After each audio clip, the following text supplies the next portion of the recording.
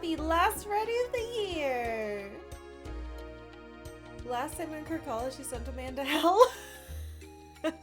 Okay, that is true. I can't even defend myself on that one. That is true. I did do that. But to be fair, I already sent him to hell, and he was a ghost. So it's not my fault that he decided to come back to get killed again. Last day of the worst year ever. This is not personally my worst year ever, but I will say that it was a big ol' stinker. I would say it's the worst streaming year I've ever had. Wow, my hair looks like fucking shit garbage today. Well, enjoy, everyone. Oh, I know what I could do. Hold on. I fix it. I cheat.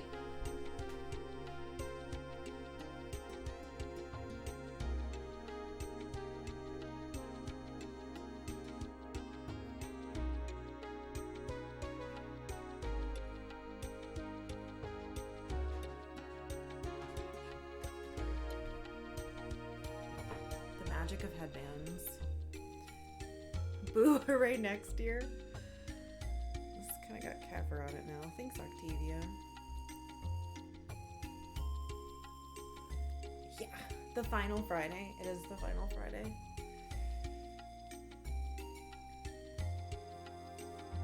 But yeah, hair be gone. Well, not all my hair. Some of it. The stuff that's in my eyes.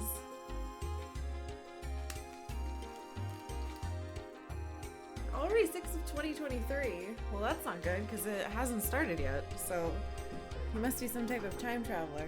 Speaking of time travelers, I finished my time traveling book this morning.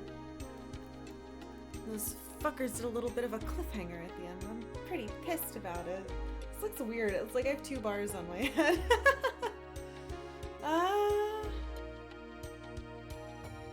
Is it the final countdown? Diddly-dee. Diddly-dee-dee. This looks worse. Whatever. I'll look like garbage on the last day of the garbage year. It's only fitting. Broken Quest, thank you for gifting us up to Karkalla links. So, if it's a book about time travel, did they already show the ending in the beginning? No. Nope. They did not. Alright. Yeah, this looks terrible. Hold on. Maybe I can fix it. So, last time, Wild Arms 2, we did a lot of stuff. A lot of random stuff. And then some pretty serious plot shit. So we started by redoing some of the stuff that I couldn't finish. Or rather, was killed when I was trying to finish the day before yesterday. We redid all of that.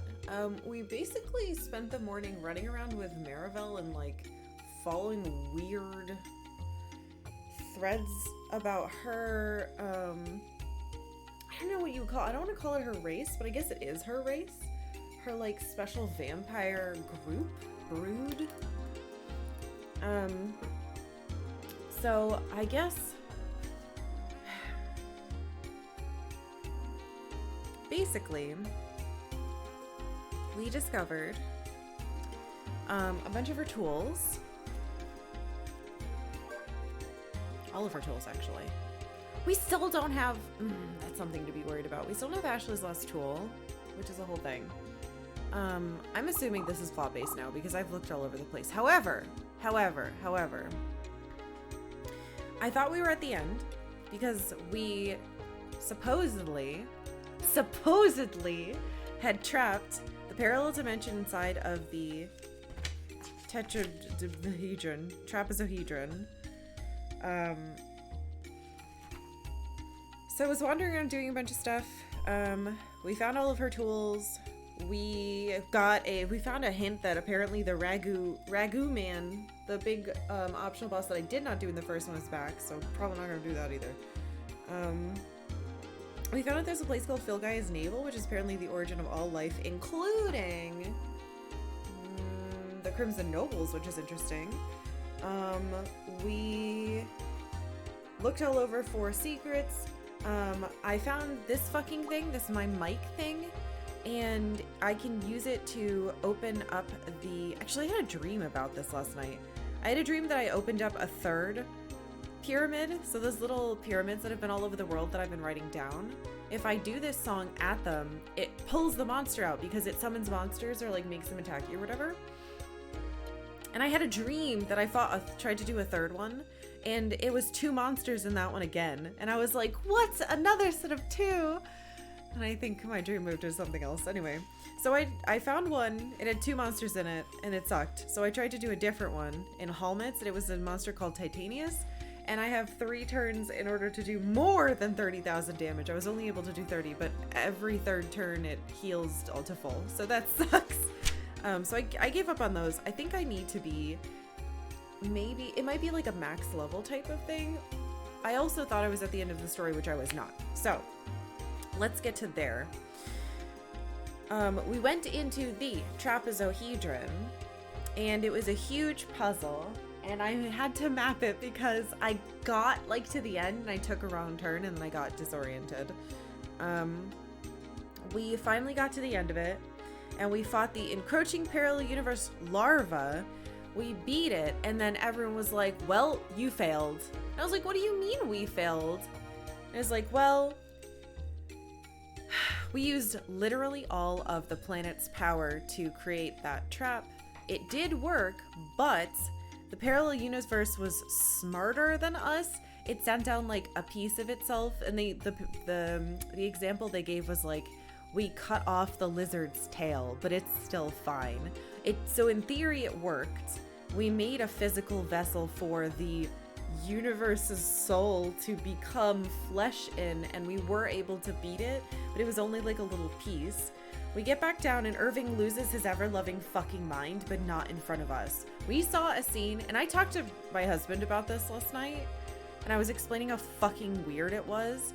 Irving is in his bedroom with his sister, and he basically explains, our blood is stronger than any other family's, and it's impossible to put a soul into a vessel that already has a soul. Ashley's is like a special case. We couldn't possibly hope for that kind of luck again. And then he is like, you'll help me, won't you, sister? And his sister's like, will I be able to fight with you? And he's like, yeah, sure. And then I'm pretty sure they fuck. And then suddenly it's the next morning. And no, it does like a fade to black. And she's like, I've never felt so close to my brother before. So, my theory, oh yeah, he says, will you become the Madonna of destruction? Disgusting. And then all of a sudden it's morning and we're all at the meeting table and he's like, good news, everyone. We don't have to worry anymore about a plan. And everyone's like, what do you mean? He was like, I mean, yes, we do. Everyone, oh no, there's monsters in this one little town. Ha, you better go deal with it. We were like, hello? I thought we didn't have time to like do anything. And they were like, well, you can't ignore little things just because the world's ending. Go away. And Ashley's like, okay. So my theory is that either he is trying to like, well, okay. The fact that there are a brother and sister fucking each other and it's like a really horrible power dynamic type of thing is the most disgusting thing in the universe. But on top of that, I'm trying to reconcile with, he knows you can't just squish 2 souls in one body. So I guess I still kind of think he might be trying to like, well, oh, also, it was revealed in that same cutscene that apparently what he was doing at the magic school was not kosher, I guess. He was studying demon summoning and black magic that's like fucking forbidden. So that was revealed. So I think what he's going to do is either expel Altacia, his sister, from her own soul, or he's trying to do like sex baby stuff, which I really hope it's not, because that's like fucking worst case scenario. It's so gross. Anyway, that's what I was talking about my husband about last night. He was like, this story seems like it's getting worse. I was like, no, you don't understand. It's actually gotten better because the writing isn't as bad, but the things that are happening are bad. Anyway, oh yeah, and then we were like, okay, this is fucked up. And so we went to go see if Marina, because I went to town and she wasn't there, so we went to see Marina on the ship. She's right across from Maltasia's room. Well, not her room. She's just like in the kitchen all the time. I wonder if that's a fucking analogy to her baking a baby. Disgusting! I don't want that to be it. I'd rather have Altasia die. I'm sorry.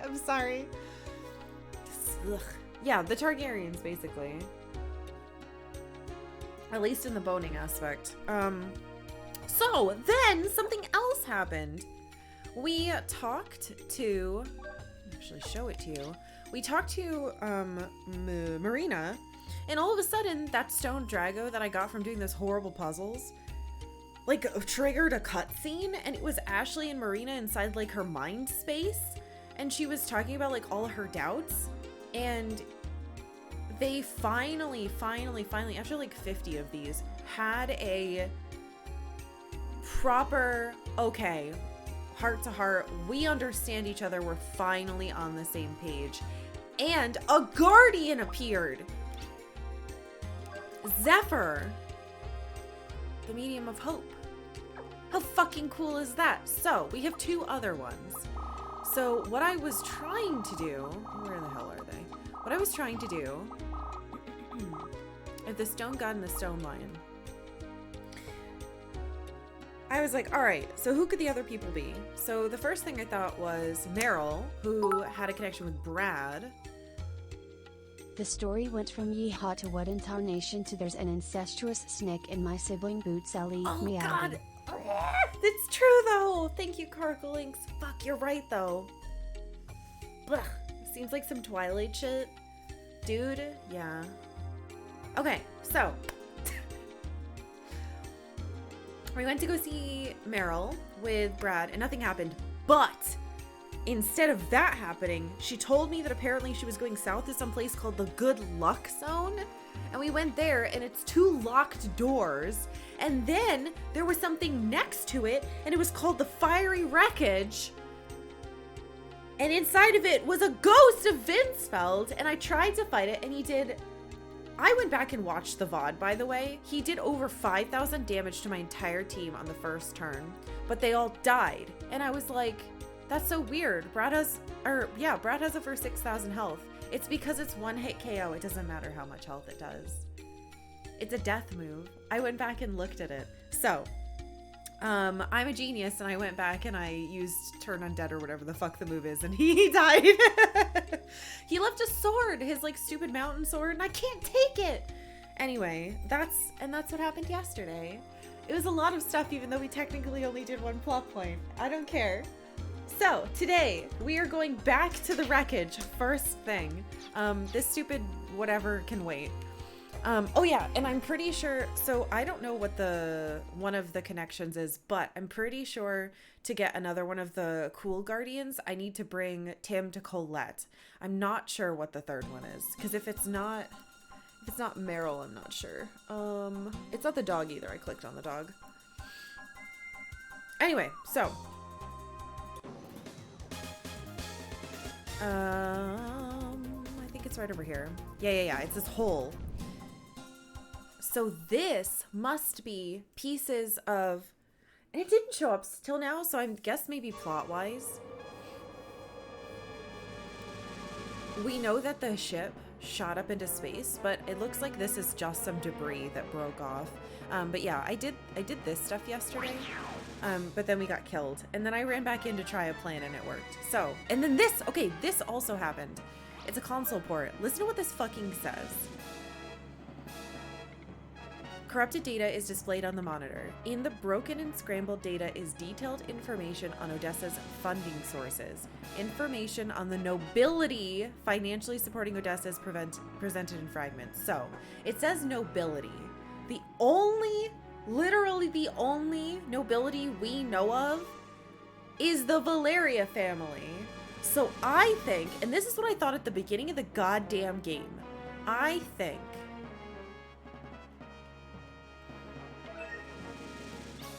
Irving was funding them. Because all of this started after he studied at the magic school and then was in astronomy club and looked at the sky and saw something. And then he changed everything about his life. So I think he's the cause of all of this. No, astronomy's not evil. I think he saw something in the stars. I think he saw this parallel universe and he got scared. And he's got all those, remember at the beginning of the game, he's got all these books in his room that are about like, what is it, how much can you and should you sacrifice? What is worthy of sacrifice in order to unite the world? Because if there's the only way to unite the world is with a unified threat. And so his entire thing with Odessa was that the whole world had to get together. Everyone had to give him access. We have access to all the world leaders. We have access to all of their technology. I think that he created Odessa in order to control everything and everyone. This might actually be a dungeon. So that's the sword over there. So I haven't done any of this part yet. Oh, another computer. Anyway, that is my current, I'm like 99% sure this is true. I think that he wanted to control the world. He knows that he's a Valeria. He wanted to take the sword and he was willing to die. Like he crippled himself in the process of desperately trying to take that sword for himself. He is convinced that their blood is strong, but when we went back into Anastasia's memory, she was very clear that whether you have the capacity to be a hero or save the world has nothing to do with how you're born or what family you're in. So, turn it on. Yeah, I think everything is Irving's fault. Corrupted data is displayed on the monitor. In the broken and scrambled data is detailed information concerning Odessa's war power. It's not as interesting. I have to keep my eyes open for little electric points for our wee elf. That will lead me back out. We might as well get that now. Obelisk gun? Ooh. Okay, we're getting items for Ashley in here, which makes me think that maybe this is where we're finally gonna get his last item. Which, maybe this is plot then.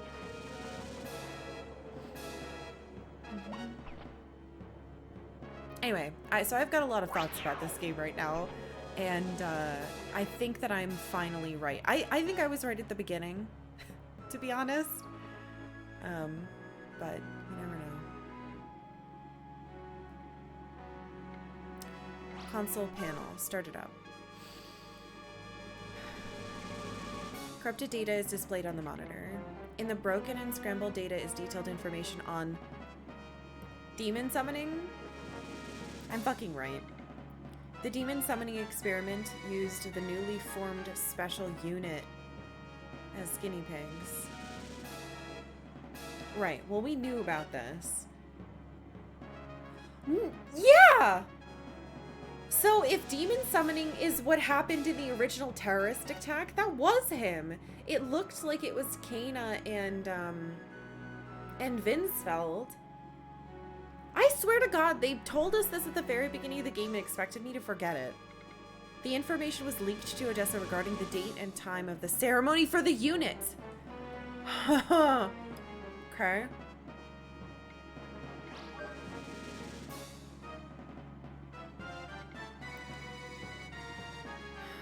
More information on demon summoning. There's information about Randolph the Magic Key and the conjuring from that man. Conjuring from that man? I don't know if I'm ready to read this one. Oh God.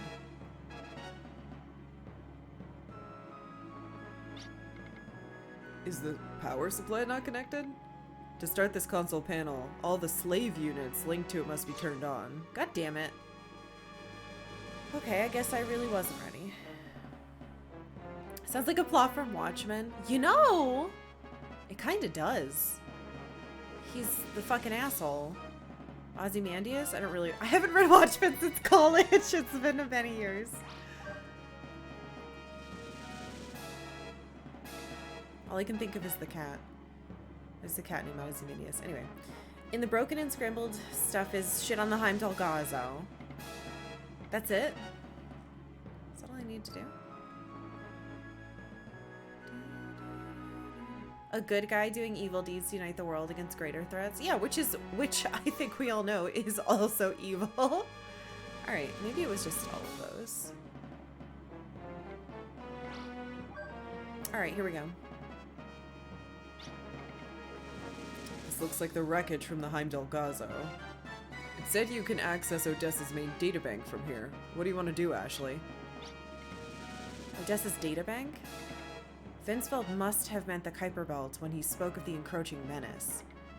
We might be able to get some information. It could be a waste of time, but it's worth a try. He spoke as if he knew something. He knew something we didn't. It's not unlikely. Anyway, let's look. If nothing comes up, it's no big deal. Let's split up and research this. Split up? Wait. What are you guys typing on? There's no keyboards in here. Even if we research data on Odessa now, it doesn't look like anything good will result. Who's typing? Hey! What kind of joke is this? Oh no. Let me see. Odessa's membership, power, activity, strategies. No, the section after that. Funding sources? The organization lacked operational funds, so these are their financial backers. Impossible. Why would that name be listed here? This must be wrong. It has to be. Irving Vold Valeria. Why is his name here?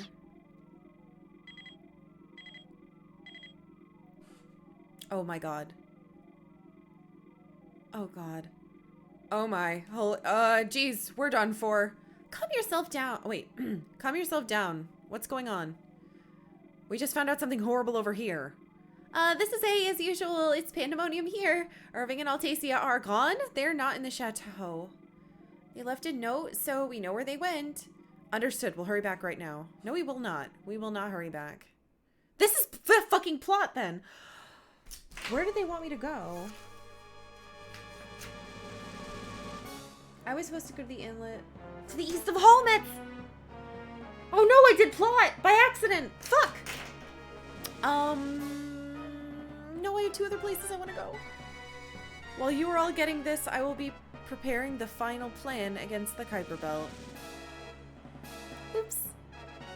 To beat the Kuiper Belt, which exists only as a concept now, we must cause it to materialize. The trapezohedron is useless now. I must take actions I know will be regrettable. These will be my drastic measures. Whatever people may say, I will sacrifice all for Filgaia. Sacrifice yourself, you dick!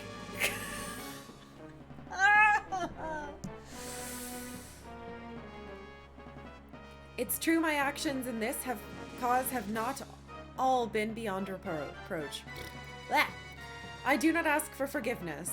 I will pay whatever price is required. I will now give you your final mission.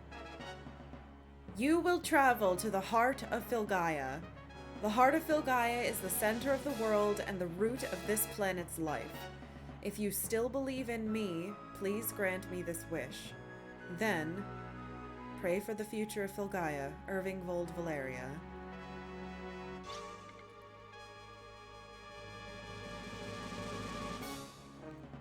What will we do from now on? There's no one to command us, but... We already know what we're fighting for. We have a purpose that can guide us. No one else will lead us. It's time to lead ourselves. Oh, Marivel gets to talk.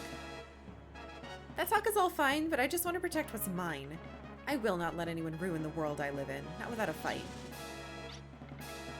This last battle looks like it will be our last. Did you know that the last battle will be the last one, guys? Now I don't believe it. He said it too many times.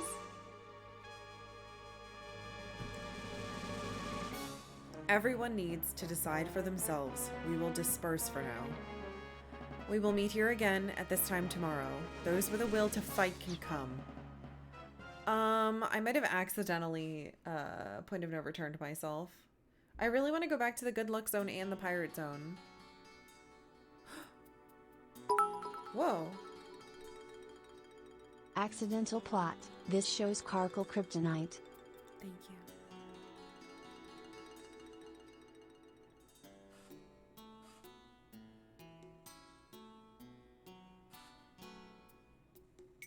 This song is really pretty. Oh! Come on, listen. All you have to do is listen. I might be the only one without superior officers, but in return, I have been blessed with the best allies. It must be hard for you. You're stuck listening to me babble. Oh, it's Billy! Billy is the person I was supposed to talk to Billy, not Meryl. I think he might be the guardian. Well, he's not the guardian, but I think he'll unlock the guardian. Probably courage. When he's with you, Billy seems so happy. Shit, I hope I can do this. You think so? Yes, I can tell because we're always together. I owe you a lot. This one was saved from the brink of death because of you and the villagers. I can tell because we're always together. Billy is always with Mister. I can tell. You don't have to say a word. I've got something valuable I've been keeping for this one. I survive all battles because of it. It doesn't matter where I am. I'm always with this one. We're always together. Wow, they did not know who the subject of this conversation was. There's something I've wanted to ask you. That day, Mister was arrested. I was told it was because he was a hero. Is a hero something bad? I wonder. One thing I do know, I'm not a hero. I wasn't able to become a hero. It caused all kinds of trouble, and that's my own fault.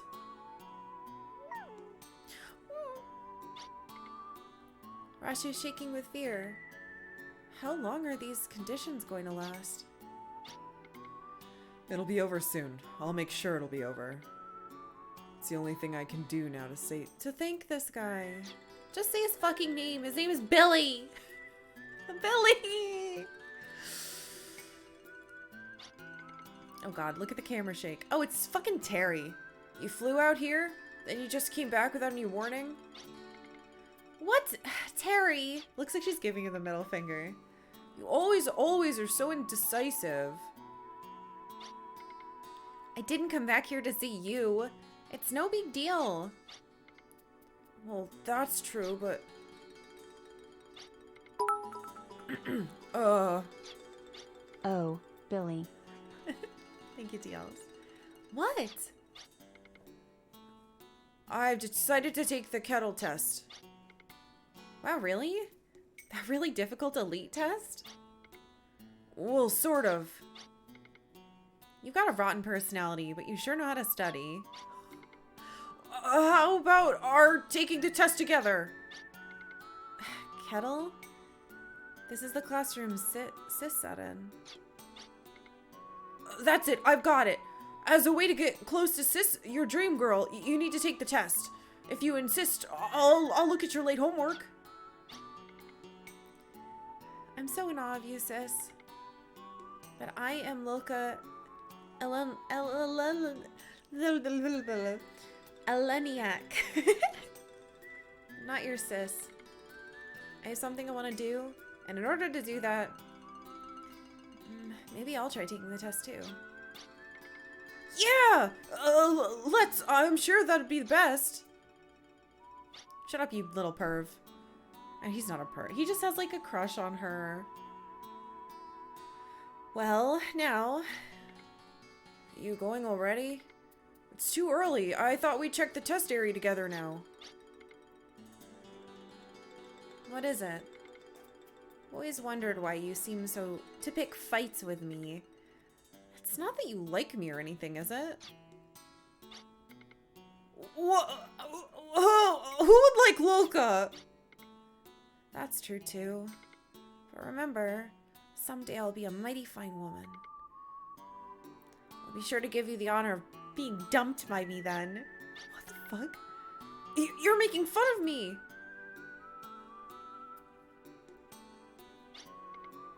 Lolka? Hey, I'm stuck with the cleaning you're supposed to be doing. Thanks. When it's all over and we come back here, I'll help you with your cleaning. Where? The Astronomical Observatory. That's a rough one. Better take back what I just said. You're the one who volunteered. I'm holding you to it. I'm gonna get you to help me clean the Astronomical Observatory. That'd be cute if it was translated better.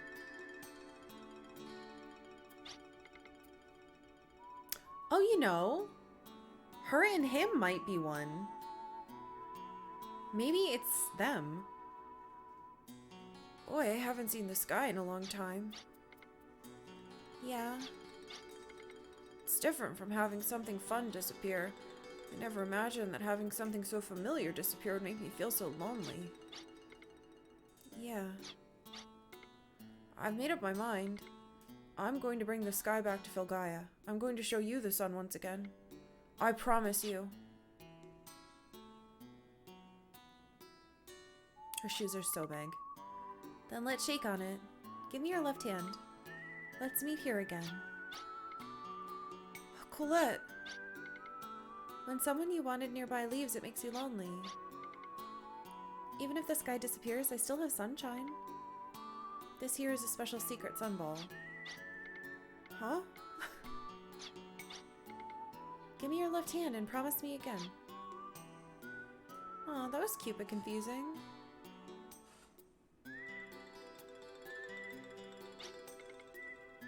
You don't have any friends except for us. Blood can be inherited, but can heroism be inherited as well? Blood is a red bond that ties you to the past. Invisible bonds become chains which bind one over and over again. It's a person's karma, fate, and the yet-to-be-known future. Gasping at the suffering, the wailing seeks the dark, yet rests. It's full of traps. But if today is here for tomorrow, vacillating in the blood is karma's reward of the hero. Oh, they had no idea what they were doing. Or Irving boldly becomes a needle which dives under, heading for the heart. Great, I'm glad yours was fucking nonsense, even though I like you the best. Oh shit, what the hell? What are you talking to him for? Originally, Filgaia was... Yep.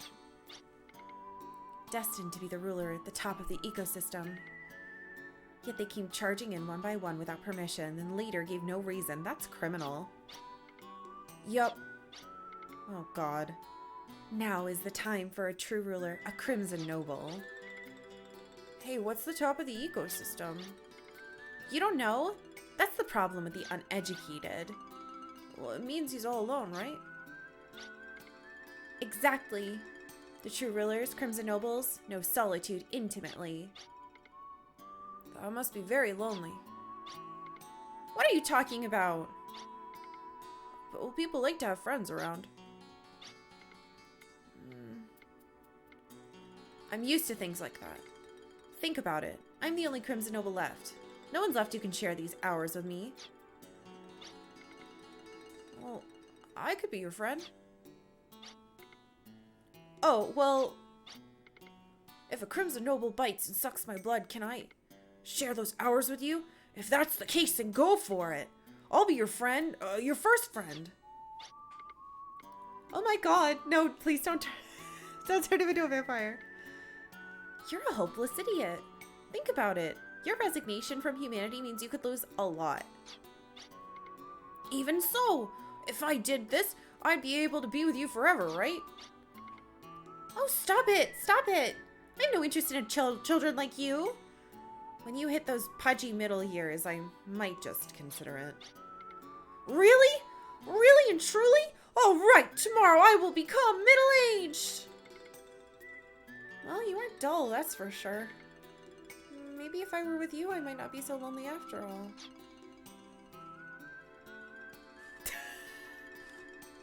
Okay, that was really good. Ugh, this shit again.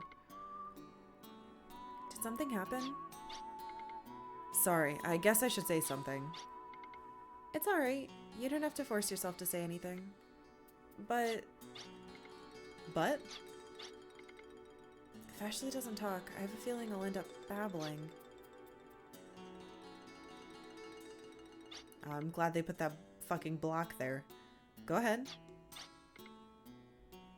Yeah, but I can't believe I've wasted a whole year watching this nerd play games that are almost as old as me. Karkal heart. Kidding? Holy shit, thank you for a whole year. Thank you for using your Prime on me. I really appreciate it. I hope you're having a lovely last Friday of the year. I don't think I'll be able to express my feelings very well. If I put it into words, I might end up hurting Ashley again. Don't you dare. Marina? In my heart, I want to say something different. But when I put it into words, I always say something very different. I hate how feelings turn into different words when they leave the body. I've always wished there were more direct ways to express my feelings. Oh god, are they gonna bone? But if I do this, see, you can sense my feelings, right? Oh! The warmth, the weight of and the feelings. Oh shit. Oh fuck. I'm so glad I have a body to go. Okay, well, congratulations, Ashley and Marina. This is rated E for everyone, by the way. Good job, kids. You finally did it.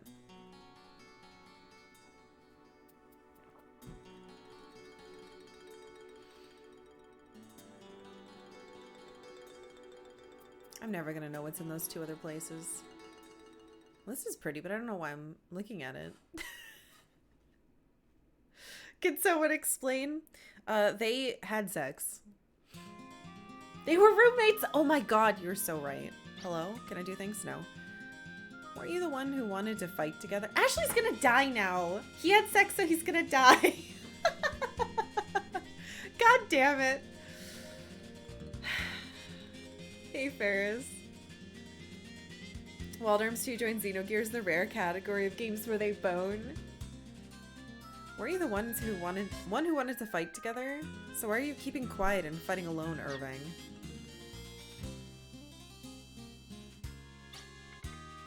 And I wanted to get here first, too. Not this time, I guess. Luca? Everyone's thinking the same thing.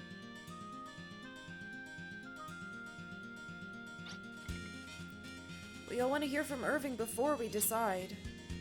You do? You weren't thinking of going alone, were you?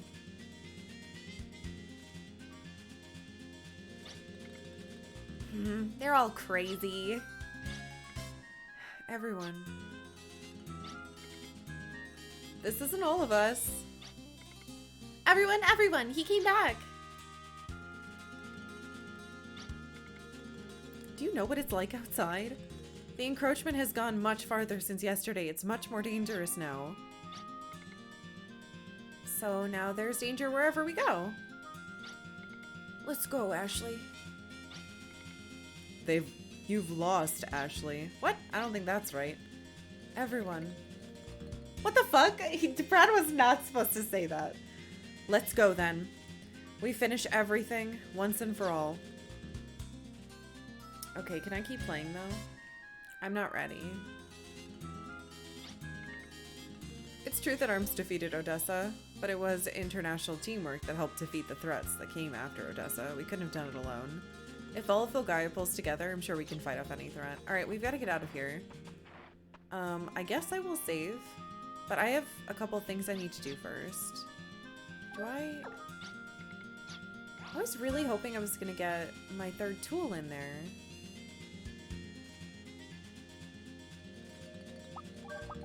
Which means that I just don't know how to do the pirate one. But the good luck zone might still be possible to do. Wait, I want to... Can I read his diary now? Maybe he left it unlocked. I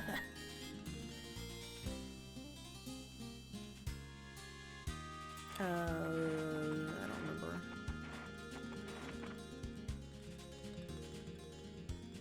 Come on. Oh, I got really excited. It's still locked. Oh, maybe the good luck zone key I'm looking for is the same key. Well, now that Otasia is gone, she won't be in the kitchen. Maybe the third tool is the friends you made along the way? Maybe. Maybe. I hope not. It'd be kind of lame to not give my main character a third tool, but like, we're so late in the game. I don't know what it could possibly be now. Hopefully something with light so I can solve that puzzle. Thank you for the beats. I've tried every skill on the diary and I just can't open it. I don't know why. That makes me think that we're not at the end. Alright. I wonder if that means that Meryl... she went back home. Look in your pot of soup. Damn, it'd be so cool if there was a key in here. Alright, she's just gone. I don't think he understands, like, just because you had sex with your sister doesn't mean she's just gonna get pregnant all of a sudden. That's not how it works. If anything, they should have to wait 72 hours to see if anything happened. Go on, Ashley. I'll be alright now. I have the courage to accept Ashley as the Black Knight. So keep your promise and come back again, okay? Remember, you promised. Promised with the power of sex. My fucking girlfriend sucks at talking to me and is constantly, like, saying awful stuff, and so she was like, I guess we'll just bone then. In my humble opinion, Sir Valeria's acts sure do go down in history. The big kahuna here was the terrorist ringleader, they say. Well, why would he do that anyway? So do you, like, have a thing together now? No. I guess it could be with these guys. No, it's not. Alright, so we need to get the fuck off of this ship without accidentally doing the plot. Again.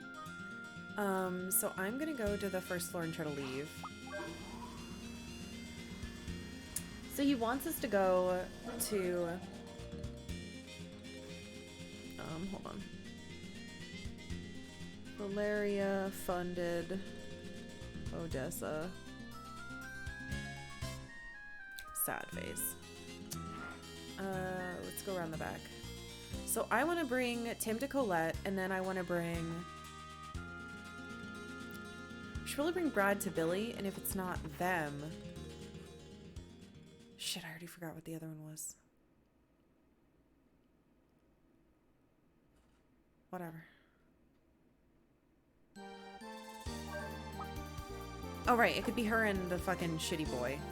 Alright, I can still do stuff. Oh my, the sky is absolutely worse. Wow, it actually looks like we're in a bubble. Okay. Why did I get in this? Wow, this looks like shit.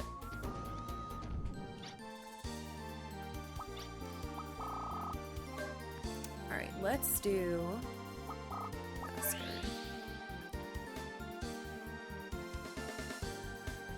We might have to grind out some abilities with Tim too. I probably need them. Now that we have all these new thingies. Speaking of, there's if we kill 99 bombs, I'll get something called Apocalypse, which is interesting. Is she here? Go to her house.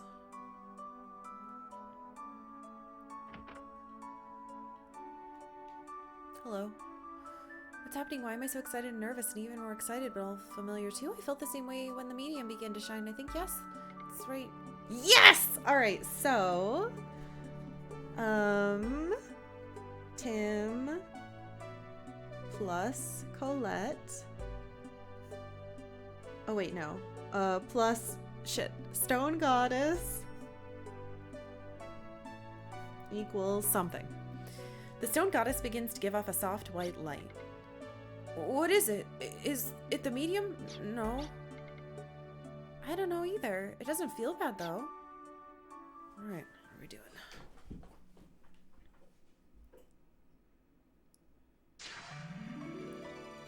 Oh, it's red. That's weird. I wonder why I feel really happy, just like this. Me too. Is this really... This is so embarrassing. But is it really... Could it be? When I think about Tim, my chest constricts. It's quite painful. Me too, when I think of Colette. Could it be... Could it really be? It can't be, but it makes me so happy. But it scares me a little. I'm beginning to feel like Tim is all I can think about. It worries me to be like that. But there's another me who's happy that I'm like this. It's as if there are two of me. Same for me. When I'm with Colette, I feel calm and relieved. While at the same time, I'm wildly excited. I think the present, the time I now spend with Colette, is important time for me. Yes, me too. I like the present time I spend with Tim too. Colette, I want to protect you from all the hardships and pain. It's because you are the most important woman, person to me. What? Woman, person, and fucking... I think that's a translation note that was left in here. Thank you. Scoot. My desire to protect you is gradually making me stronger. I've learned that thinking of someone other than myself is very powerful. I mean, I've become this strong all because of Colette. To be honest, I don't want to fight, but in order to protect what I have now, I will fight. Tim? I wonder if this is what it means to like someone. I feel so warm. I'll fight to protect you. My heart must be stronger. The desire leads to strength and reaches me as affection. The long extinct desire has been reawakened by the one who hasn't forgotten love.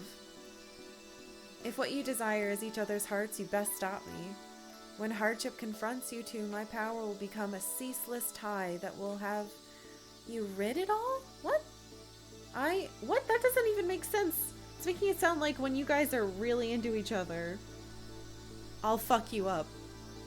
I am Raftina, a terrible name.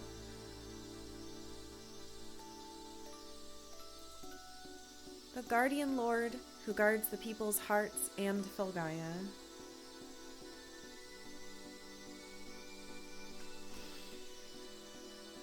Love's embrace will become a gentle, enveloping strength. Oh, that's sweet, but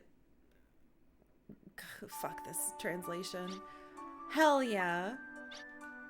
All right, Tim. Tim. Holy shit. More like Daftina.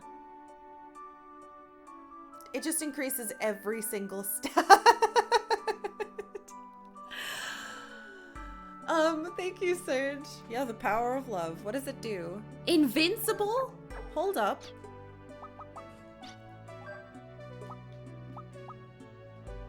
Become invincible until the end of the turn. Woo! Okay. Sure. Just get a move to not die. And to no damage. Alright, what is it?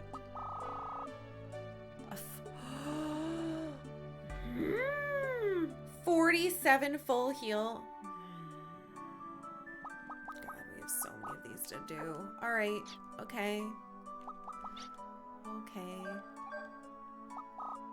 I gotta keep him on this one or I'll forget which one we need to do with him still.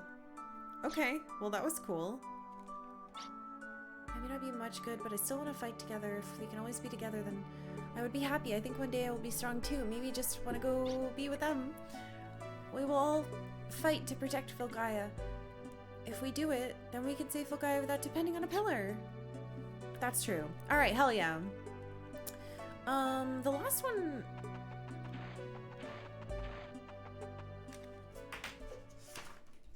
If that was... Raftina's love. The other one was hope. Justine is courage. Courage has to be Billy. Courage has to be Billy.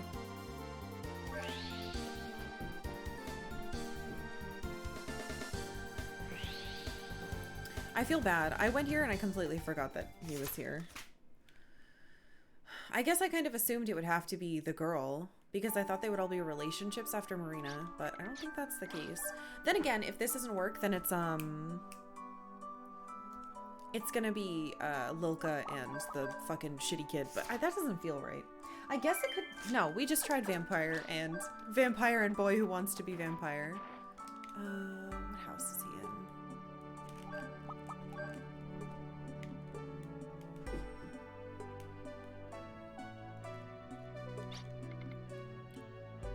Oh, he's saying words. The light, it's expanding. Whoa. Dumbfounded silence. Yes! The stone line starts to give off a silent white light. Yes, yes, yes, yes, yes, yes. Okay, so Brad plus Billy plus stone lion. What could that light be? Billy? I wonder if he's going to be able to communicate in here.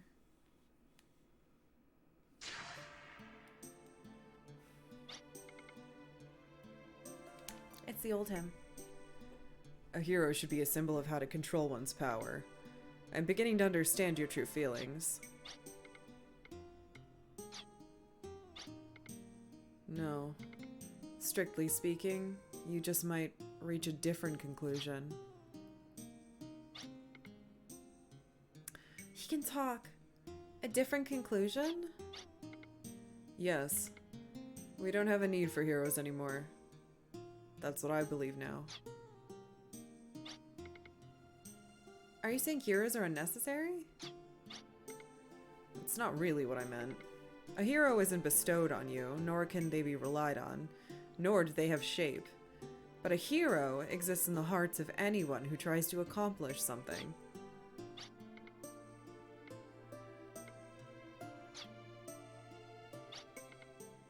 That's essentially what you meant when you said a hero should be a symbol. If that's what you think, it must be right. For you to say that, you the one who knows me best, means... A hero isn't just a convenient, powerful being that always saves people from serious danger. A hero's symbolic role is to show everyone that they possess within themselves similar powers. Yes! Yes! Another way of putting it is courage! And your current team members taught you this? Yes, they made it clear to me. They've continued to fight of their own will and strength rather than rely on the hero of Slayheim. They may not realize this, but they've become heroes themselves. And when this is repeated by others, then heroes really will no longer be necessary. I'm glad I left things in your hands. You're my hero. A hero embodies the will to show courage. They personify bravery. Shake off doubts and step forward. Follow the road indicated with the spiritual strength to never lose. Desire leads to strength and reaches me as a guidance. A guidance? Wrong! The long extinct desire has been reawakened by the one who hasn't forgotten courage. If what you desire is strength of heart, you best stop me. When confusion clouds your path, my power becomes the sword to crush the universe and solve the problem. I am Justine, the guardian lord who guards people's hearts and Filgaia.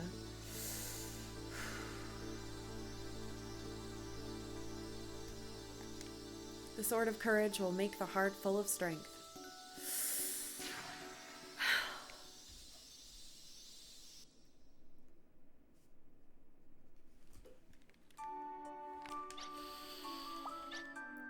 I'm putting them all on Tim.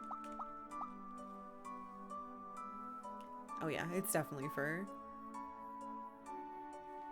him. All right, what does it give us for an ability? Branch Zap. Extends normal attacks to all enemies. What? It's gonna make him punch everyone? Oh, I'm so excited. For all its flaws, this game is very sweet. It is! Bold Lance? Guardian non-elemental attack. Whoa.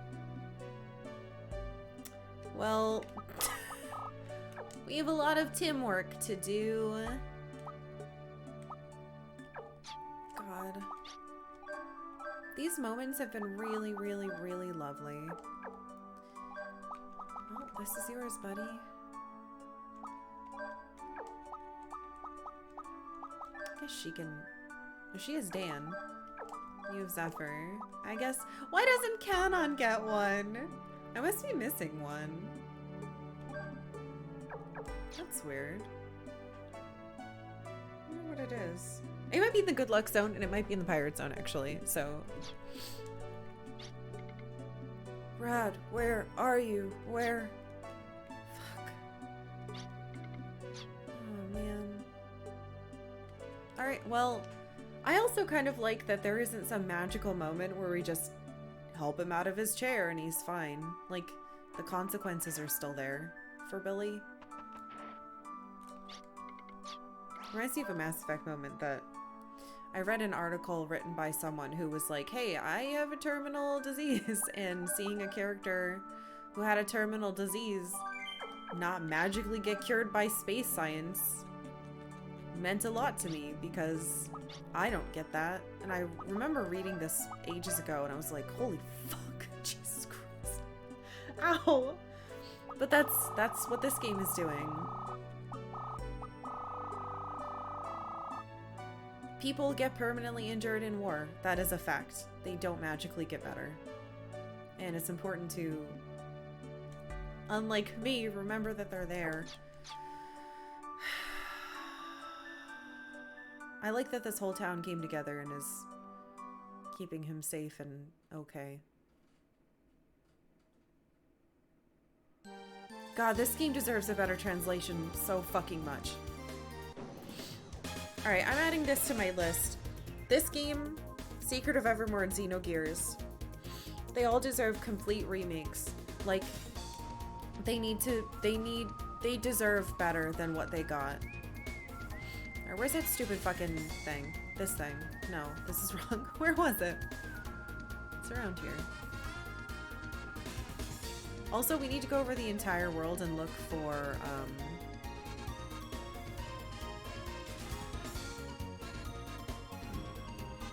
and look for more secrets, because now... Whoa, this is very dark.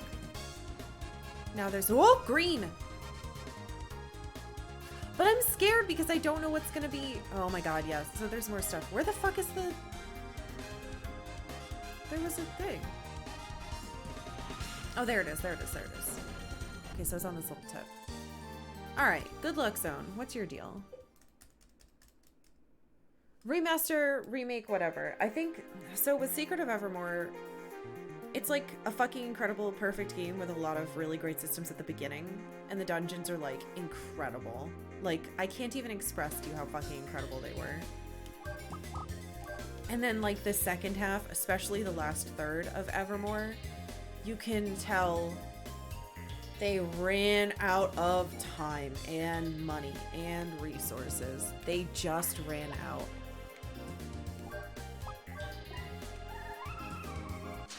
I just got rid of a... Oops! I got rid of a fight to do a fight.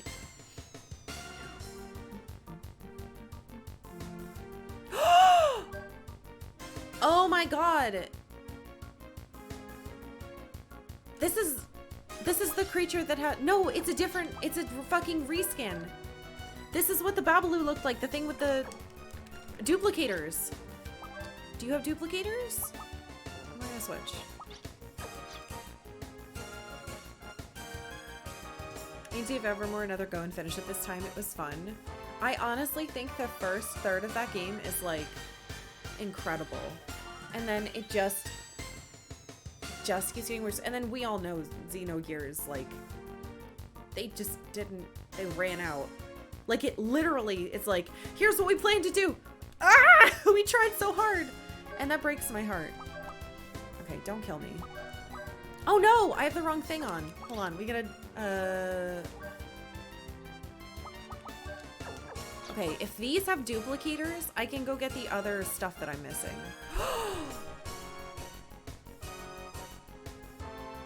The door, and then I think there was, yeah. Okay, so. Steel. Please have it.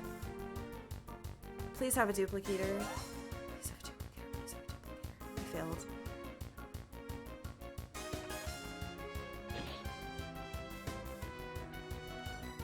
Oh, they're holding keys. Is that the... No, this is a trick. They're not gonna have duplicators, they're gonna have keys.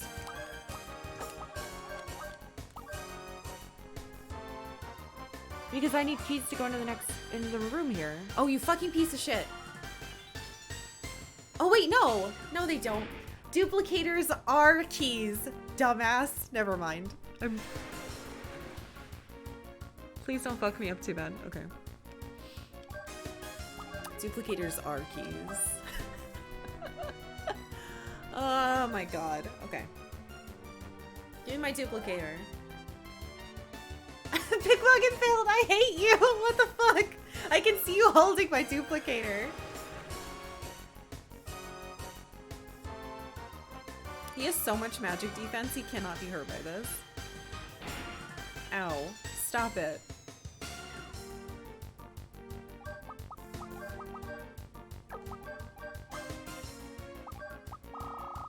Where's Bakasuna? Come on.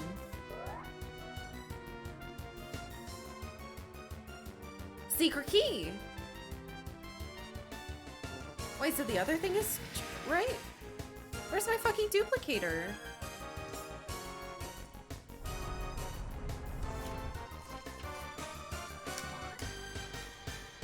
Okay. That might just be an accessory. Or it'll open the door in here. That'd be a little weird. You got dumped. Was that supposed to be duped? Thanks? I don't think I got dumped, but you never know.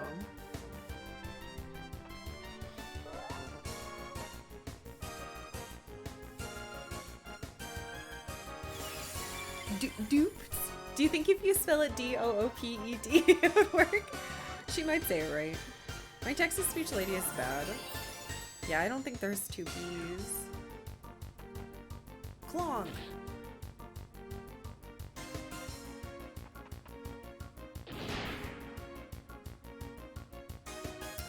Oh, you know what I might need for this? I might need the fucking Randolph key. I wonder if Randolph is here. That would be interesting.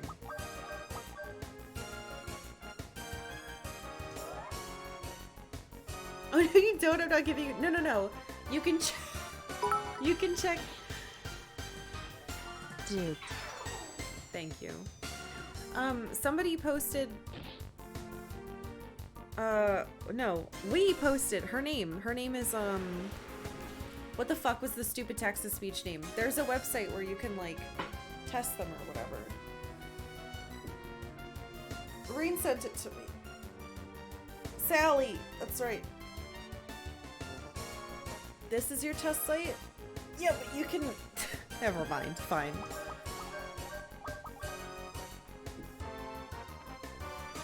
Yeah, Rain sent me this thing that was like, hey, you can test a... Nothing there! Am I stupid? Do you not have them? I'm gonna have to check in the book. God damn it. I continue to be sad.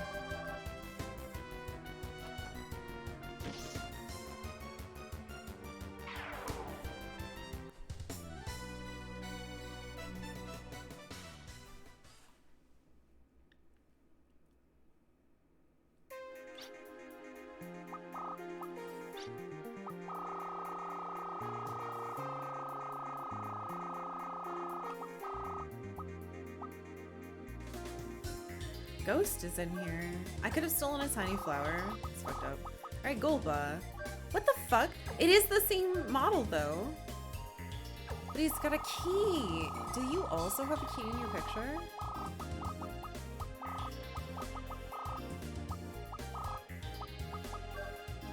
It's a fucking key. Alright, well I don't know where that one lives.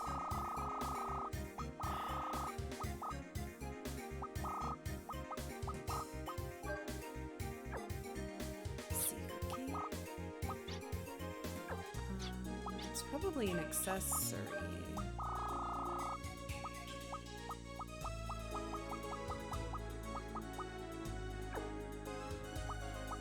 Oh my god, they also have scapegoats on. Okay, I don't think it's an accessory. Oops.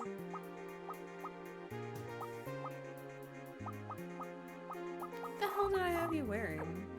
Oh god. I know you have reflex.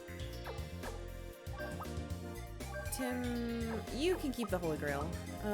Gauntlets. You're supposed to have your book.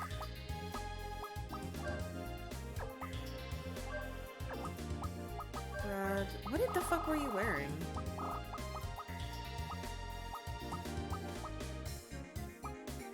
Guess we could give you kid gloves. That's pretty funny.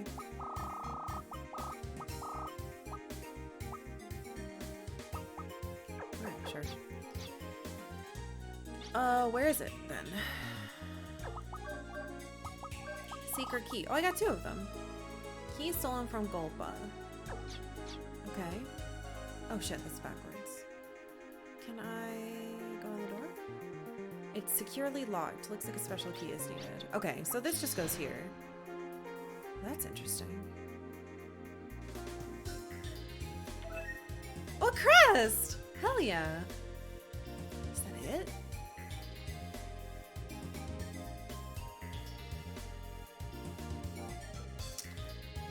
Okay.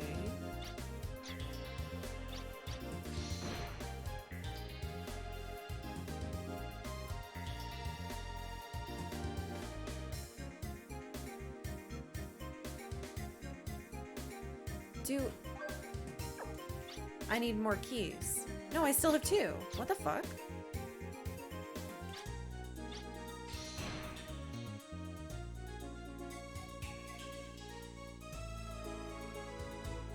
You like it? Good luck. Don't say shit like that to me.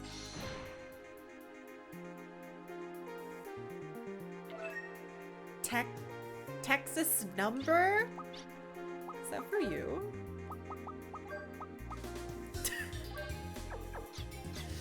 Don't say that either. I hope it's not. It might be luck-based random shit, which would be really upsetting. I think we all have decent luck today. Nope. Great. Well, maybe I should do things as the person with the best luck. I'm fucking paranoid now. Why do you guys ever say anything to me? Best. Loka, you have the best luck. Leave me alone. Shit, maybe I'm supposed to fight things. You'd think the luck would be whether it, like, used your key or not. An amulet? That's gotta be an accessory. Amulet. Increases luck by 2 levels. Ooh. Just put it on and take it off.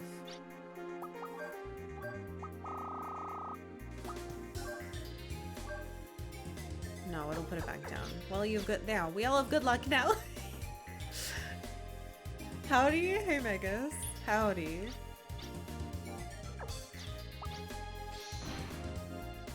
Why do I have 2 of these if they... Oh. Last one.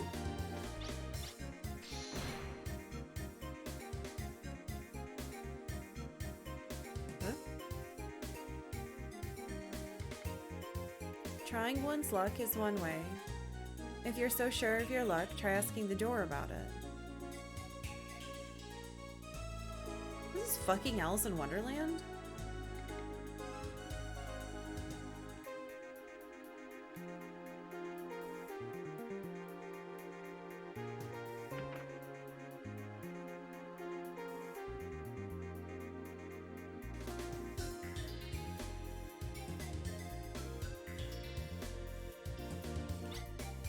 think I had to have best luck to do that.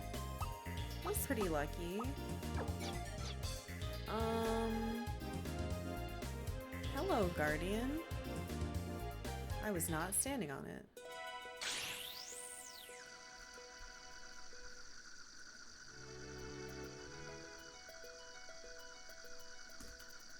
I'm a nice guy. I'm a nice guy. Chapapanga, the guardian of luck? If it's about luck, leave it to me. Oh my god. Chapapanga.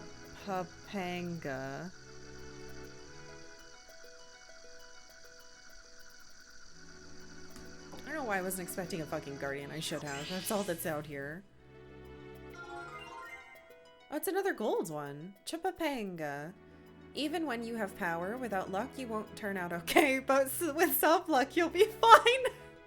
The fuck? Okay. Alright, Tim. What does this one do? Oh my god. Alright, this one's for Canon, I think. What does it give us? You've gotta ask yourself one question. Do I feel lucky? Well, do ya, punk? Thanks. Randomly invokes original powers? Is it metronome? That's scary. Alright, what do we get from it? Lucky word. Ups luck by 1 in battle. What? Gold hammer? Gila question mark? I don't know if I like that. Okay. Wait a minute. That's right, this one's supposed to go to him. I need another one, game. I want ones for everybody. Alright, well that was weird, but it was pretty cool. Alright, good luck zone, done. I really like this. If my life could be this set of colors in this like weird pattern, I'd be pretty happy.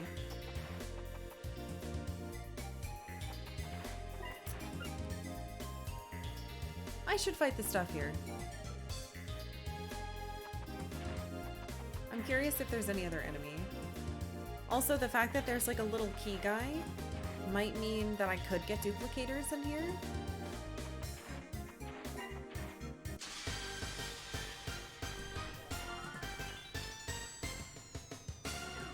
Man, I wish I knew where those things were. No, it's the same guy. I should let Tim hit them in the face. I'm gonna have to go kill some bombs. Oh, it's gonna take so long. Hey Toji-san, happy holidays!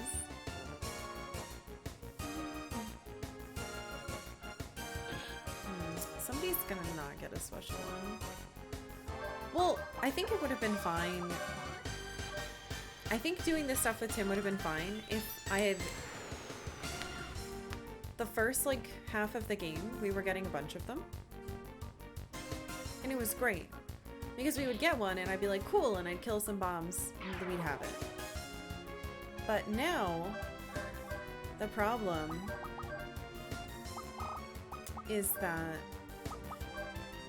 I got like a shit ton at once and they're all like, you need 99 murders in order to unlock this skill.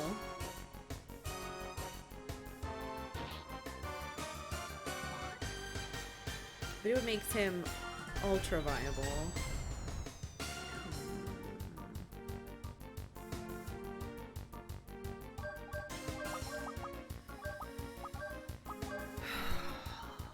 Especially having like a full heal that only costs 40. Be really good. Alright, so where do we have to go after this? We have to... God damn that pirate place! We're gonna save, and then I'm going to fly around and find whatever is left. Because we definitely already saw a green thing in the ocean, but... He, the asshole plot was the middle, the naval... Which I would assume would not be where we just saw the shit we just saw. So... I don't have any other stones to help me make like a connection with anyone else.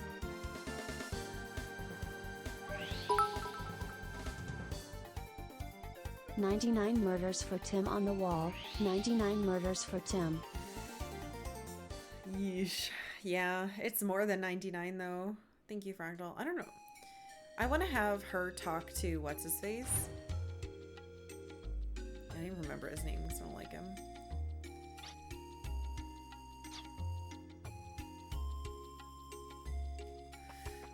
I was trying to picture in my head where the fuck in the castle he is, and I think he's on the top left. Oh shit, this is too high. That creepy thing that I'm still convinced is some type of secret boss, but I tried to toot the angry flute and it didn't work. Do you do anything now? They say two people who confess their love to each other here will live happily ever after, but I'm not saying that I'm waiting for someone to confess his love for me here. Wait, really?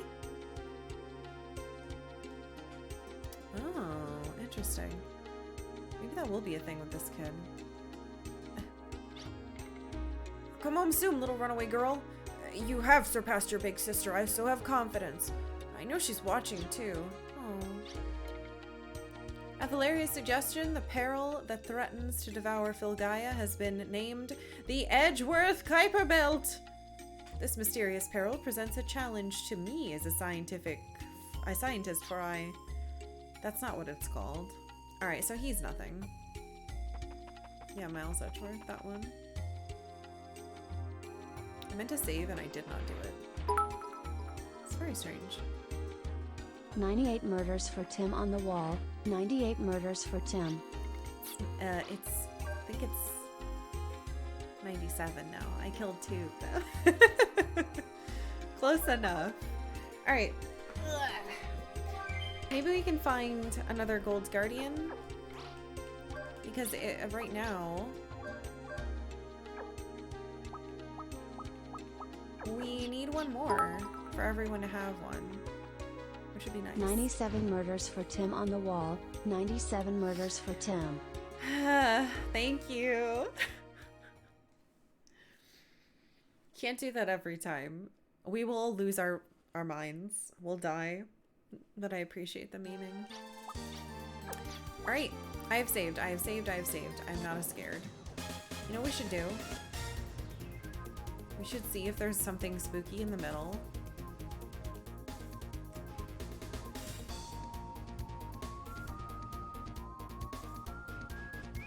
Yep, something spooky in the middle. Alright, let's just avoid that and look at the rest of the world.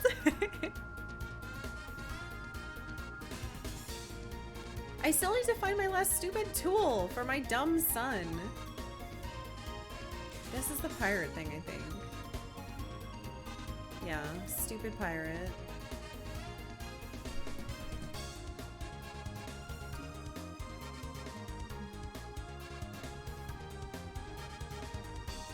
I am proud of you, House. Restraint. It's important. It's good for you. I saw a green thing. It was like south near one of the islands, though. You know what? Now would probably be the time to check the borders of the world again, too. It's been a while since we did that. So the assets guy just got... Oh my god, game. Did you see that? It froze. Also, what is this? Something from a million years ago. Hey, Distant Horizon. So I just did... God, I'll explain what I just did. We did the fiery wreckage and we got a huge plot thing where everyone was on their own and like talking to people, and then we got the Raftina and Justine, and we did the good luck whatever, and I got a new guardian.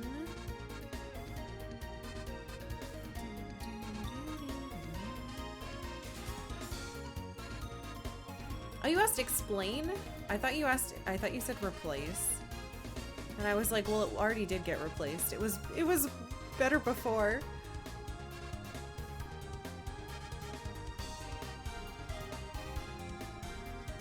Yeah, it's been a lot of stuff already today. I know I saw another green thing that wasn't that. Every time I go over there, it starts to like lag. That's weird.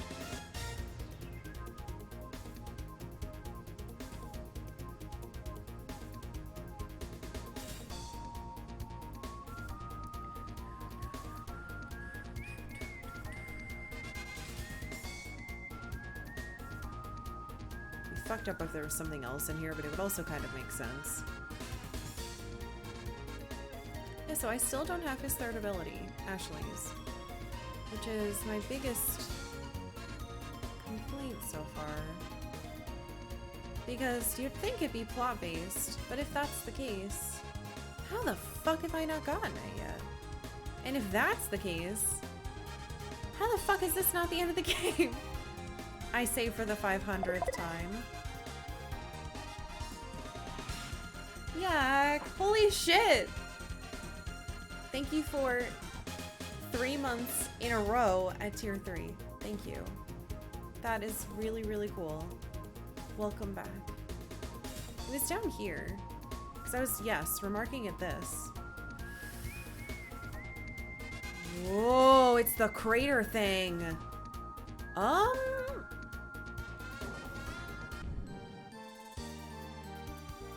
Please don't let this somehow be the end of the game.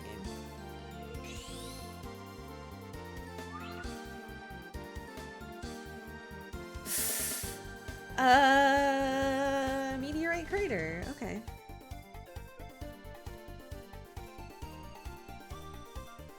Sure.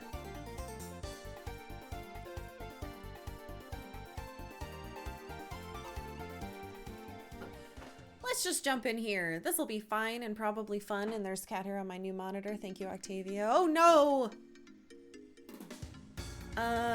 Shit! Well, if there are 8, I found the 8th one. No thank you. What else is in here? Any electric marks? This treasure. Get away from me. I don't want that. Anything to blow up? Just treasure.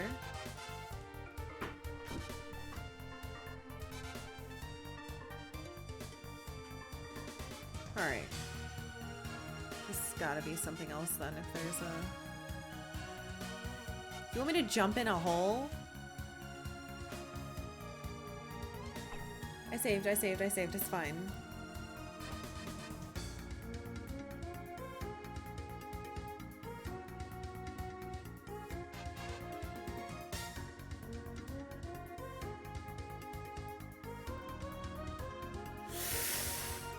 Ugh.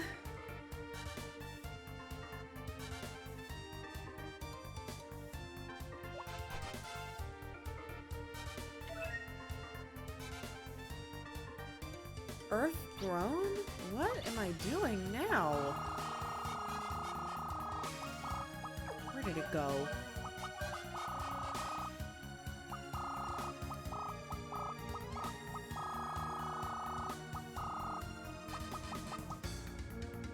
Artifact, element earth.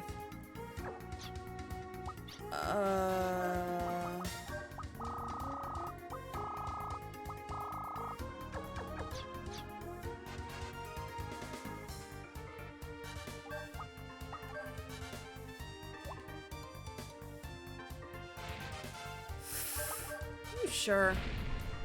Alright, that looks like a door. It's probably the lever. Am I really not allowed to use my goddamn jump boots to ever jump again? That sucks. Leave me alone. I should have fought that, actually. Why can't I go down here? Oh, God. Okay. Sure.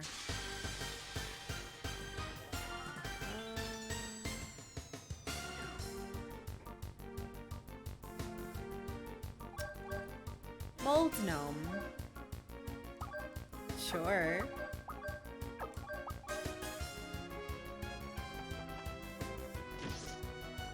Yeah, I don't think mold is how you get high, but what do I know?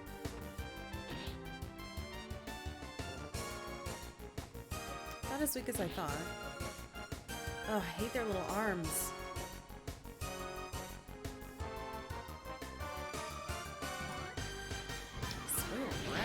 Ew, don't touch me with your weird little fingers.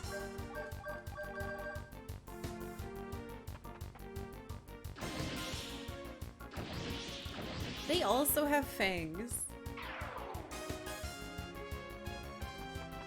I need to not skip any fights because there are a bunch of fucking pyramid bosses that I'm not even close to being high enough level to fight. Hmm.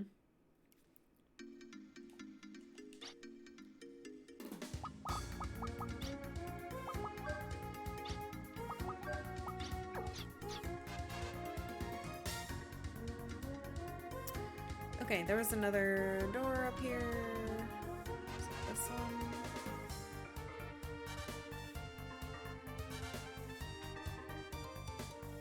There's cat hair in my mouth. God damn it. Thunderclap.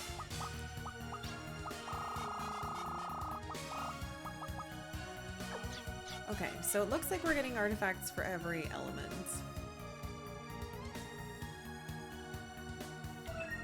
Pitch dark. Okay. We were in this room before.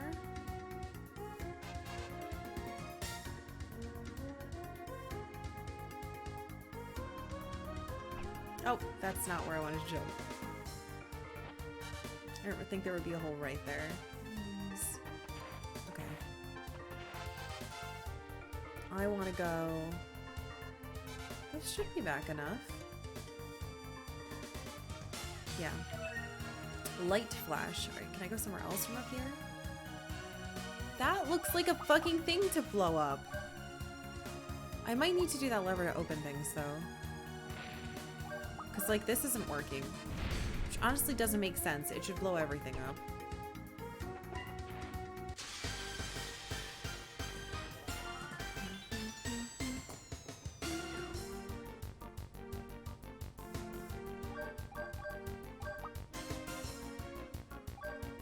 Do I have his thing equipped? Because it's going to be very interesting if he attacks all of them.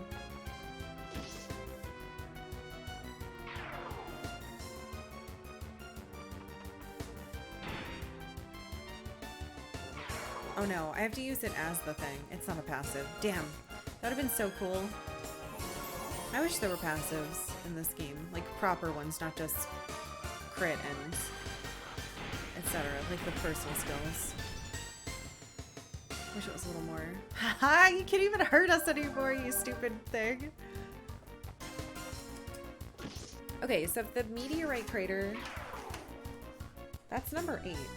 I'm pretty sure.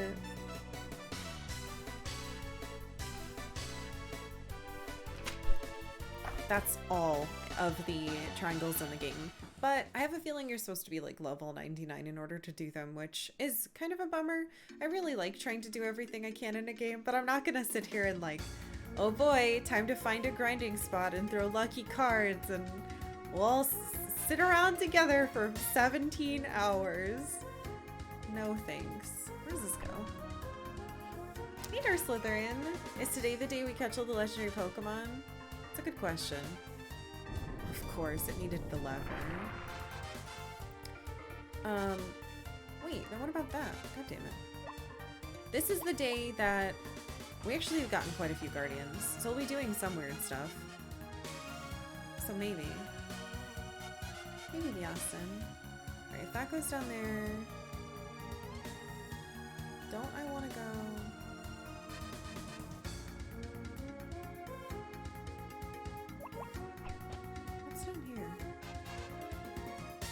No, I gotta go around.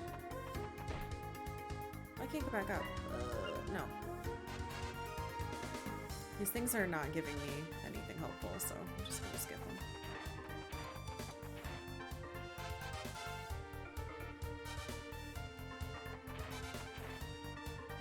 Is this far over enough? Or do I need to go through that door? No, that's this one.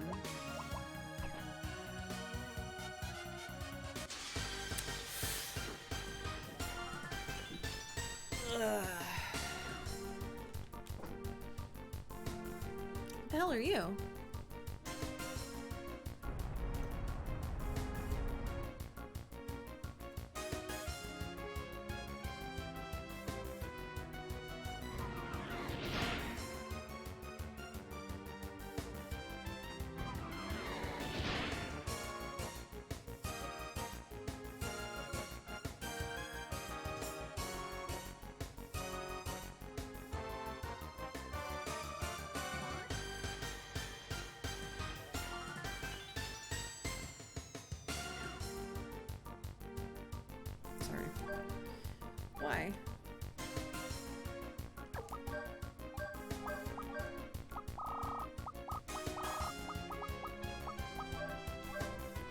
annoying. Oh, come on. Ah, you might just die. Okay, good.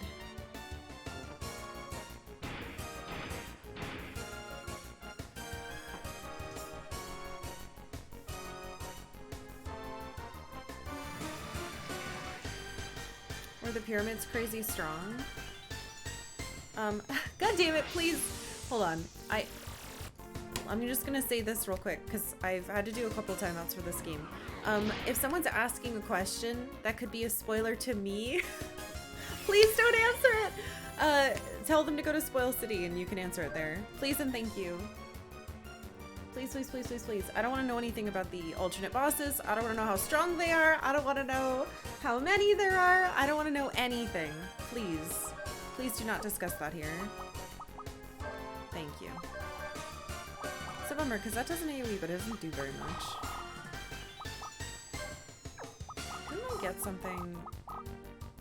No, it was this one.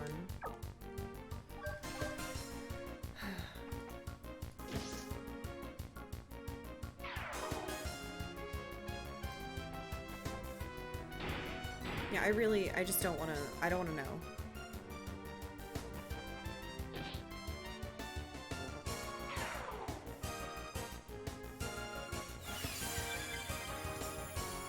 I do not like the design of this creature. It's upsetting to look at. No, you guys are good. You don't have to apologize. There have just been a couple things this morning that were like, technically breaking the rules, but I guess I already know it, so there's kind of less badness there, but at the same time, it's like, it can be kind of tricky, so just please, please, please, try to, oh, what the fuck? Water.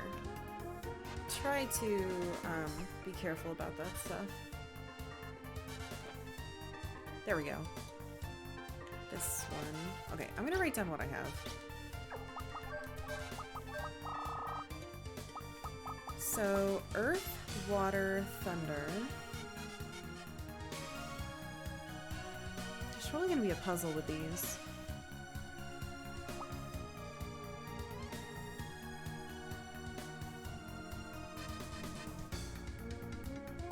Light.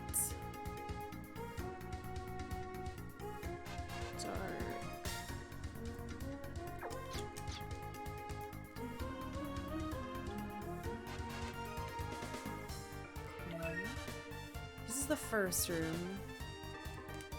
Why does it say Zephyr instead of wind?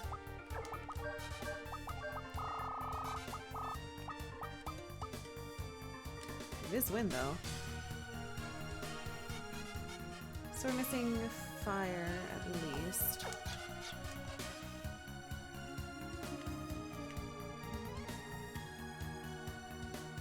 Oh!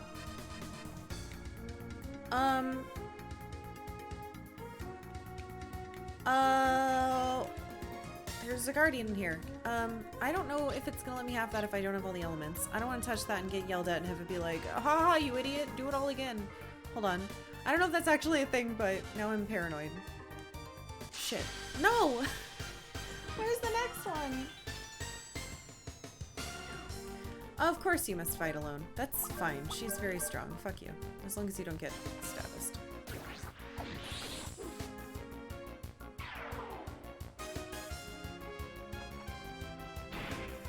Shouldn't do anything. Okay.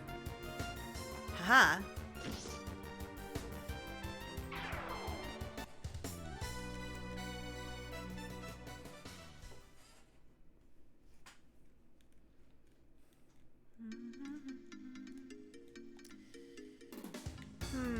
So I got that one.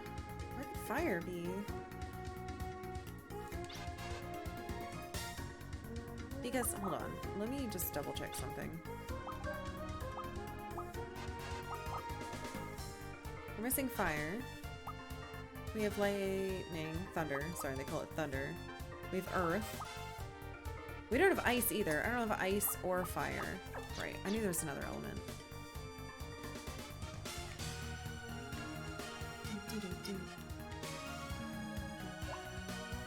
Where does this way go, though?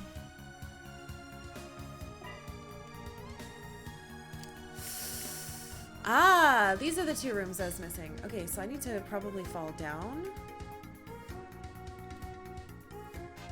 That goes that way, though. Oh! Then there's another room over there? What the hell?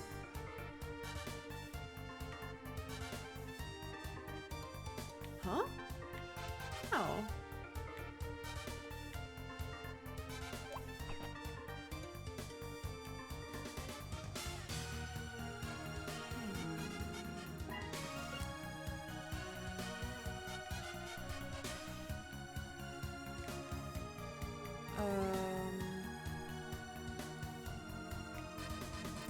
This might be the wrong way. I might need to go more over that way.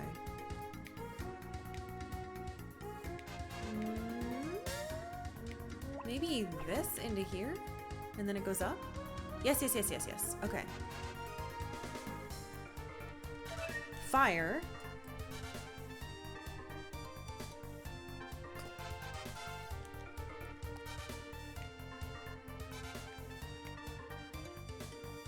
I think I need to hover step between those. What is that hole?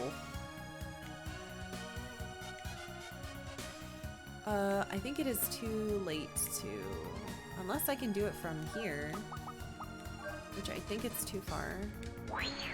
It's too far! Oh my god, oh my god, oh my god. Cheating, I don't care. Actually, I think I had to do this. Snow. So ice. Okay, that should be all the elements.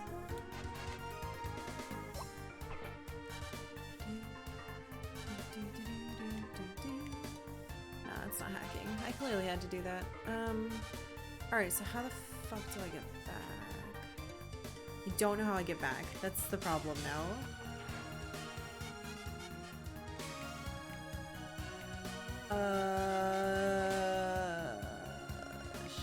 Shit.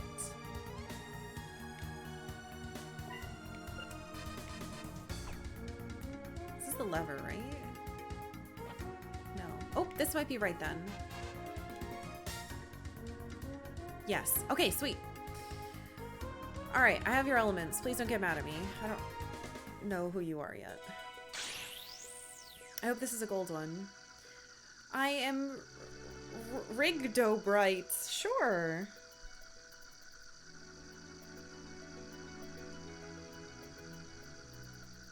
I've come very far. I'm the guardian of stars.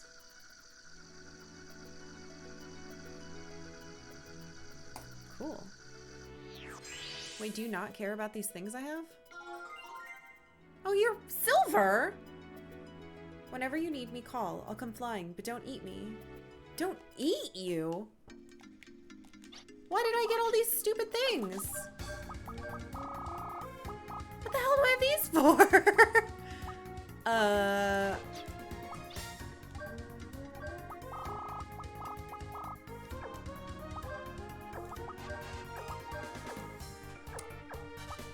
Okay. Guess I just have a bunch of garbage. Rigdobright. Strength. This is all pretty good. Alright, what do you do? Don't eat you. I should really do the strong summon to all of them so I can see what they do. Attack with special items. Okay. Valkyrie? It's non-elemental attacks. Valkyrie and Cosmic Ray. That's pretty cool, having a non-elemental for him. Well, shit, how the fuck am I gonna do all this stuff with him? And I'm not touching that rock prison, whatever the fuck it is. Okay. Okay.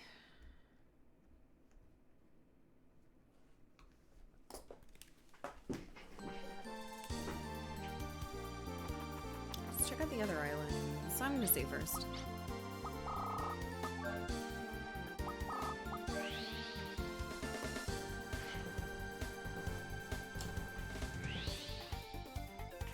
you imagine Selfie devouring the...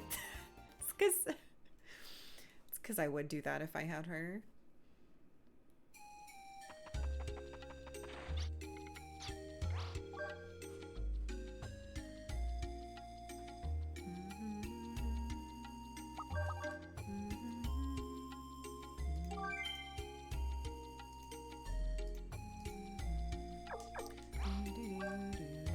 Okay.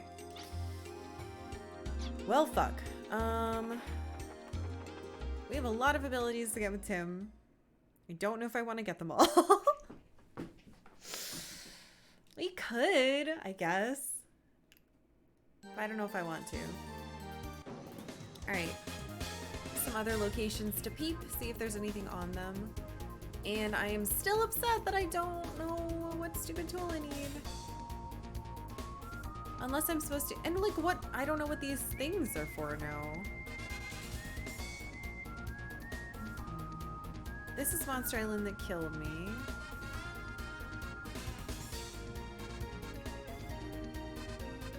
I feel like it's all dark now. That's interesting.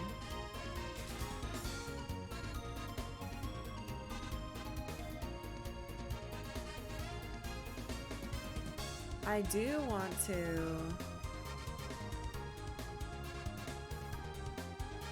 That's so weird. This is where the secret place was.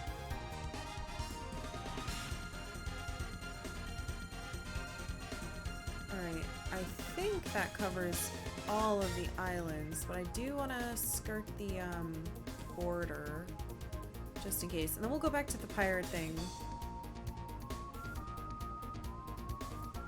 See if I can do a last-ditch effort to figure out what the hell I'm missing there. And then we'll just do a little more plot and see if it's the end. And if it's the end, it is what it is.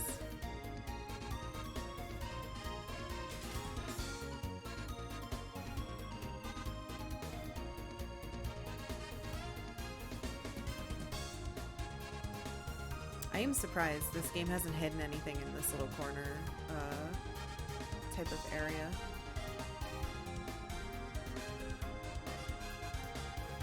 For stealing their map wholesale from Final Fantasy. I think they would. Maybe that would be too on the nose. Ooh, actually, did I check? Yeah, I did. I want to teleport to the island outpost one more time.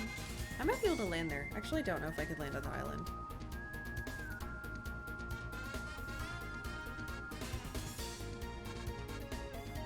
There was already something here that we... Yeah.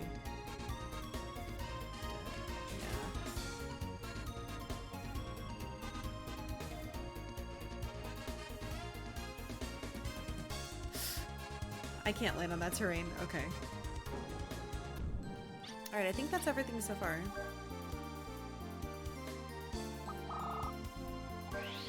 Though, God, it's so possible that there's like a conversation I could have and it's like, oh, did you hear about the thing? Well, we went back and we talked to everybody who was important. That I knew of. Do you have anything new for magic users? No. What about her magic? I also have the issue of her magic. That I've tried it on a lot of things and I was only able to steal one ability. Ugh. Alright, so what skills do we want? Because there's no way I'm going to be able to get them all.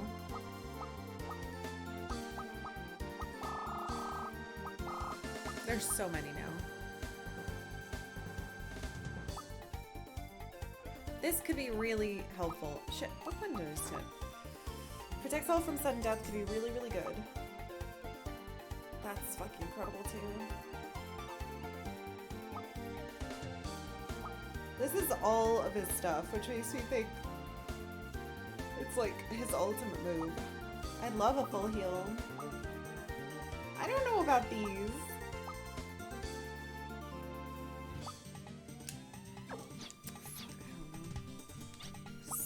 is interesting. We haven't heard this much of it yet. Oh! Oh, I think hers would be a lot harder than Tim's. I know exactly what to do with Tim's. For hers, I would need to, like, have a list, which I wouldn't do. Okay. We're going to do... Actually, she doesn't have to be on the team. I just need beefy people who can defend. Oops. Oh, that's right! I can't do the singing on here. No! Boo. I hope there are still bombs. The overworld is... Uh-oh. The overworld has changed a couple times. So they might not be bombs anymore. Please be bombs. Okay, good. Go, Tim. Attack!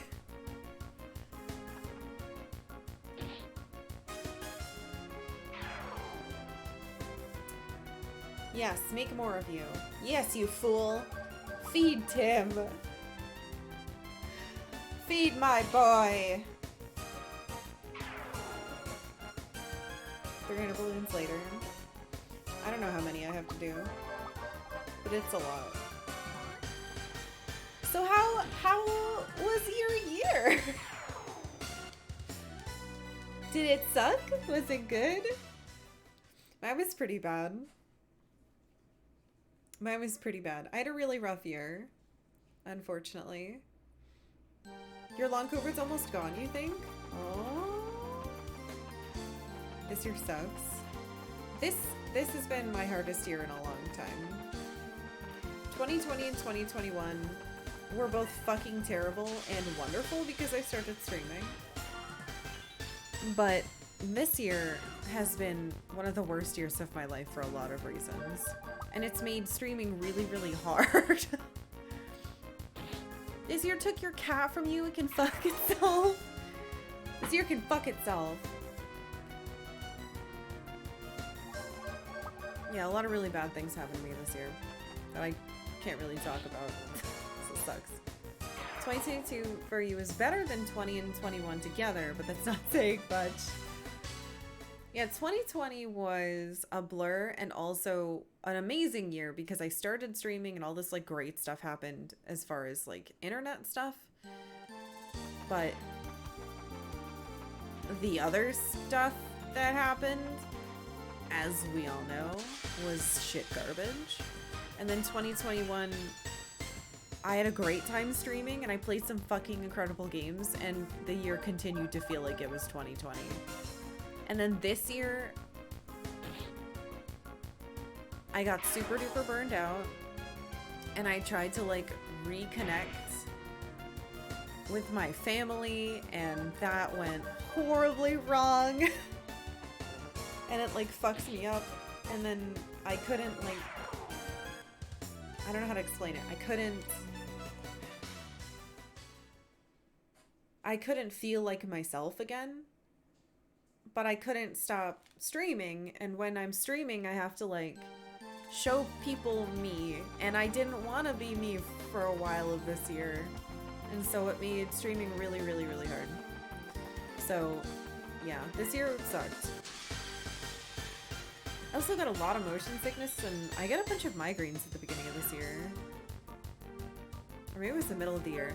Yeah, and that's right. So at the beginning of this year, I found out that I am allergic to NSAIDs, which are like ibuprofen, Motrin, that shit. And so I wasn't able to take painkillers all year because I was having allergic reactions that were making my entire face puff up. And so I couldn't see, and it was so terrible. 2023 is the year of Karkalla, the year of the rabbit. That's what I'm hoping. It's finally a bunny year. What animal was this year? I don't even know. I used to know every year because at my old job, we would do this huge sale of physical stuff around the new year, and we would draw on every single package and like postcard whatever the animal was. And so I have memories of drawing like really, really horrific monkeys and like weird dogs and stuff like that. It was the year of the tiger. Tigers can go fuck themselves now. You love 2020? You got so much cardio and running alone in the woods.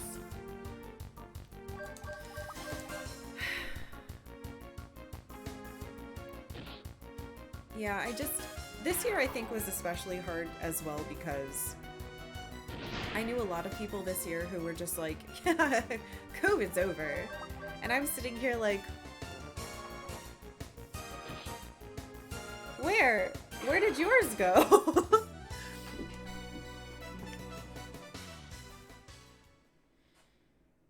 It's almost 2023. Fingers super crossed. And I've never gotten COVID.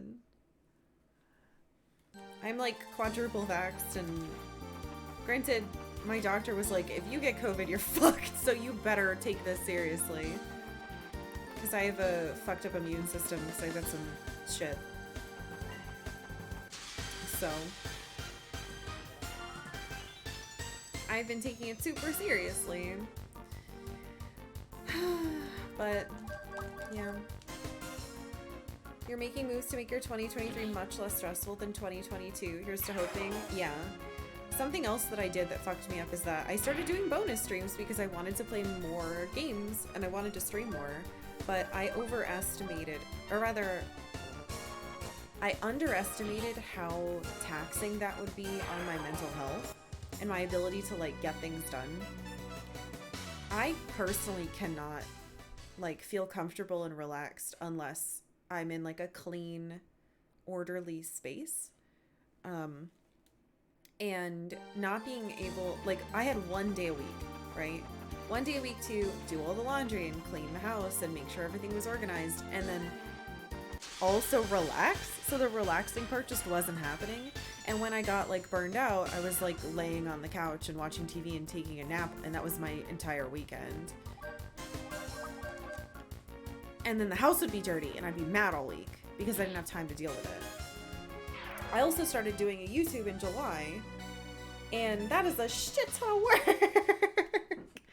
I'm also like, because people are always asking, hey, when is this VOD going up? And which is fucking great, and I can't believe people actually want to watch it. It's been really, really neat. But at the same time, I'm uploading a video every day. And all of 2020 is up, which I'm really proud of. It took me, it's like 5 or 6 months since I started the channel. But making sure that and I can do them in batches, so I've been doing them in game batches. So like, cool, I'll do all of, you know, Final Fantasy Tactics, and that'll be however many parts. But it means that I have to get ready for stream in the morning, and sometimes that means setting up a game, which takes a couple hours, because there's a million settings to tweak, especially because I'm doing original hardware stuff. And then I stream for 6 hours, and then after stream, I need like a couple minutes to myself to like wind down, okay? And then normally I'll do the highlight of the last VOD on Twitch, and then feed the cat and do some stuff, whatever. Usually my husband, when he's not on vacation, works till 5, so I'll just like handle some personal stuff. But then at night, I'll be like, okay, time to do 2 to 3 hours of VODs after I eat dinner. So I have to like make dinner. Okay, now it's time to, yeah, and no time to cook. That's been an issue. And we cook. We don't really order out that much. Because ordering out is very expensive in the city. So I think, again, I'm really glad that I tried bonus streams, but when I realized they weren't working, it was too late for me to recognize, okay, well, I need to finish the game I'm playing. And then, oh no, this game that would take me like a single week is going to take me 2 months because I'm only playing it. No, it would take me like 4 months because I'm only playing it for 3 hours on the weekend. Huge mistake. And so that really fucked me up this year too. So going into 2023, I am working less. It does mean that numbers wise, I make less money per month because like weekly sub goal was really helpful. And everybody was always really fucking cool, was always meeting it, which I still can't believe. But that was a flaw of me too. When I enacted bonus streams in 2021, I thought to myself, oh yeah, it'll be like, you know, 1 or 2 weekends a month. And that's not what happened. It was every weekend. And I was like, holy shit, this is so overwhelming. I'll just keep increasing it by 5 every week. And then they can't meet it anymore. But you guys kept hitting it. And I was like, holy shit, this is so great. Oh God, I'm so tired. Oh fuck, I'm so miserable. And I was like, but I can't complain. Can't complain because I've created this goal and they're hitting it. And I have to do this for them. I made up like this whole weird scenario in my head. And it just like broke me this year. So that was a mistake. That was a huge mistake. And I know this sucks too, but like the ads incentive started this year. And honestly, if it wasn't for the ads incentive that Twitch added, I wouldn't be able to afford to get rid of the weekend streams. So as much as ads suck, and now I also have a thing that stresses me out of like, oh God, these ads are stupid. I hate them. But it's like, well, I don't have to beg people for like gifting subs, which I would rather take Twitch's money than take your money. You know what I mean? Twitch owes me that money. That's fine. I basically pay them 50% of my wages to stream here. That's not what I wanted.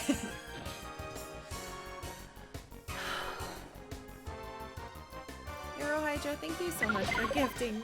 You guys don't have to do anything. Thank you. You're all very nice. I'm trying to talk about this year. You guys don't have to do that. I promise, I'm not asking for any subs. Oh my God. I learned one of my abilities. Hold on.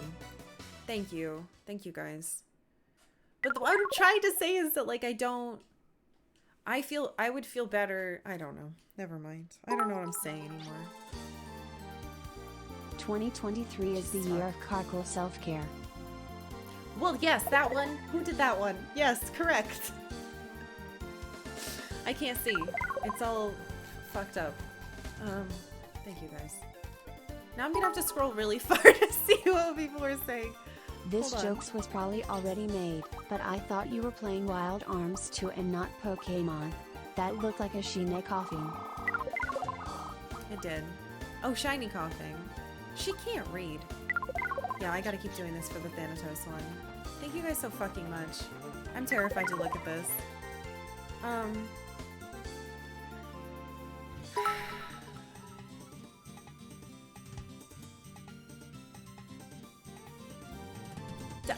It's the last stream of the year. I'm not going to cry today. Play less, rest more. Can I do that too? Yes. Yes, you can. No, I don't. New chair fund. Okay, I technically need a new chair, but that doesn't matter. The next thing I'm spending money on is a modded DS. Oh my God, you guys. All right. It says I'm about to beat my last record. What does that mean? Oh, I forgot they uncapped the fucking...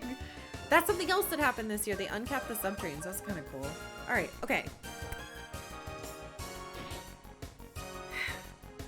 I'm going to remember the thought that I was on somehow. Arrow Hydra. That's my dad. Arrow Hydra's not my dad. That last one was my dad. Arrow Hydra... Just because we grew up in the same area doesn't mean you're my dad. That'd be really weird. Arrow Hydra, thank you for gifting 10 subs to Teriel, Ionix11, Jimmy, JG1411, Videl, E-Johns, SDMF392, Go Gummer, Vachel, Binary Viking 22, and this new Charlie. Thank you. Thank you for all your support. You're not my dad. Anonymous Ghost, whoever you were, hopefully not my husband. We've had a conversation about that. thank you for gifting subs to Galaflex, Ivory Tower Power, and Zaman, Wrath189, and Hacks. What the fuck? Thank you.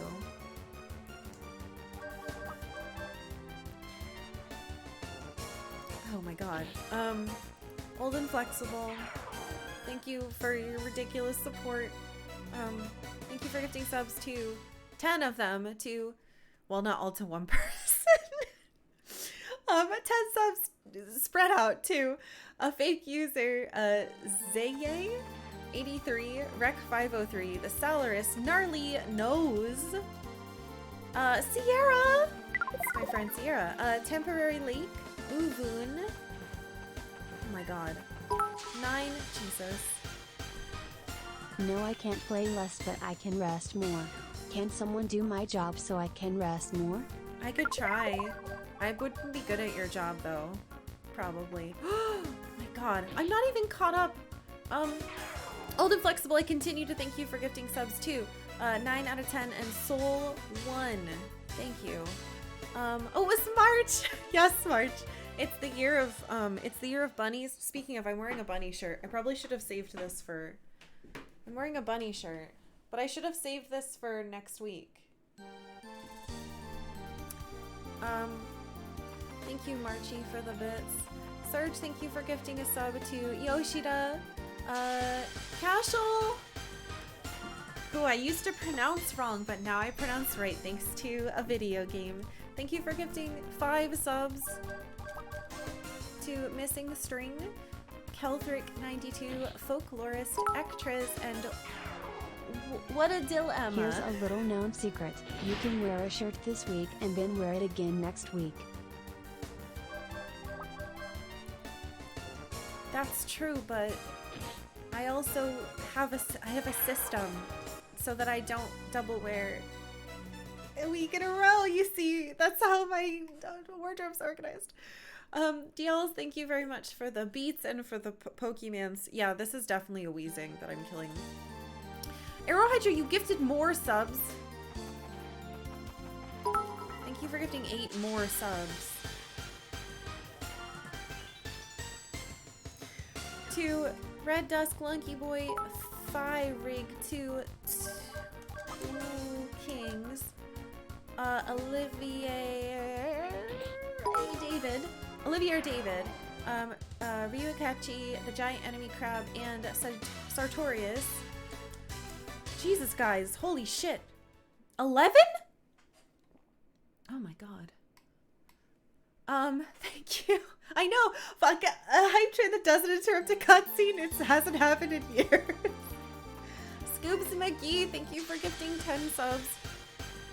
To Psychic Pizza, oh Jesus, Raikiri Dragon Storm, 670, Gabe VDW, Dong Dong Nisty, 69.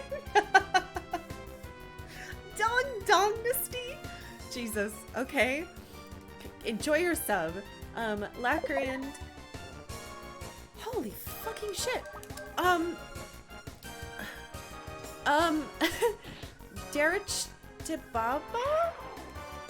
Magnesia, Lucky Black Cat 07, I Dolph, Mecha Mocha, Stop Gift. Oh god, someone named Stop.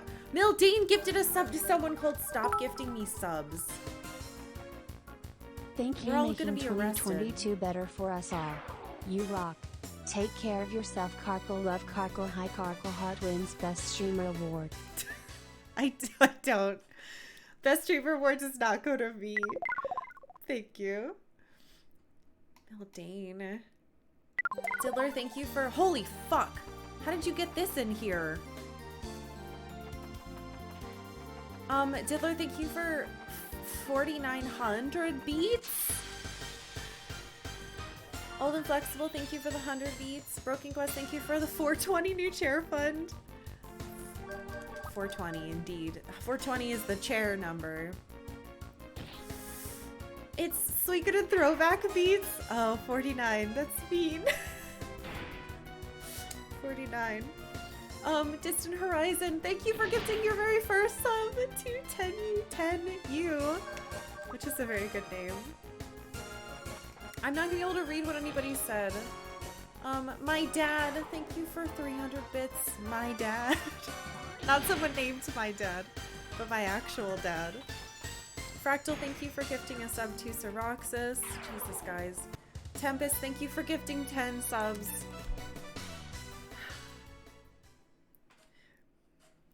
I'm fine. I am in control of my face. Tempest, thank you for gifting subs to Konome. Hold on, I gotta look at this. Make sure we're not wasting any time. No, I'm 4 away. To Thanatos X. Zenith RX. Your name is Yoshida as well. 6010 Game Cop. Chef Devbot. See what that is. Taji Venom. Dr. Harm.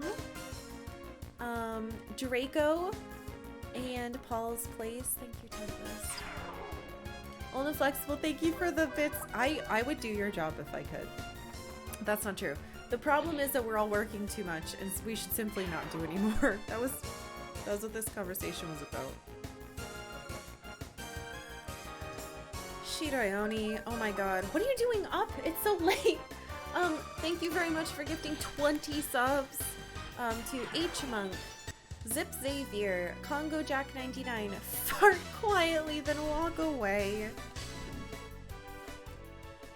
Flaren, Hardy, Load Key, Ruin Lock, Milk C, Asder, Firefang 9, Gravy Bones, Lloyd Christmas, Shenlong, TY, I shouldn't say thank you, Gundar 1349, Takata, Alistair 0579, Good Stuff, and Claudvic. Thank you. Okay, I see a lot of carrots. Yes! There's a doodle in here. Fractal, thank you very much for shaming me on how I wear my clothes. Cashel wants me to draw Roger Bacon as Alundra. Alundra doesn't look like... How the fuck am I supposed to do that? Hold on, I gotta change my equipment. Thank you? Thank you? I'll do that. Oh my god. This is literally the biggest hype train we've ever had since they unlocked hype trains. Like, that... Okay, there's more for some reason. Yak, thank you for, I can't count how many's. 1,500 bits? Thank you. Hess, thank you for 80 bits to round out your number. Claude, thank you for 100 bits. March, don't say nice things to me. You're all trying to make me emotional. It's not fair. Mildane, thank you for gifting us up to Goes to 11. I believe that was perfect timing. Cesare Rose, thank you for gifting a tier 2 sub to Billy St. Billy, who can now holy ravioli. Thank you. Serge, thank you for the 290. For saying very nice things. Hassian, thank you for gifting a sub to Buttmancer and making yourself have an even number. Oh my god, Sophronia Zero, thank you for gifting 10 subs.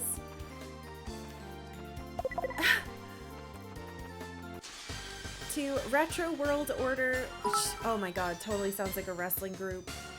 Here are some bits. Guys, how did I get snuck up on? Gamble Gain, Frinis,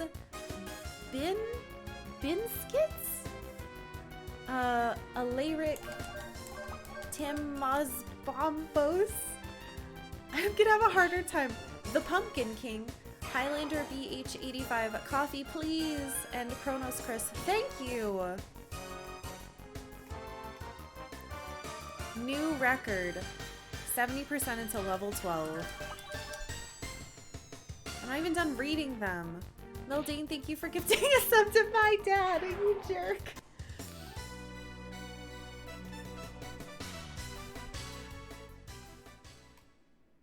Oh, see ya, Duke. Okay, alright, I'm still scrolling. Am I caught up yet? No. Oh my god. Mooney Masa, thank you for gifting 3 subs to Luja, Quack Attack 999, and Shaz Butte. Thank you. D Owls, thank you for gifting a sub to Non-Foot. D Holmes, thank you for 1925 bits. Holy shit. Choo choo. I caught up. I missed a bunch of things people said. If I missed something you were saying in there, I'm so sorry. Thank you guys. I got here, missed the train. You missed the train. Thank you so much.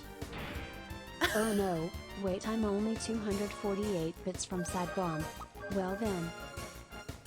Thank you, DLs. Congratulations on your Sad Bomb emote. I hope you like it. It's very sad. It's an emote I literally added to Twitch because my husband said, please add it because I want to use it. Thanks. Thank you guys. Thank you so much for all your support, for spending your year with me, even though we can all agree it was a giant pile of poop. At least we got to spend together. That's something, as much as it sucked compared to the other years we've been spending together. Well, talk about going out of the year with a bang. This year was pretty okay for you, got married. That's true, you did get married, and it was wonderful and fractal. There were some golden nuggets in that poop. Well, I'm glad. I'm glad. Thank you, Serge. Ouch, Box! Thank you for 18 months! Welcome back! Thank you. This 2.5 years with y'all has been awesome. It's... This is why... Okay. You're not allowed to make me feel better with things, so... This year, I really felt like I let everybody down. Because I got so burnt out and so frustrated and I lost my patience a lot. And I felt so fucking mad and ashamed with myself. But it was because of all this personal shit I was working through, and I've been like doing hardcore therapy to deal with it, and I finally feel like I'm in a better place. But it took me like 7 months, and I'm really ashamed of how shitty a lot of the streams were this year. And just thank you guys for sticking it out with me. I know a lot of it was kind of shitty, and I know I alienated a couple people because, like, instead of being understanding when someone did something kind of shitty, I like shittied back. So I'm sorry. But this last month I've started to feel a lot more like myself again ever since I stopped doing the bonus stream. So hopefully things only get better from here. Yeah. That's it.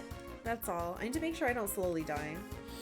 Not in real life, in the game where I'm grinding stuff. Found you this year, so it's pretty nice for me. Thank you for saying that. I know, it's been a rough year. Friend, thank you for a bit of support.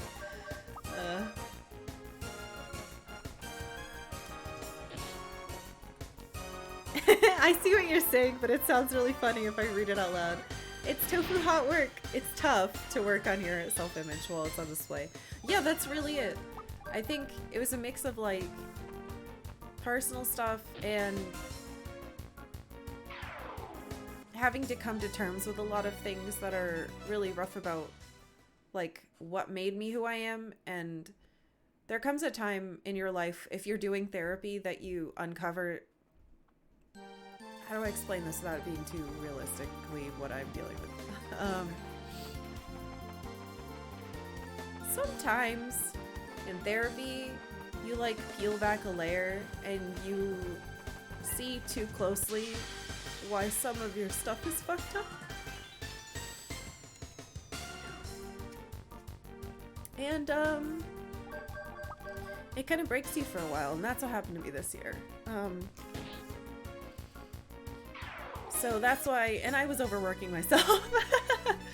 So that's why a lot of the streams this year were not things that I'm happy about, and I don't really enjoy looking back at them.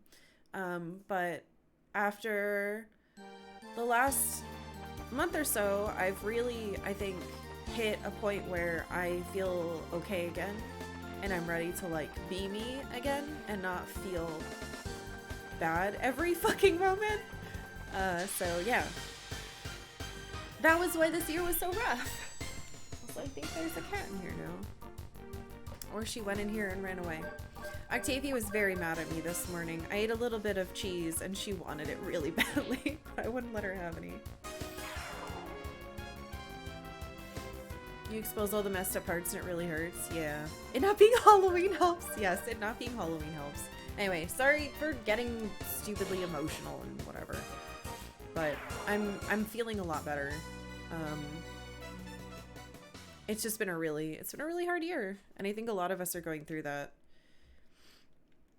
I think having to kind of face ourselves after, you know, from 2020 to now has been a lot. If nothing else, I can't read this out loud. Takes solace in the awesome community built up. Even when I don't hang out and stream, it's awesome to know that I have a place in the Discord where I can vent problems and share joys with people that are supportive and happy for me. This is the first Twitch community I've ever felt a part of or even wanted to be a part of. Well, you're very welcome to be here. Shit, I owe you guys a damn doodle. I had to pet Octavia, that's fair. Big deals. I think I didn't mean to make like a community, but Rain and I had I had to moderate a very large community for like 5 years online, and he used to do FGC stuff, which is a nightmare. And so we just were kind of like, oh, we'll just do all the things we know. Where's she? I will pet her. I also owe you a doodle, which I will do. I'm gonna grab her. We'll give her some pets. Oh, I see her. Hold on. There she is.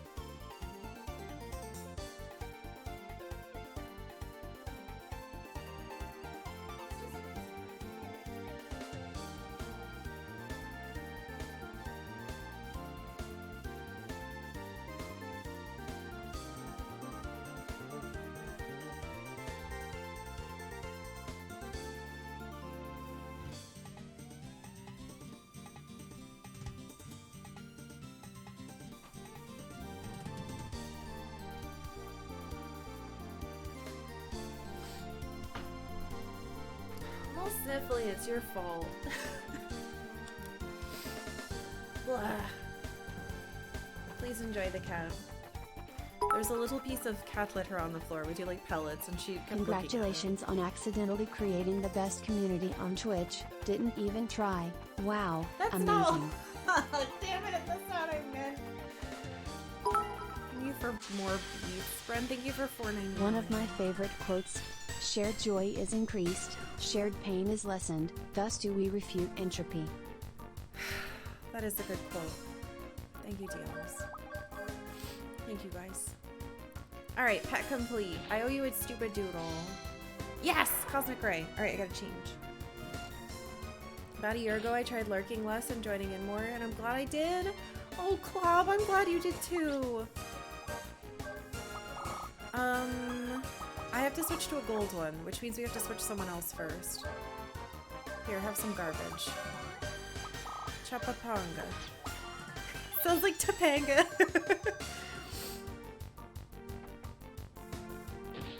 Just a garden store in the Switch store? Hell yeah! Hey, King Smashington. It's the COVID mirror, a bit of lag and how it broke us all down. Yeah, and you know, I was one of those people who was like, I'm fine. I don't have friends anyway. Who cares? Ha ha ha, I love staying inside.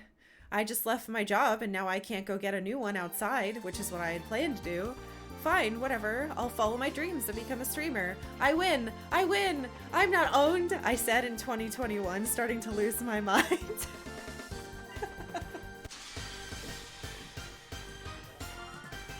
I went through that in therapy years ago too. I sympathize and I'm super grateful for the work that I did, as well as super grateful for us. Thank you. Yeah, it sucks. I'm really happy that my husband is great. It's been a hard couple months. And he was just like, you'll get through it. I'm still here. It's gonna be fine. No matter what you go through, I'll be here. And that was like, I felt more than I deserved, but now I realize it's just because we're just so good together. And I'm really lucky. I really started watching only in the later half of this year, and I'm really glad I did. It's been a joy to be here, and it's made my end of year better for sure. Thank you, Ferris. It's lovely having you here, too. Damn, you guys. I came in the latter half of a seemingly good discussion, but I have to leave to sleep lurk. Yes, please sleep. Please sleep. That's the lesson of the day. Brad! That wasn't for you. I know, I'm gonna do the doodle. At least Leaf Floor Man is gone. He's dead. I suffered immensely, even as an extreme introvert. I need my two communities. I have martial arts and church. That happened to my husband. So his was the Portland gaming community, and then the FGC, which is the fighting game community. And without those, even though like he's very good at talking to people, and I think he's very personable. And he kind of thrives in an environment with a lot of people. However, he's still introverted. Like, it drains his battery just like it drains mine. But not having that, like, really bothered him. Like, 2020, I think, was the hardest year for him because he was going out and having coffee with people, like, once or twice a week. He would see people every weekend. Or go to events on the weeknights. And it really messed him up. Whereas the first year and a half, I was like, nothing can hurt me. I was made for this. I used to prepare for the zombies. And then that just wasn't true. I broke in other ways. Now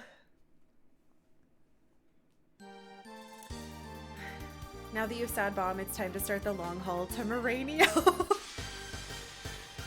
Oh, speaking of, maybe I'll take... So, as you guys know, I am not going to be streaming next Monday or Tuesday. I'm taking them off because I want to. Because I didn't take off time for Christmas, and my husband has the time off, and I regret it. I want the time off, so I'm gonna do it. Because next year is all about doing what you want and not making dumb rules for yourself. Thank you for making 2022 bearable. Glad I found this community last December. You created a wonderful community without breaking a sweat. Really welcoming, and you all are amazing. Hugs, Karkalla. Love Karkalla heart. Thank you. So yeah, I'm taking Monday and Tuesday off. Which I'm very excited about because I didn't think I would need it. And then this past week I was like, oh, I wish as much as I want to be playing the game, I wish that I was just relaxing. So I'm gonna stop being so strict with myself. Like, I'm obviously not gonna fuck up my schedule or do anything weird. Though I had thought a lot about it this year, like maybe I should just change my schedule and stream less, but I enjoy the amount of time I stream. I really like my schedule. I think the Saturdays were just what was messing me up. So the plan is that everything's gonna stay the same next year, but if I need a vacation, I might just take a vacation. If I need a day off for whatever reason, I might just take a day off. So maybe things will be a little different, but probably not. Yeah, so same schedule, but I'm gonna try to go easier on myself for the new year. And I'm having fucking deja vu because I swear to God in 2020 I said this about what I was gonna do in 2021. Like, be nicer to myself, be more understanding. Like, The world sucks. Why should I be mean to myself? But, you know, gotta repeat that shit. Octavia HR department allows this. She would love that. When I take time off, she just like cuddles on me all day. Yeah, so that's the plan. So something I considered, I was like talking to Rain about it, and they said, oh, I miss watching GDQ. AGDQ is in January. Maybe I should just take maybe I should take the 2 GDQ weeks just off and not stream, and then I'll get to what, and I was like, I don't watch that much GDQ. And then Rain was so smart. He was like, yeah, well, when people turn on GDQ and they're doing a cringe section where they're holding up shit and being like, look at this doll that, oh, they're doing a skit with the gloves. Teehee. They're all gonna come to your stream because they don't want to watch it. And I was like, oh my god, you're so right. Yes! So there's a Final Fantasy XIV run that's gonna be Palace of the Dead, and it's the hardest floors. I'm so excited. You live for that cringe? I can't watch it! I can't watch it! It fucks my brain up so bad. Like, my whole body wants to peel itself backwards. I can't watch any of those segments. And like, I don't like the interviews either, which really sucks. Because the interviewer is usually like saying something really weird. I don't know. I don't like the meta of it. It's too meta now. You watched it on YouTube when you can fast forward. Rain and I have been watching GDQ since I think 2013. Because we have a shirt from 2014. Because I remember when it came up again, we were like, oh, we gotta make sure we buy some merch. So I think SGDQ 2013 or AGDQ 2014 was our first one. Do not attack, Brad. And we loved them for the first like 3 or 4 years, and it's slowly become more and more of like, remember me? Do you remember my shtick? My shtick is that I'm loud. Ha ha ha ha. I don't like that stuff. I just want to watch the games. I want to hear the runners talk about the cool game and show me the neat stuff. I donate every year, but I don't know. It's too much for me now. Blah. I feel bad about it. But I'm excited to watch the Final Fantasy XIV run. I don't know when it is, but no matter what, I'm watching it live. 6.3 Ultimate Race in a few weeks, though. I know. I know that I always say the Final Fantasy XIV is just for me. But we'll see. We'll see. You can't watch cringe because you get secondhand embarrassment way too easily? Yeah, same. To the point where, before I knew it was a thing, when I was a kid, if I was in the same room as my parents, and like, even if it was like a Disney movie where it was the most PG kiss in the world, I could not watch people kiss.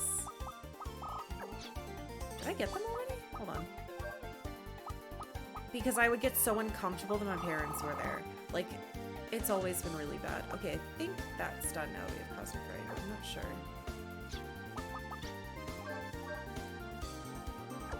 So let's give that back to her. Wait, I gotta give you something dumb. And then you get Chapa Papanga. And now we give you Justine.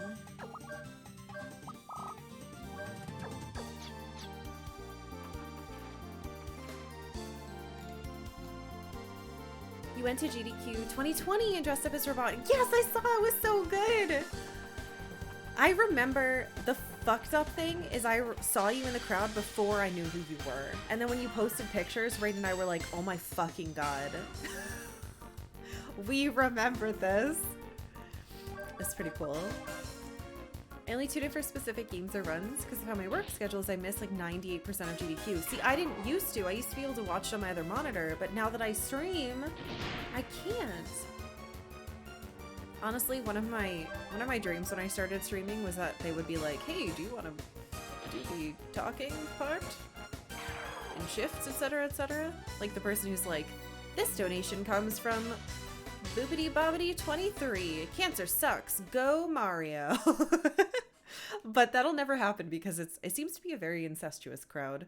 Not in like the gross way, in like the it's all their friends, which is fine. I've learned that I hate everything besides the game runs, and even then it's sometimes so hard to watch because it's juvenile. Sorry GDQ fans, it's gone juvenile. The last couple of years I haven't been able to watch live either. Like I catch some stuff on the weekend or at night, but it's usually weird shit because we're in Pacific time zone.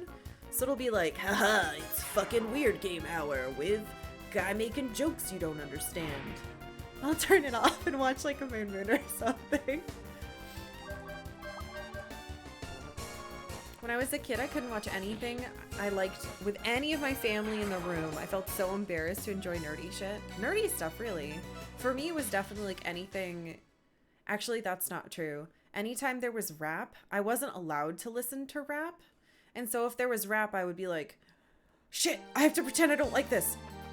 And I'd make a face so I wouldn't get in trouble.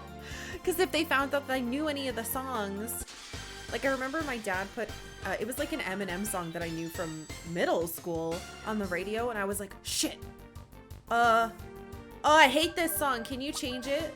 My dad laughed and turned it up. And I was like, wait, it's working. I can listen to it. And he doesn't know that I like the song. God. 7th grade or something. They featured me in a little bit of the closing ceremonies video. They caught me napping on the couch. I was exhausted. Yeah, we remembered seeing you. It was really cool. As someone who's only just hit level 20 in Final Fantasy XIV Starter Edition, how does a speedrun in an MMO work? Okay, so there are things. It's not the story, and it's not like starting the game and then getting to the end game. What he is doing is specifically it's like a game within the game. It's a thing called a deep dungeon. Basically, it's a set number of levels that are randomly generated, kind of, in a way.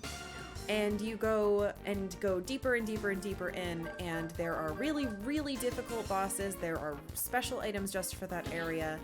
And the challenge is you're supposed to go in with 4 people, but it is possible to do them alone. The specific one that he is doing is Palace of the Dead, which has, I believe, 200 total levels, and he is doing the hardest levels 181 through 190, I think? 180 through 190? I might be wrong on the numbers specifically. And it is like the hardest content in the entire game. The hardest. Just the hardest. And this guy is so good. He has been able to beat this solo with, I believe, every single character in the game.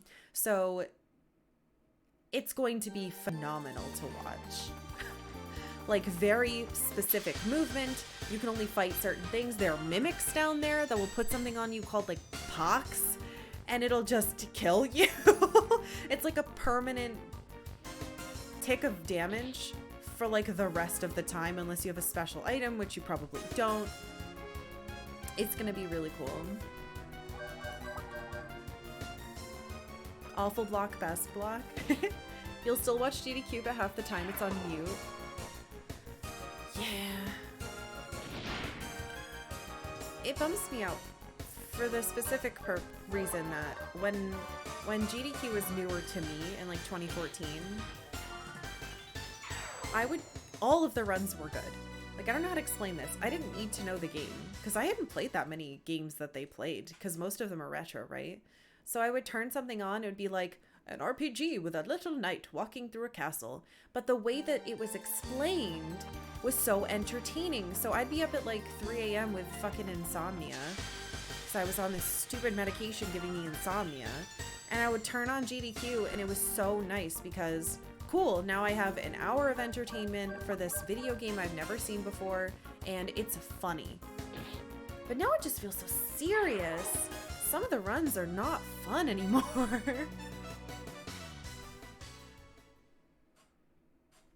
Ironically, twisting up your face is the appropriate response to a rap song you like. It is. Your parents would nod approvingly. Yeah. I was so afraid of breaking the law, the rules when I was a kid. Not just Deep Dungeon, but no mouse. Oh yeah, it's keyboard only. That's on top of that.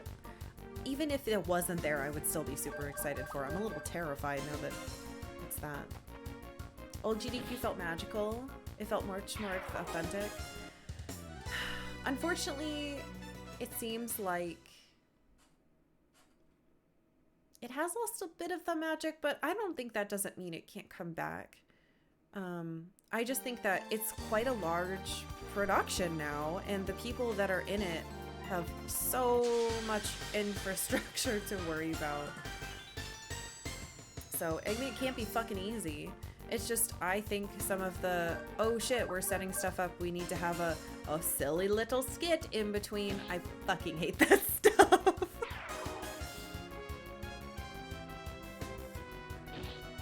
Generally, you're into speedruns that show you things you don't know about games.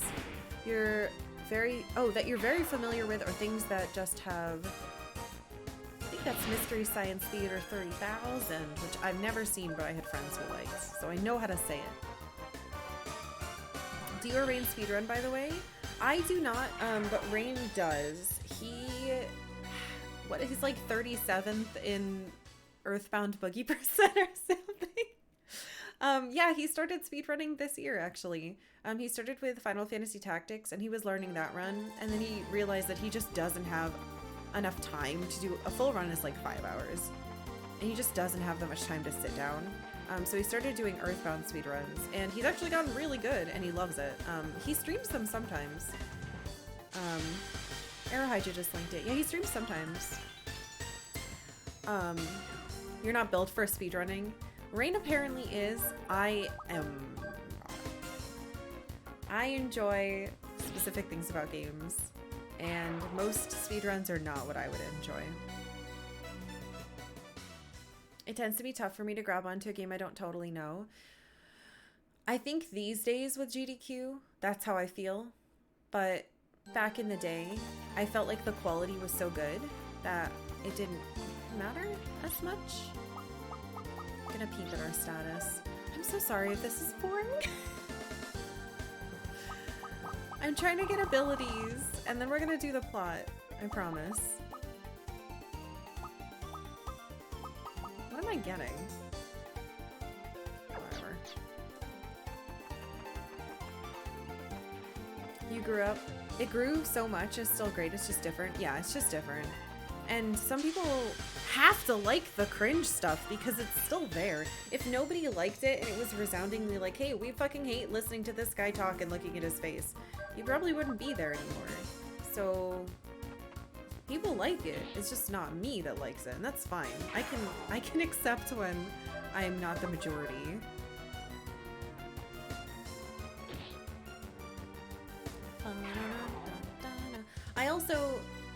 I find that certain types of speedruns I don't find interesting. For example, when you have seen someone go into Pokemon Blue and like glitch into the side and walk through some walls and then beat the game by touching the end of it once, I don't think you ever need to see it again, personally.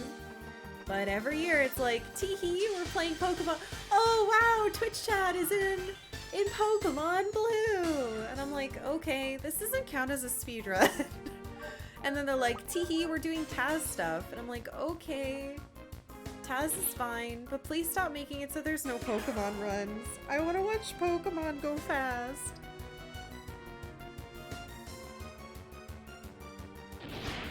I like the one where you have to catch an Nidoran and make it real strong, and that's more fun to me. The ones where it's like, I glitched backwards through a wall and we're at the end of the game and it was a 2-minute run. Thank you very much. I don't like those ones.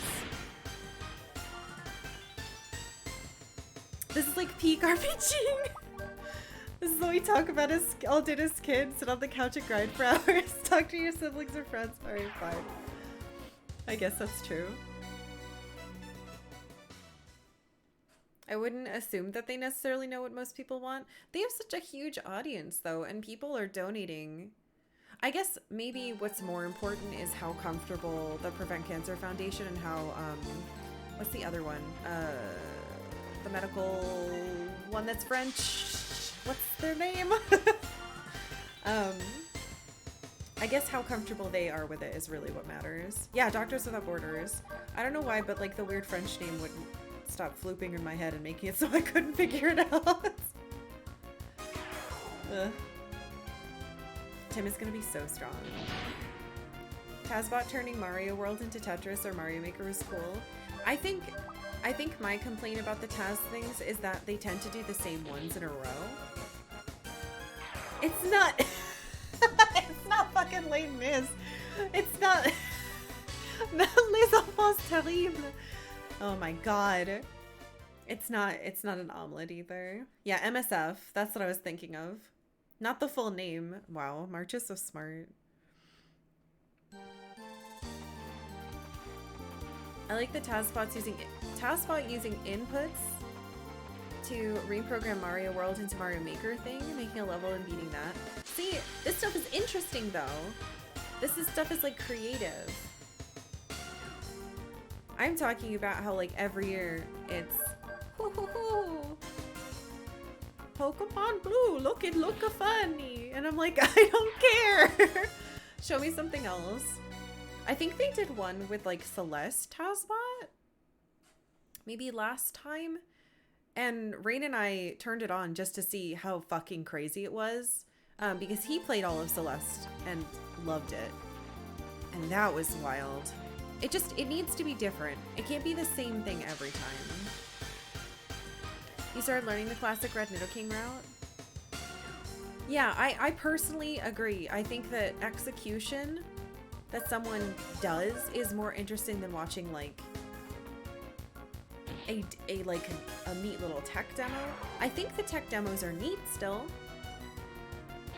but I prefer the traditional, like, I don't know. And like if you're gonna do glitch runs, it has to be an interesting glitch, not just, I don't know.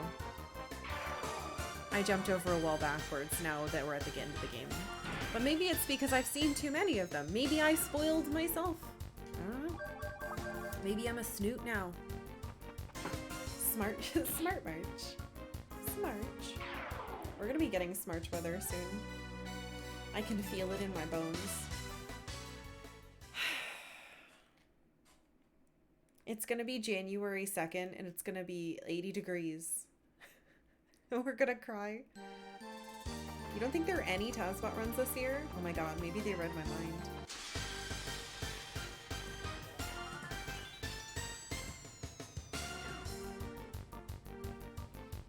Are there any memorable speedruns you'd recommend for others to watch? I barely scratched the surface of AGDQ archives. So they do this. It's been I don't know what the years are, but there were a couple of years in a row where they would do a Mario Maker race among like different teams. And it was the first time some of them were the first time any of them had ever seen the levels. And there was another one where they like got to prepare.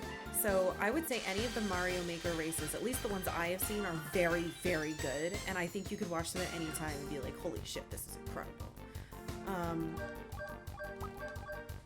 There's some other really good ones. Yeah, I can't watch the Super Mario 64 ones, but I've heard that some of those are insane. So Super Mario 64, I know a lot about the speedrun because my husband used to talk about it. He used to watch someone.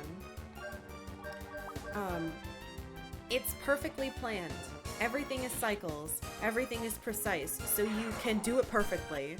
So watching someone do it is apparently fucking insane, but I don't know any specific runs. I don't really like any of the... I've seen like Oblivion and Skyrim ones. None of those were like particularly interesting. Unless you like watching a naked guy punch someone on Skooma, which I guess could be kind of interesting. It just like takes too long.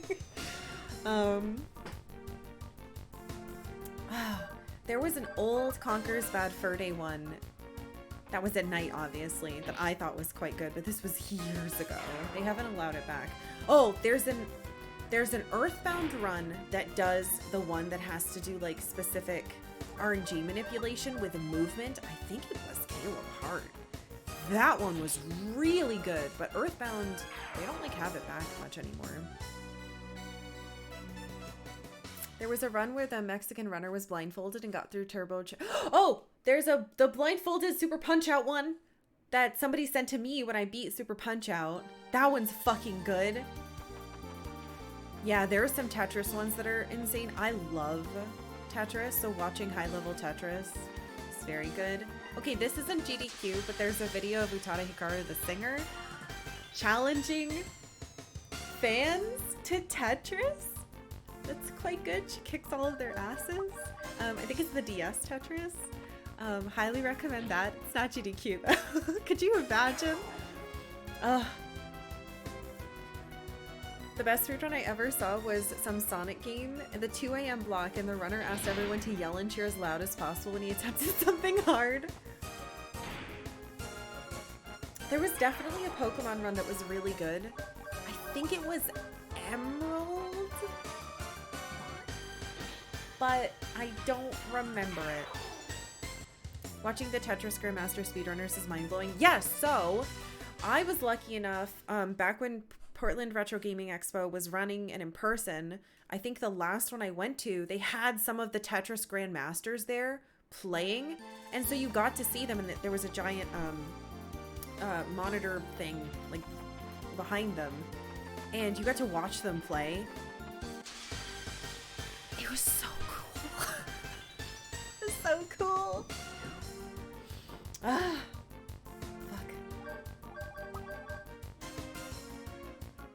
Other speedruns. I really like, they do Donkey Kong Country races every once in a while. And they've also done 3 and 4-way A Link to the Past race. Any A Link to the Past race I really like. But they used to do races of it, which I loved. And apparently there's a run that happened a couple of years ago. I didn't watch it because I was gonna play Super Metroid. It's A Link to the Past and Super Metroid, a randomizer that's like scooshed together. Oh, my favorite run. My favorite run is, it was like the unveiling of crowd control, and it's Andy playing A Link to the Past with crowd control. And it's probably my favorite GDQ run ever. Everyone's trolling him, and he has moments where he's like, and he's one of my favorite streamers, so highly recommend Andy crowd control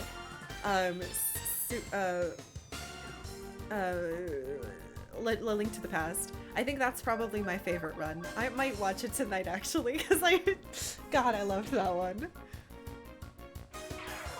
Yeah. Even if you only remember a couple of them, all the ones that have been mentioned are so good. There's a Zelda one and Metroid one. What? There is? Shit, I need to play Metroid 1. Damn it! During last year's AGDQ, there was a back-to-back world record run during the Sonic block that was hype as hell. I don't watch Sonic because I don't know anything about it. The audience for that one, people could vote on things to happen. I think it was like 2020 before everything exploded. God, I loved it so much. I highly recommend Andy as a streamer, by the way. It's just Andy. He's been doing, he does like Zelda, A Link to the Past, sometimes like the hardest stuff ever, like cross keys stuff.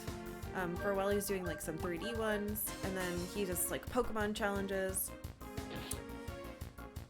We need to arrange a P.O. box opening Friday where Karkalla gets nothing but Sonic games.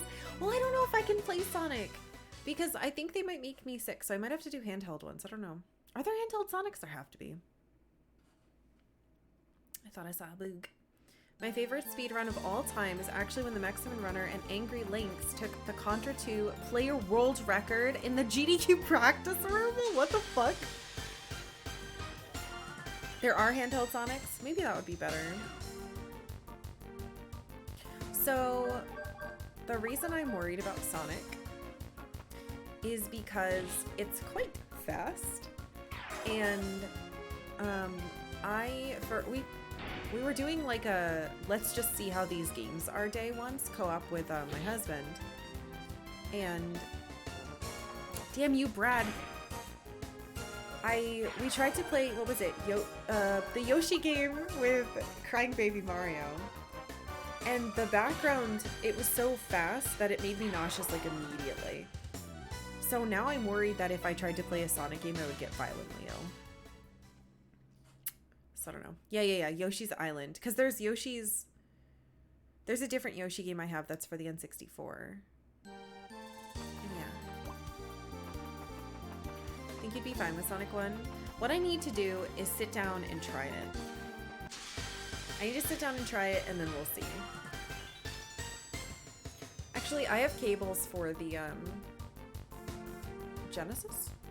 I think I have cables for the Genesis coming, but they're stuck in holiday shipping, so. You want to get a Tetris Grandmaster board so bad. You have 3, but you don't like it as much as the original. I think the original's the best. The only place that I can play... so there's a local... But I don't go anymore because I can't go out. There was a local place that had a Tetris. It was just basic 1v1 Tetris. And I would always win. It made me feel really good. One of my favorites was watching Pidge Zero play, I don't know if it's Pidgey Zero, it probably is, playing Mario RPG, and she explained all the stuff she was doing and how she... There was, and it was after I'd played it, so it must have been after the beginning of 2020. There was a run of Super Mario RPG where that game is very interesting, but I don't remember who was running it. And watching someone do the 100 bounces to get the special shit. After trying it myself, I was like, oh my god, this person is a magician. You could play Sonic like me, the completely wrong way, where you play like Mario and go look for secrets. Pretty sure Sonic's about going fast, because you've gotta. I assumed that if Sonic stopped running, his heart would stop, like a fish, like a shark that needs to keep moving to make the stuff go through your gills. So if Sonic stops, he just like... I think the highest I got was, I don't know if I got to 50. I think I did like 25. Literally none of that is correct. What about Sonic or sharks? Sharks need to keep moving, don't they? If I've been lied to. If Sonic goes below 55 miles per hour, he'll explode and kill everyone aboard. Oh no, he's speed. Oh shit. Oh, so speaking of questionable movies, don't forget it's Friday and it's a movie night, so if you're a sub and you'd like to, actually, since so many of you were gifted subs, if you'd like to check out the Discord, it's !Discord, and you can help vote for the movie we watched tonight. They're all Don Bluth joints. Actually, I'm pretty sure he did not work on Fievel Goes West. I think he only did American Tail, but I'm not sure. Because it came out the same year as one of his other movies, which is on the poll. So check that out if you'd like. I wanted to have All Dogs Go to Heaven on it. We've had it on a poll before, but Amazon like won't let me watch it now. But yeah, Thumbelina definitely is, and Rockadoodle definitely is. Rockadoodle gave me nightmares when I was a kid. I love Nim, but we've watched it already. Don Bluth, head of the Bluth crime family? Yes. Oh, I haven't seen Titan A. But I think it was...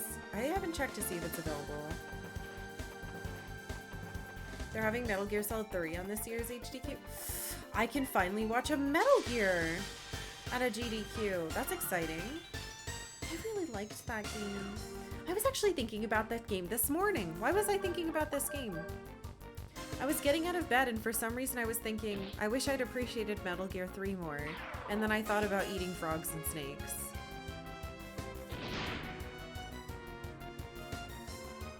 My life is weird.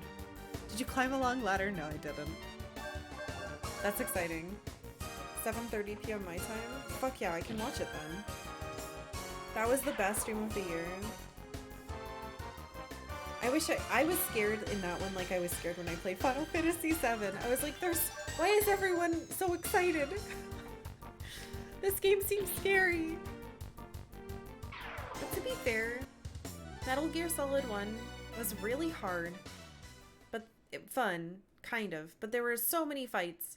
And then Metal Gear Solid 2 was terrible in a lot of ways. And so when 3 started, I was like, oh god, what is happening? Is it gonna be hard and terrible? And it was goofy, which I wasn't expecting, but I couldn't appreciate it at the time because I was so scared. It was atrocious.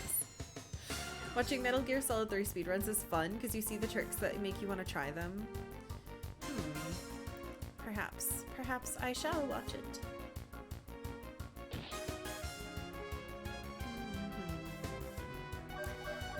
I think Metal Gear Solid 2 did some interesting things with the story, but it did some other things with the story that I was like...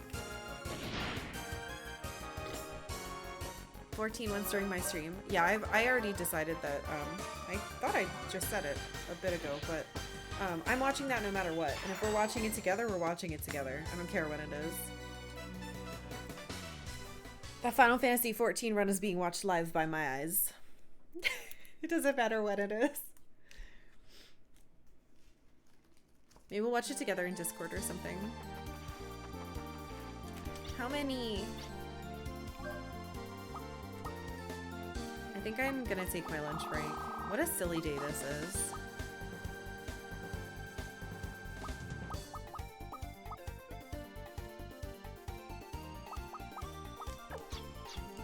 Remember when you reset Metal Gear 3 because you thought you had to be Ryan?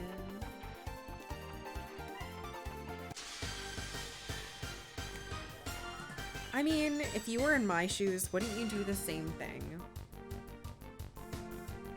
Wouldn't you do the exact same thing? Like, come on.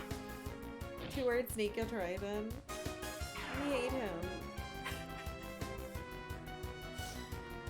The story of 2 was whack, but the gameplay was good. I liked being able to shoot people's hands so they couldn't call, like, I shot your gun. You can't call anyone. I think my favorite thing about Metal Gear that I've experienced is being able to put everybody to sleep. I get to really feel like myself and be panicking and being like, go to sleep, go to sleep. I like that the most. All right. Thank you all for being here today. Thank you for your incredible kindness and coolness and stuff. No, it's real sleep. I have a tranquilizer. I'm gonna take a quick break. I'm gonna save though, so we don't lose any of this progress because I am smart and my cat will absolutely jump on here if I have something to lose. I'm gonna eat some food, if I have any, and I'll be back and we will keep doing this. And if this is what the day is, fine. Also, I didn't say this in the morning, but when stream is over, I'm gonna be streaming the whole day this game instead of doing like a half and half thing. Because I really like this game. So when stream is normally over, not normally. God, I'm talking and using my hands like this game translates things. Dogs and the nukes and love, hope.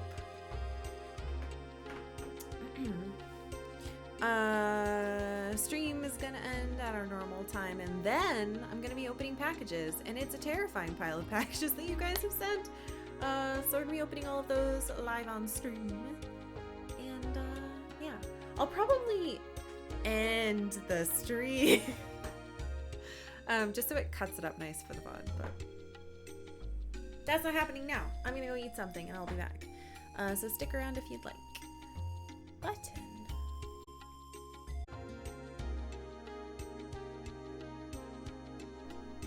Hello, I'm back. Thank you for waiting. Java Splice, thank you for 7 months. Thank you so much.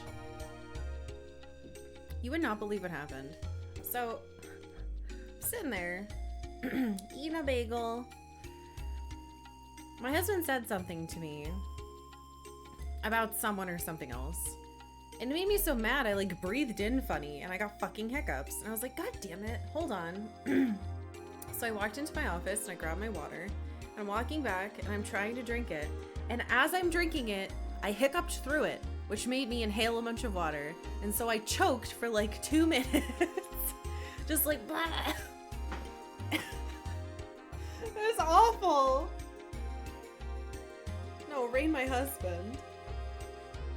The cat is this. The cat is Octavia. I usually drink water to get rid of hiccups. Yes, so I choked for like a couple minutes and came back out. And he was like, "You okay?" At least they're gone, right? You mean your cat? No! Rain is my husband. Octavia is my cat. Anyway, I lived. I'm fine. Are these voices in the room right now? No, they're not. They're gonna be sleeping outside. Octavia and Rain, living in the wild.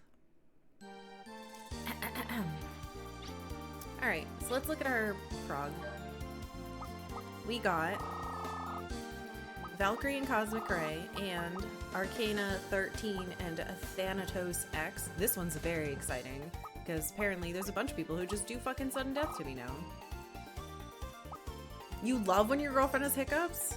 My husband fucking hates when I have hiccups. It's like the one thing that annoys him, which sucks because I can't control them, but I have really strong hiccups that are loud. And if they ever start, he'll like appear in the room. Be like, really? Can't you just get rid of those? No, I can't. I can't just get rid of them. Sorry, I'm a failure. Wait a minute. Oh no. I was like, why don't I just use her microphone? I can't.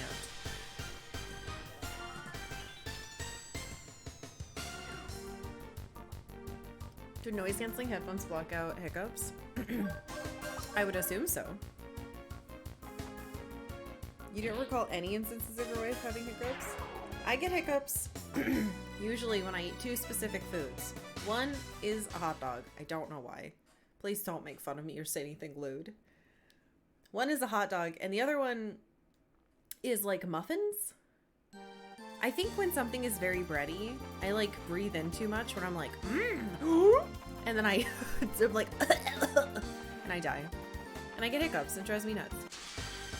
Yeah, like muffins or, I don't eat cupcakes, so that's probably why I don't remember it ever happening with a cupcake.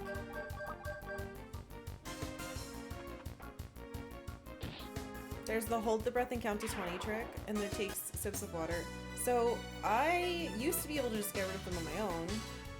I used to be a singer, and I had really good control over my diaphragm, and so you just make a oh sound with your body, and you hold it, and it goes away immediately. But all those muscles are weak for me now because I don't do that anymore. I lived in apartments for the last like 10 plus years, and before that dorm, so I couldn't like sing at home anymore. It's different in college when you have rooms to go to and like can drive around a bunch. Holding your breath is the only thing that works for you. Yeah, I used to just hold my stuff, and then it would stop the spasm, but I'm not strong enough to hold it there anymore. The hiccups get through. That might also be why my hiccups are so like violent. Like they're so bad, you guys. Like I wouldn't be able to stream with them. Brad, stop killing things. It's a nerve in the back of the esophagus that triggers hiccups for you. Anything from eating too fast or scraping your throat gets them started. Interesting. Mine definitely comes from breathing in too much air while doing something. In your 30s, when you hold your breath, it just comes back out as a burp. Ew!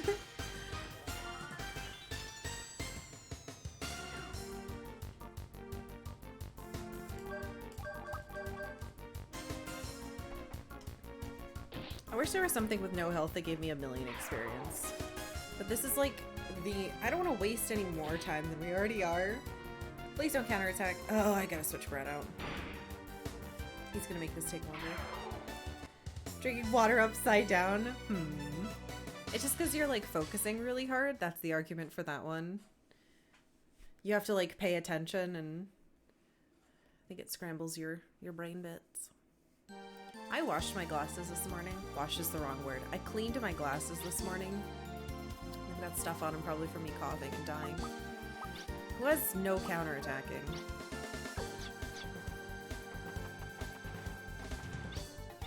I should, I honestly don't know which attacks we're doing. I just know that some of them are going down.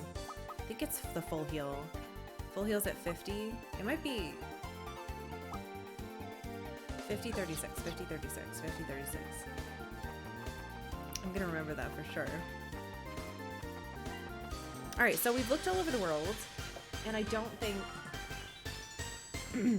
there's anything left to do that I can remember, but I am gonna look at my notes before we continue. Maybe I could do that now while we're doing this. I just don't want to miss anything. I could have sworn there was something else that I wanted to figure out, but I cannot remember what it is. Like, there was a chest I couldn't get to, but I can't remember where. It's really bothering me that I don't remember what it was.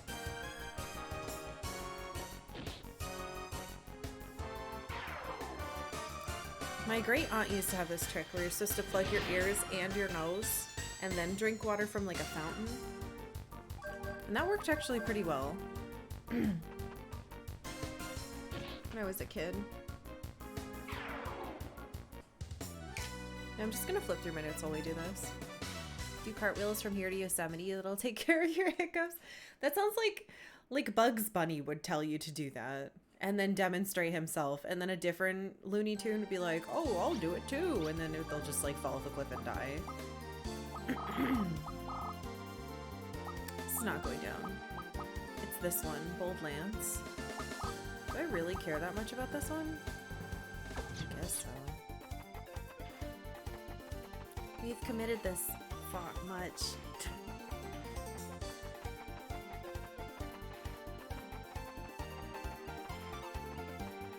Oh my god, so I'm, as you probably know, I'm on a bunch of like wishlist.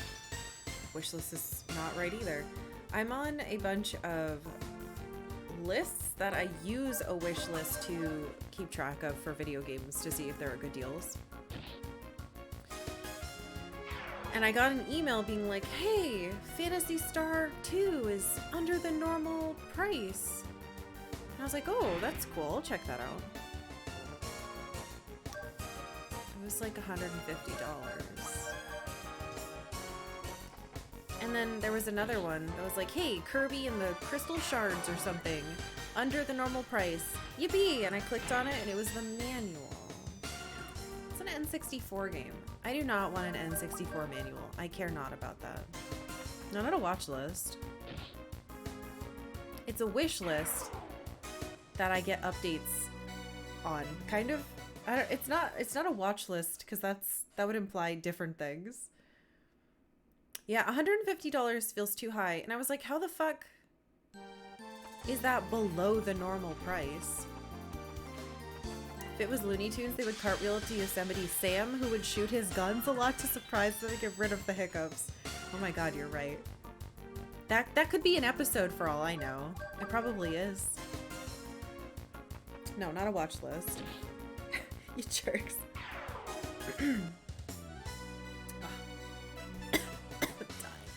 It's not great anyway. Is 4 really the only one that's like super worth it? I guess there's that online one, but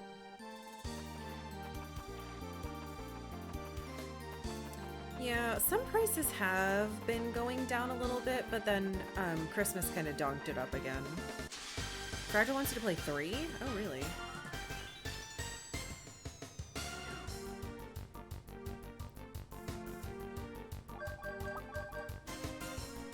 You like the earlier ones for nostalgia, but they're very old school design. There could be a case for maybe playing one, but it's iffy. Oh, it's for Sega Master System. That's not gonna happen. 4 is the only one you'd personally recommend today. I know. I wish. The problem is, one person fucks it up, right? So if you have what we could. If only there was a video game library, or rather video game libraries all over the world, and then if you could do interlibrary loan, it would be perfect. But because video games are so valuable and they're not considered on the same level of education is the wrong word, but education, I guess. As books, they're not seen as like all people should have access to this. Though movies have been slipping in to library systems for quite a while. And maybe culture. It's not seen as integral to the culture of, you know, if you're alive, you should have access to this stuff. Like libraries. It'd be really cool. When I was in college, I had this dream that I was going to make, and it started as comic books, but I wanted to have a place I could go, and there would be copies. It would just be comic books, but you would go in and maybe like buy a drink, get like some food, and read comics, and you could stay as long as you wanted. The way that the library is, right? You can go into a library and you don't have to buy anything. You're not being like kicked out for taking up space. You're not gonna get in trouble. Like, I guess people do that at Borders or whatever it's called now, where they sit in the chair and they read the whole book. And then as I got older, I was like, man, it would be so cool if you could just go to a place. There was a couch and a bunch of different TVs, and like you and your friends could go for like an hour together and like play games together. But every location I've ever heard of that tried to do something like that could not sustain itself. Like the amount that just upkeep with rent and unfortunately break-ins, it makes it like completely impossible.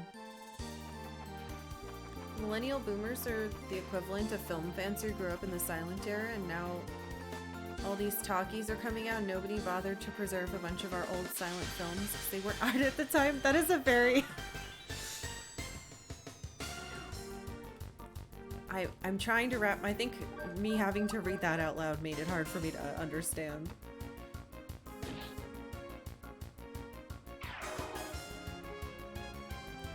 I just want... If someone wants to play a game, I want them to be able to do it. And I think a lot of kids and teens and anyone, like, sometimes your home life isn't kind of safe and you don't have friends who have the games and blah blah blah. So I wish there was a place you could go to just sit down and read or play a video game. And maybe you invite your friends, or maybe you meet someone there. I feel like the only place this exists is in the FGC. But they're entirely run by people who love it. Like, they're run by themselves. People who either set that shit up by themselves or went into a community and were like, okay, why doesn't this exist? We're gonna be playing anime games now, and I'm gonna run it myself. Who's got extra monitors? Everyone bring it in. I'll give you $5 off the entry fee if you bring in a monitor, you know? Do you have an extra PS4? And I feel like that's the way it's gonna be with games for quite a while. It's just people who really love it and they go out of their way to set shit up. Because the companies that own the rights to all that shit aren't gonna do anything like that. They don't care. They don't have time for that. Miss Lands. I've only ever been to like 1.5 LAN parties, unfortunately. I never had like a cool computer like all the other kids. We had a family computer. When I was a jobless teen, there was a PC LAN party cyber cafe place in my town that charged by the hour. I went in there once to check it out, and there were a bunch of dudes playing Counter-Strike and Quake or something. It disappeared like 2 years later. Well, so there was a place locally that basically did my dream but with board games. It was like a little bar, and they had a bunch of big sturdy tables. called Game Nights, Night with a K. And you would go there and you'd pay the cover and you'd get fucking vegan nachos and delicious lemonade.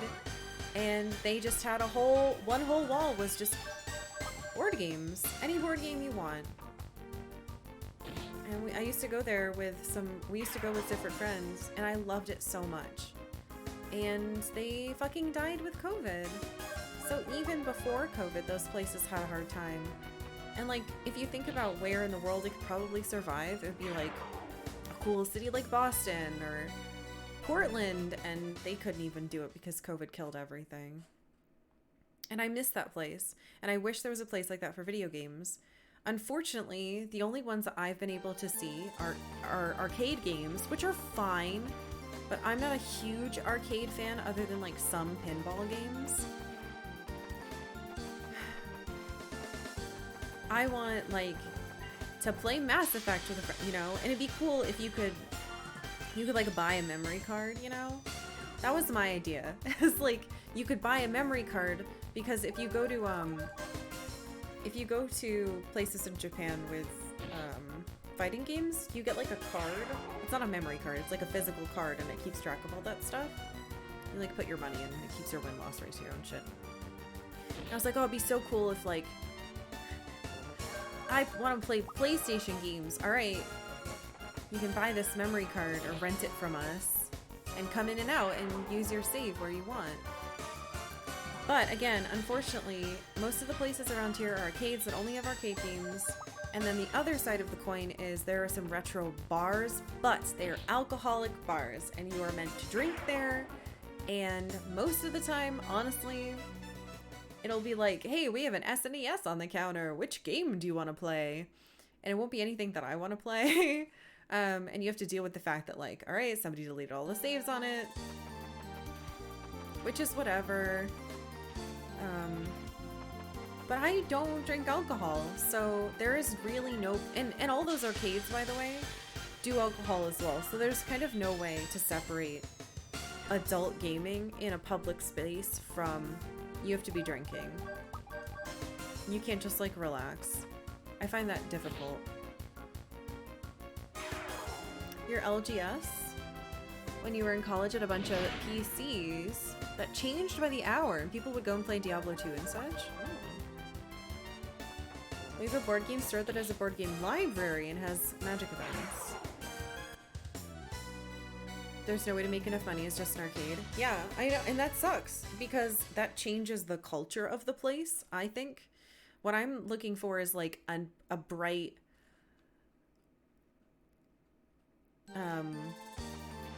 all ages type of situation. And what you end up with is like nightlife, alcohol, stuff that I've never felt, even when I was in college, I never felt comfortable around. I'm a pretty tiny girl who doesn't drink, and I went to college in a state away from the people that I went to high school with, and so I didn't really have anyone to look out for me. And so I just was like, I'm not having anything to do with any of that. If I go to a party because, you know, my roommate tells me to, there's no fucking way I'm drinking anything there. In fact, I will drink nothing. No water, no nothing. I believe you'll be rich one day. You can have your own arcade at home. No, that's never gonna happen. You'd have to deal with drunk game nerds. I think even local stores that just sell retro games are getting broken into non-stop here, and some of them are having to close some of their locations because they've been broken into so much. You had a place called Whoops that had multiple console gaming bar and grill. It was awesome, but like you said, short-lived and not profitable. Oh my god, I would go to Woots if it was like for console gaming and you could get food, not just alcohol. I'd be pretty pumped. I just like, I want kids to be able to go somewhere. I don't know why I keep thinking of kids. I want anyone, because I still feel like a kid, to be able to go somewhere and like socialize and play games. It's always, outside of arcades, which was like my parents' generation, and I guess my brother's too, because he's a different generation than me. We don't get to play games to socialize as much. It all has to be online. And I miss being able to play like cool co-op stuff. Like there are so many cool couch co-op games that have come out in the last 5 to 10 years, I guess. And unless you have really available local group of friends, you don't really get to play them. Like, there's that game. I mean, Towerfall obviously was really fun. There were the people who made Celeste made that originally. There's this game where you're a bunch of heroes trying to fight monsters, but if one of you dies, you end up on the monster side and you like haunt everybody. Like, that game is really cool, and I don't get to play that. Crawl, yeah! If I won the lottery, I'd move to some small town and open a massive used bookstore that would also sell used games and manga and stuff, and I'd never worry about making a profit. Just make a cool destination as possible. So where I'm from, in Connecticut, there's a place called the Book Barn, which is basically that. Granted, I think they are profitable somehow, but just barely. It's like a literal barn, a bunch of them, and it's all used books, and people come in and donate their books and sell them sometimes, and you can go there and get like a $4 paperback. It's great.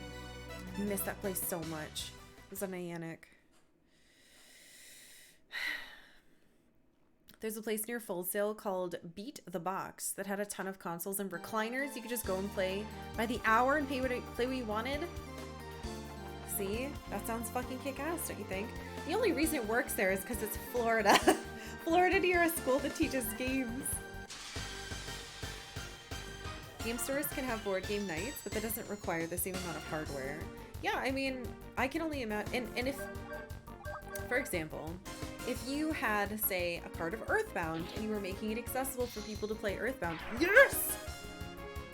How high do you think the odds are that some motherfucker would come in and be like, Earthbound, huh? Oh, this is worth dollar amount. I'll steal it. And they probably fucking steal it, man. Alright, take Justine back. This is going flawlessly. The pandemic led to the deaths of a lot of remaining arcades. Luckily, other than game night, which was my favorite, and board games, most of the arcades around here seem fine. But again, nightlife, drinking, super dark, kind of, well, they're not, that one's not sticky, but I remember I got a $100 gift certificate to Book Barn one year for Christmas, and I was like, do you have any idea how long it's gonna take me to spend this? These books are like $4 to $6 each. I think I might still have money on it. I don't know where it is though. Online gaming isn't really a surrogate for couch co-op. No, it's not. Have to play in emulators or modern systems that aren't expensive. I mean, I don't think it would be a problem. Like if you had a PS3 and just like got everything on the PSN, it'd be pretty fucking kick-ass. Because not everybody can do that. I just think games should be more fucking accessible, damn it.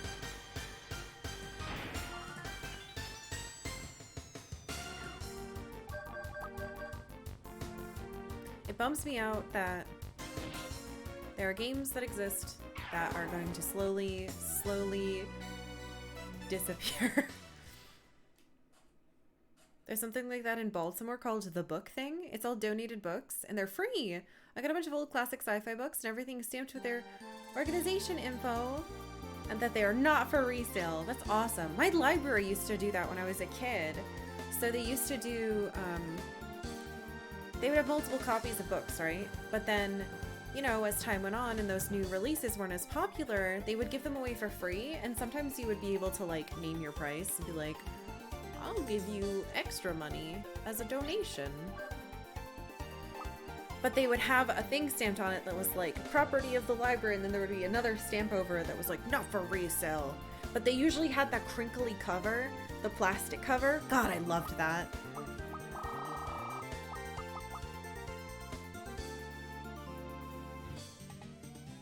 I'm excited to have this. Okay.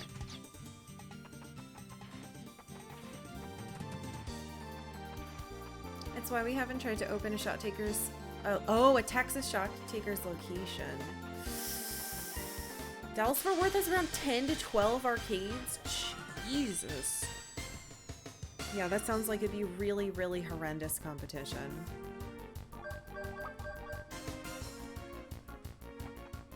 How has the price on Earthbound reacted due to increased availability?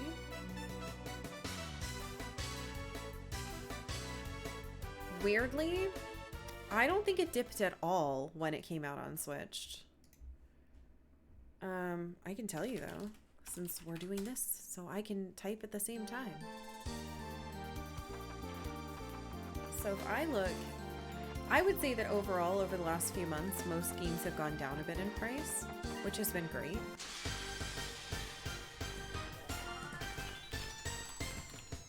I think the problem is everybody wants a boxed Earthbound, and it's not going to happen. It's just not. So complete in-box price for Earthbound is still around $2,000, and the loose price is still around $320. It looks like it has gone down though. Does anyone know when? Does anyone know when the Mother Collection released on Switch Arcade or whatever they call it online? Because it looks like the highest point of Earthbound's price was between February and April of this year. And then it started to dip down from there, which is kind of nice. In February, the average loose price that the game was actually being sold for was $400. The loose price.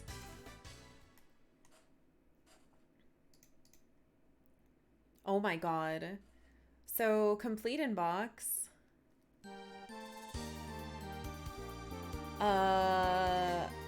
Was as high as $2,500 in June of this year. Yikes. That'd be about when it came out. Alright, so it looks like it is having a little bit of an effect, but I don't think enough to really put it in anybody's price range that it wasn't already. Like, if you can spend $400 on Earthbound, you can probably, you know, like, probably spend $300 on Earthbound. $350 to $400 is quite large, but at the same time, who's spending that much? What upsets me about Sony the most, the PS2 is one of the greatest consoles of all time, yet they refuse to support it. The support is now extremely limited. Is there any way to, if you don't have a PS2, is there any way to play a PS2 game? Because PS2 can't play on PS3, right? PS3 can only play PS1 and 3? I might be wrong. I remember Rain telling me something funky like that when I was setting up streams. Some early models of the PS3 are backwards compatible. Ah, original PS3 can emulate PS2 games. Okay, so we have a Slim, which is probably why I can't do it. We have the white PS2 or PS3 that's a bit smaller than the original, I think. It's got like that weird slide top. But still, who the fuck has that? If that's first generation, that's even harder to get. Barcades are nice, but it's a different approach in culture. Yeah, I personally do not like venues. That's the wrong word. I don't mind going to a restaurant that serves alcohol. I don't like going to a place where the primary point is to drink alcohol. Because I don't, and I tend to find that the non-alcoholic drinks those places have suck shit. And I'm like, oh, everyone has a cool, fancy, colorful drink, and I have to drink a root beer. I want to be fancy too. I want a fancy drink. Just don't put the alcohol in it. It was removed pretty quickly, and they replaced it with software emulation. Ah. Bum bum bum. Very interesting. But see, think about it. What we just talked about, what can the PlayStation do, is something most humans would be like, what are you talking about? Isn't a PlayStation a PlayStation? And every time the holidays come around, I think about how many fakes there are online for video games right now. How many kids are gonna end up with like the wrong... When I was a kid, my parents got me a PS2 for Christmas one year, and they didn't get me any memory cards because we had never had anything that needed a separately purchased item to play this, to save. It was saved inside of the cart, so why wouldn't it be saved in the big box we just bought or on the disc? Because that's not how it works, but we didn't know that. So for like the first week of me having Kingdom Hearts, I couldn't save, so I would just play the beginning section over and over. So I think about people now, there are so many gaming things to buy. And how many people are not very literate in games and are going to buy stuff for the holidays? Maybe they try to get it cheaper on eBay, but they don't know what a repro is. Their kid ends up with a fucking Game Boy Advance game that corrupts or doesn't save. Ugh. Hurts. Your PS2 came with a memory card. Mine did not. Sucked.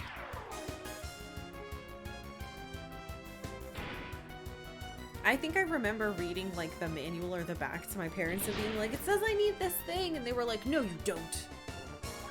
I was like, but I can't save. You can get PS Now and play some PS2 games. There's even an official PS Plus for PC that can play games. You're playing Wild Arms 2 this weekend on your computer. Oh. I did not know that existed. That is very cool. You bought a pink PS2 recently and it came with a pink memory card. How the fuck did my parents buy one without one? It's not fair. Maybe they bought me... I don't think it was used. Did you cut corners, Mom and Dad? Where did you get my PS2 from? It was a 60 gigabyte model specifically. You had to get the right one and they had their own issues. Yeah. Bum me out. I would just play the island part over and over. Your PS2 fell off the back of a truck? I don't think. No comment. I don't think that. You bought your friend's PS2 including its memory card, so I don't know if they came with them. I have a very distinct memory of going to Walmart, which was like a 40-minute drive away, and picking out a memory card. And I think we had to ask, is this the thing that goes with the PlayStation 2? Because there were other memory cards and those were for PS1. And, yeah, I remember they were official ones. They were black with the blue writing on them, I think? If I can picture it right in my head. It's in a very, very hard to open clamshell package.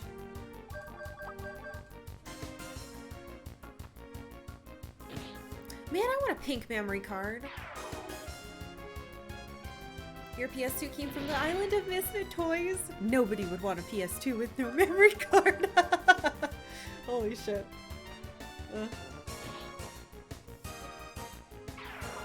How sad. Speaking of sad, Tim is making me sad. I really want these abilities. I feel like they're going to be super important, and they're coming from like the strongest stuff in the game.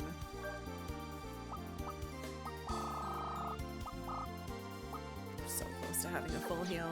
I want it. If anything, that's going to be the most helpful one that we use. It's probably not going to go first though, and he is the slowest person. A very hard to open clamshell package. So a clamshell package, yeah. I hate them. I hated them when I was a kid because I would always get like frustrated and end up trying to just like rip it open with my hands, and I would inevitably like slice myself. We got 2 pink memory cards, 1 official and 1 officially licensed. I don't know what the fuck this memory card is. We went to a local place to buy it because I ran out of room in my original PlayStation 1 memory card. It says Nyko, N-Y-K-O. It's probably not. It's probably third party, if I had to guess. But my PS2 memory card is still... No, the PS2 memory card's a weird white one with like a blue grabber thumb spot. This is my husband's. If it says Magic 8, it's licensed. Well, unfortunately, in order to see more of it, I would have to yank it out, which I have learned. You don't do that. Dude! Oh my god. So when Rain and I were friends, we had a group of friends and we were playing like, I don't know, Donkey Kong Country. We were like showing it to them. And one of our friends was like, well, we should play something else, and didn't turn it off and didn't eject it and just ripped the cart out of it while it was on. And Rain and I screamed. I had never seen anyone do that before. Like, I didn't know I lived in a world in which someone would even fathom doing such a crime. We freaked out. We were like, what are you doing? And we like turned it off and put it back in and turned it back on. It was fine. It didn't like hurt it that we knew of. It was terrifying. And then I learned years later, they used to have, so there are 2 different shapes for NTSC Super Nintendo games. There's one with like a, like for example, if this is the plastic and you put it in, there's a bar right here, like an insert that's kind of round. And kids kept trying to rip them out, and that locked them in place, so it did more damage. So they started making like a smooth taper. So if you see that smooth taper that's like that goes all the way down instead of just a small indent, that means it came out later, because they were trying to stop people from just like, okay, clearly people are gonna rip things out of here. We gotta make it so it doesn't pull the whole console up and crunch, break it. Please turn it off and use the eject button. My dad did that once. He was pissed at my brother for not doing his chores. Boo! Boo, hoink, Dad! Boo! That's the kind of person who would use their CDs as coasters. Ugh. I cannot tell you, I had never seen disc rot, bit rot, until recently. But I have seen like 4 examples on retro gaming forums. Forums is the wrong word, but you know what I mean. Sites this year. It's freaky. I hate that it's happening. It has come. So check on your discs. Remember when I got my PS1? We had no idea about memory cards, so we had to play Rayman and Kalik over and over from the beginning until we could get a memory card like 2 weeks later. Yes. That was my experience too. I remember too, because I also got this pod racer game, though I think it just wouldn't save. I don't know what was wrong with it, but I had this pod racer game and I couldn't do anything because there was no memory card. Like, it wouldn't let you play it or something. It's really weird. And so I had to play with like the first 3 aliens, and I couldn't be Anakin, and it was terrible. So Bulba would be there like, hey, gonna kill ya. There were only like 3 levels unlocked. I don't think I have it anymore.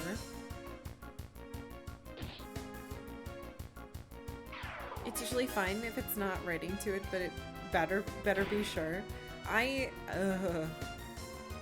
Don't ominously inquire at me. You have many regrets about game saves. You deleted to make room for new game saves.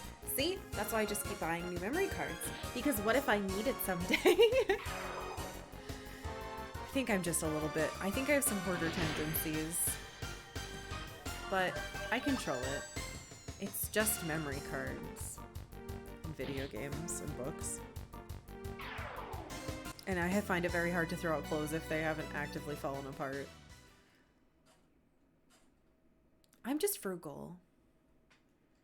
You bought a copy of Eternal Darkness a couple years ago and forgot to get a memory card and was upset when I died in Karim's chapter. Oh my god, Karim's chapter? Jesus. I would be upset too.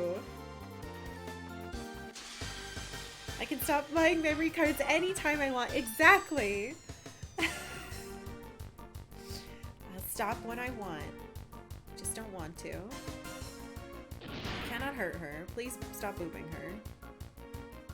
Your parents gave you a parallel port memory card for the PlayStation 1 for Christmas. I had like 100 times the capacity somehow. What the fuck? Yeah, I did that. So I originally played Suikoden on the PS3 because I didn't have the right cables. Like the PlayStation, we couldn't get it to stream for a while. It was really frustrating. And then I moved like, or did I? No, I remember now. So we played Suikoden, and then I needed to copy the saves over to the PS2 memory card in order to import the old settings into the new game. And so I moved it, and it stressed me out really bad, but I'm pretty sure I used something weird. I think I might have used the PS3 to do it, but I honestly don't remember. I might just be remembering it wrong. I know I have my Valkyrie profile save on the PS3 because it had resolution switching, and I was using the FrameMeister and not the RetroTink at the time.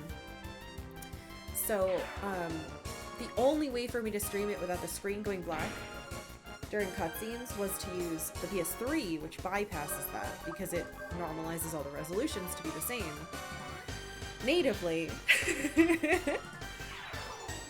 So I want to do New Game Plus with Valkyrie Profile so I could try to get the A ending, but I need to get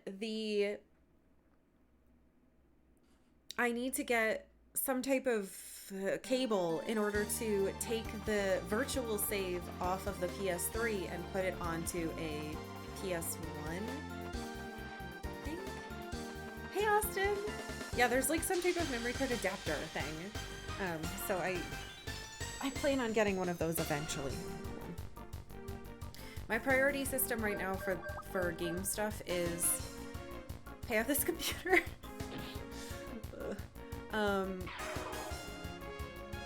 Send in one of my new 3DS XLs to get modded for streaming. And then I need a new chair.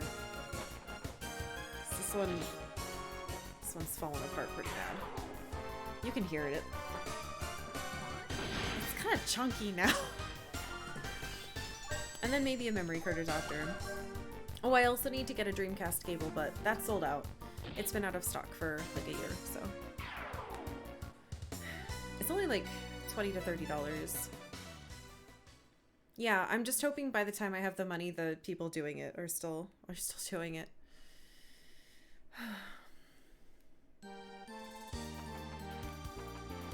Last I checked, they were, so very exciting. The only issue that I'm worried about is that they have lithium batteries and you technically aren't allowed to ship those. And my post office, as you know, hates me. So I don't know what I'm gonna do. You can take it out, but then they explained that like that complicates some things. So we'll see. Yeah, I'm hoping. Because it'll save me a shit ton of money if I don't have to pay the price for a DS and the modding. But if I send it in, it's like quite a bit cheaper. So, and we have two new 3DS XLs. Bum bum bum. Official ones are almost $100. Oh god, for fucking cable. Yeah, that's the problem. Who is like $100 to just throw in a cable for one video game? Yeah, I'm waiting until it's more comfortable. HD Retrovision should have Dreamcast eventually. What's that? We do not speak of the post office and its minions. Yeah, they suck. Actually, I should check to see. Rain was gonna stop by there, but I don't know if he did it. Ouch. I don't think they've caused planes to crash. They probably exploded, yeah. Or started fires. I just need to disconnect it and follow some weird instructions. I feel like if they caused actual planes to crash, it would have been huge news and everyone would know about it. Planes don't really crash that often. HD Retrovision's wonderful. You have their cable for every system you own. Oh, it's like people who make cables. I get all of mine from the same place, though. I'm pretty brand loyal. All my SCART cables and extra cables are from Retro... I think it's just called Retro Gaming Traders. They're in the UK.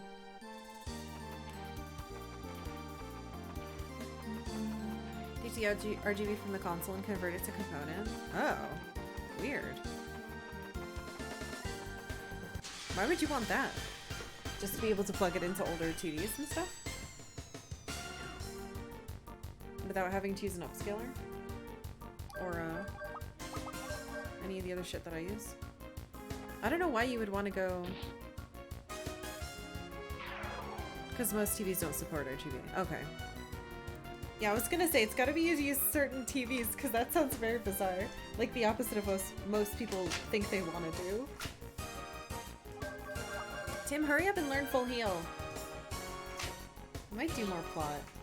This is the end of the game, though, I think. But we don't have Ashley's final tool, so how could it be?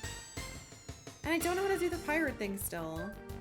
Damn you, Tim. Oh, right. I was looking through my notes for... That's why I was there. Yes! Finally!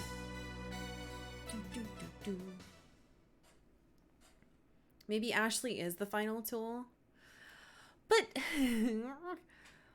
Look at the spacing. Do you see how these are all perfectly... And then there's nothing there? Has to be something there. Alright, son.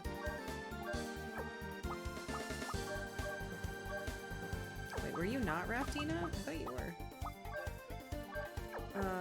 Let's do...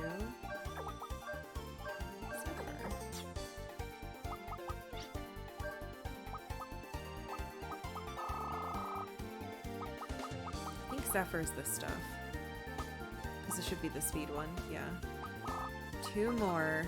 Two more. We're almost free.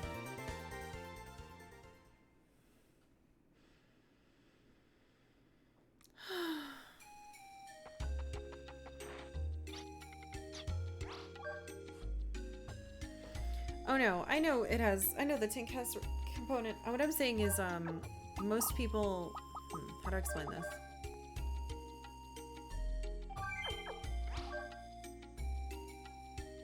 You can't just plug RGB into your TV. You always need to have some... Well, I guess there could be fancy monitors that let you just plug RGB SCART into it, but I'd be very surprised. What I mean is that usually you just RGB into whatever you're upscaling. Switching it to component so that, and then going straight into something is not what I'm familiar with.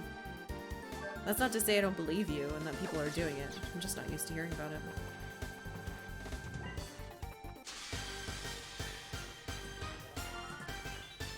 Final tools are friends. No!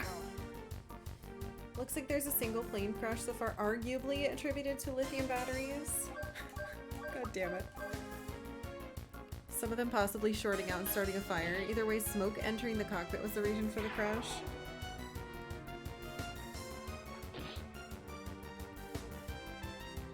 I blame the pilots. There were over 80,000 batteries on board. Mixing cargoes wouldn't have been a problem. Yeah, see? Bringing a single battery on a plane would not make it explode. All that shit is always so overblown. I hate hearing about it.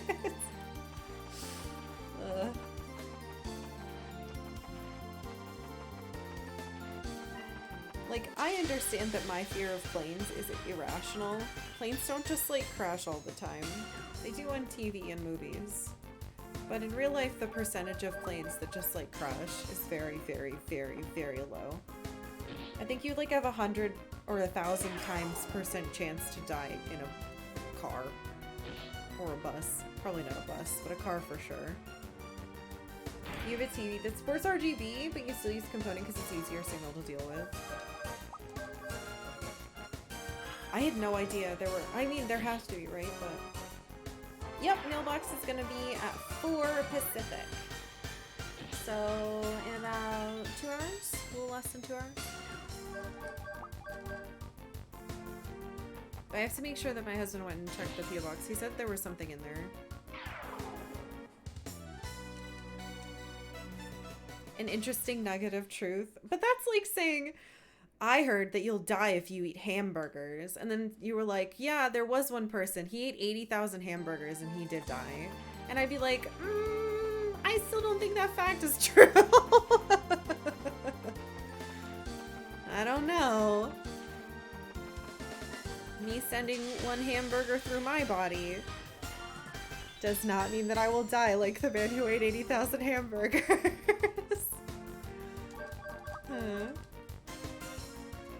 The old Dell Ultra Sharps from 2010 used to have a ton of inputs, component and composite and RGB and DVI and DP and HDMI. What the fuck? Were they like thick? I've never heard of such a thing. I'm kind of happy. My old monitor was a Dell and it was too big. Hamburger Steve is an outlier. He should not be included in the statistics.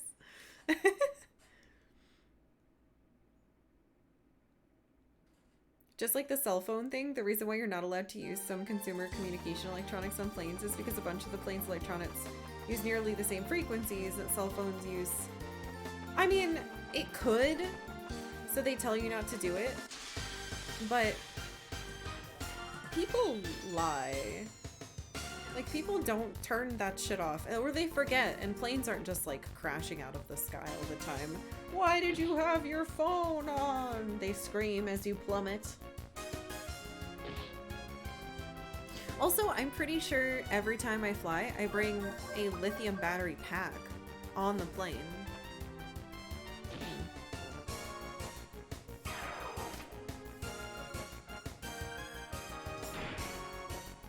Also, DSs! I brought hundreds of DSs on flights. Okay, well, I've brought multiple DSs on multiple flights. If I had been in 100 planes, I would cry and probably be dead by now, just from fear. I'm not afraid of planes because I think I'm going to fall out of the sky. I'm afraid of planes because I've gotten sick every time I've been on a plane, and I'm like, great, time to get sick again. Oh good, now my body is upset because it's like, time to get sick. It's a negative feedback loop, it sucks. And it doesn't help that air sickness is a big part of it.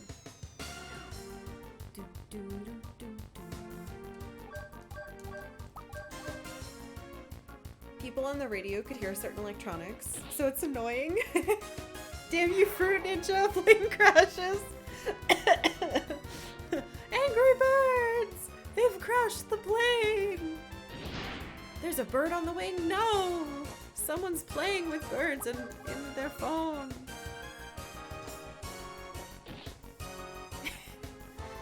You remember that kid who died eating Pop Rocks? All I hear is Karkalla admitting to multiple crimes in airplanes. Good. Thanks for the bits. I never want to fly again. If you could make it so I'm banned from flying, that would help. So when I was little, my grandparents used to live in Florida for a little bit before they died. They moved up here before they died. I don't live there anymore. They moved up north before they died. I did not mean to cancel that fight. No, okay. I did kill Michael Jackson, but it was through my words in the future and it was an accident. Don't worry about it.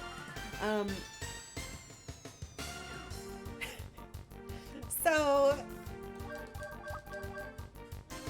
Pokemon Silver and Gold had just come out, and we were going down to Florida to meet my parents. This was before I was afraid of planes. And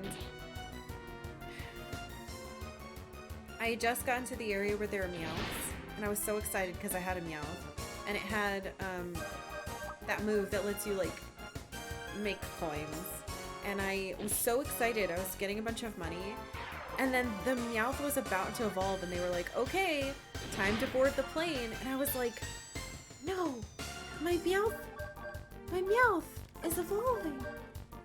And my mom was like, and it wasn't, you couldn't flip it closed and hide it. It was the chunky plastic Game Boy Color. And so I'm like, oh no. If I turn it off, then I'm gonna lose my Persian.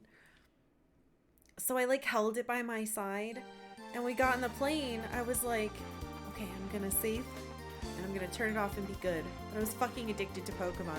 And so they were like, turn off all electronics. And I was like, well, this is just batteries. Maybe it's fine. And then I was like, what if I'm the reason the plane crashes? And I was like, I'll turn it off.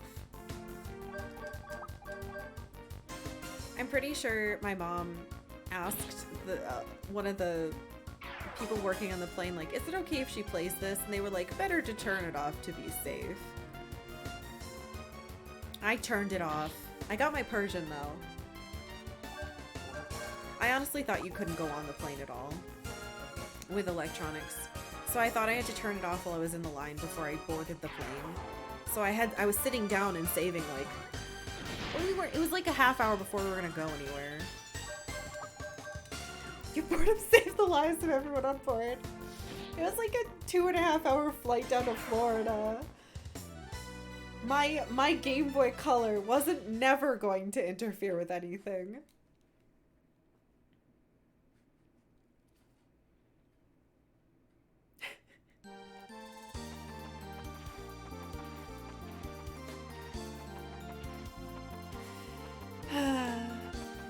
Yeah. And Pokemon Silver and Gold were so fucking good. Except the apricorns. Having to wait a full day to get your goddamn Pokeballs from the fruit, the like, tree nut. Dumb. But different things on different days of the week.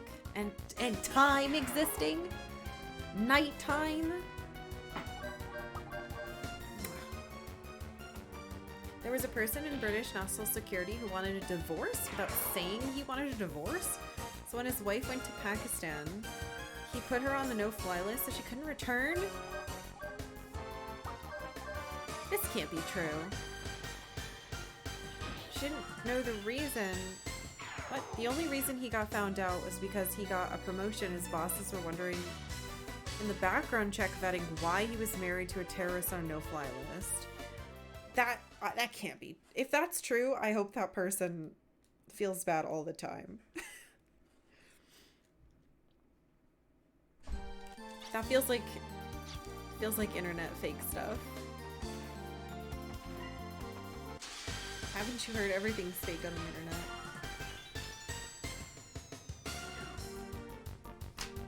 I'm still looking through my notes while we do this, but very slowly, because the conversations with you guys are much more interesting than me writing down Sylvaland Castle, east of Sylvaland, Helmets, Trask. Trask again. I need crystals.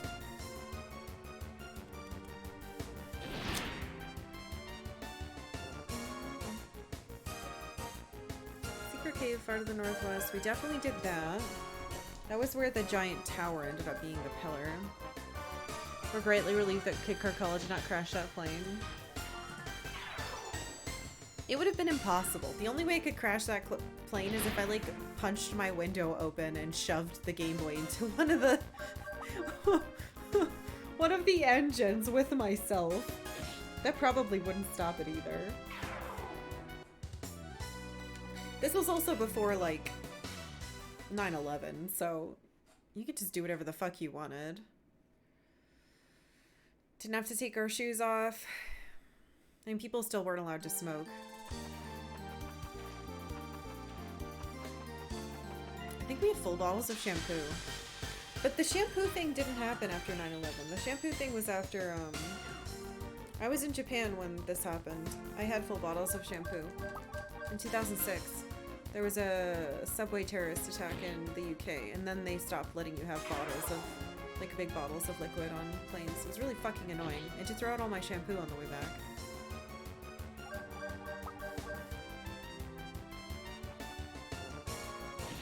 Smoking on planes and overseas flights sucks so bad. Really? The only time I've ever had to deal with really bad smoking was, I missed buying a ticket for a train in Japan. And so I couldn't get on the non-smoking cars. So we had to buy tickets for the smoking car, and it was an hour. And let me just tell you, don't fucking ever get in it. Just take the later train. We had to go early because of our flight, but it was horrible. Oh my god, James! Thank you for subbing at tier 2 for 3 months? Thank you so much! I hope we have a lovely 3 months. Thank you very much. Yeah, the smoking, so I don't know if you guys have ever been in a smoking car in Japan for a train. It's so much worse than any other smoke experience I've ever had in my life. Like, when I was a kid, people smoked in restaurants still because it wasn't, you know, it wasn't illegal yet. When we tried to go into the non-smoking section, it was people chain smoking next to you, the whole cart. So the whole cart was smoke. And so I immediately got a headache. I got so sick. And we were on it for an hour. And so Rain and I were just like trying to breathe through our just like filter it with your clothes.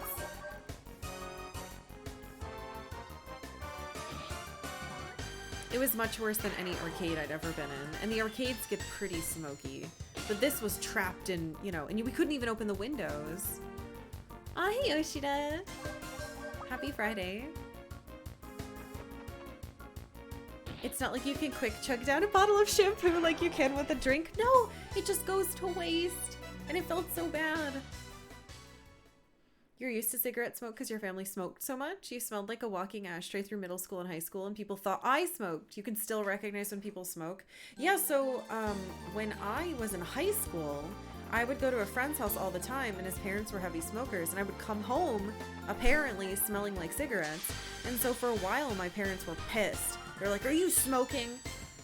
I can say today, at the age of almost 34, I've never smoked anything in my life.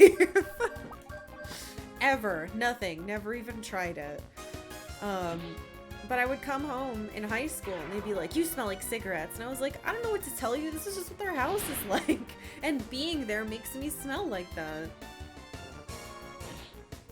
You've been in a smoking lounge? That's because you were a smoker and the whole room is just smokes and table and chairs. That's basically what the train car is like. I should have just abandoned my husband and gone to the women-only car. I think that one was full too. Anonymous Ghost! Thank you so much for gifting a sub to Cracktoon and Hoot and Scoot. Thank you, whoever you are. You remember the pre-smoking ban days? The past is better left in the past. Yeah. I remember we used to go to this one restaurant after church that had this big aquarium, like fish tank, that I loved because there was an Ariel in it. So my parents would try to sit us next to it, but it separated the smoking and non-smoking section.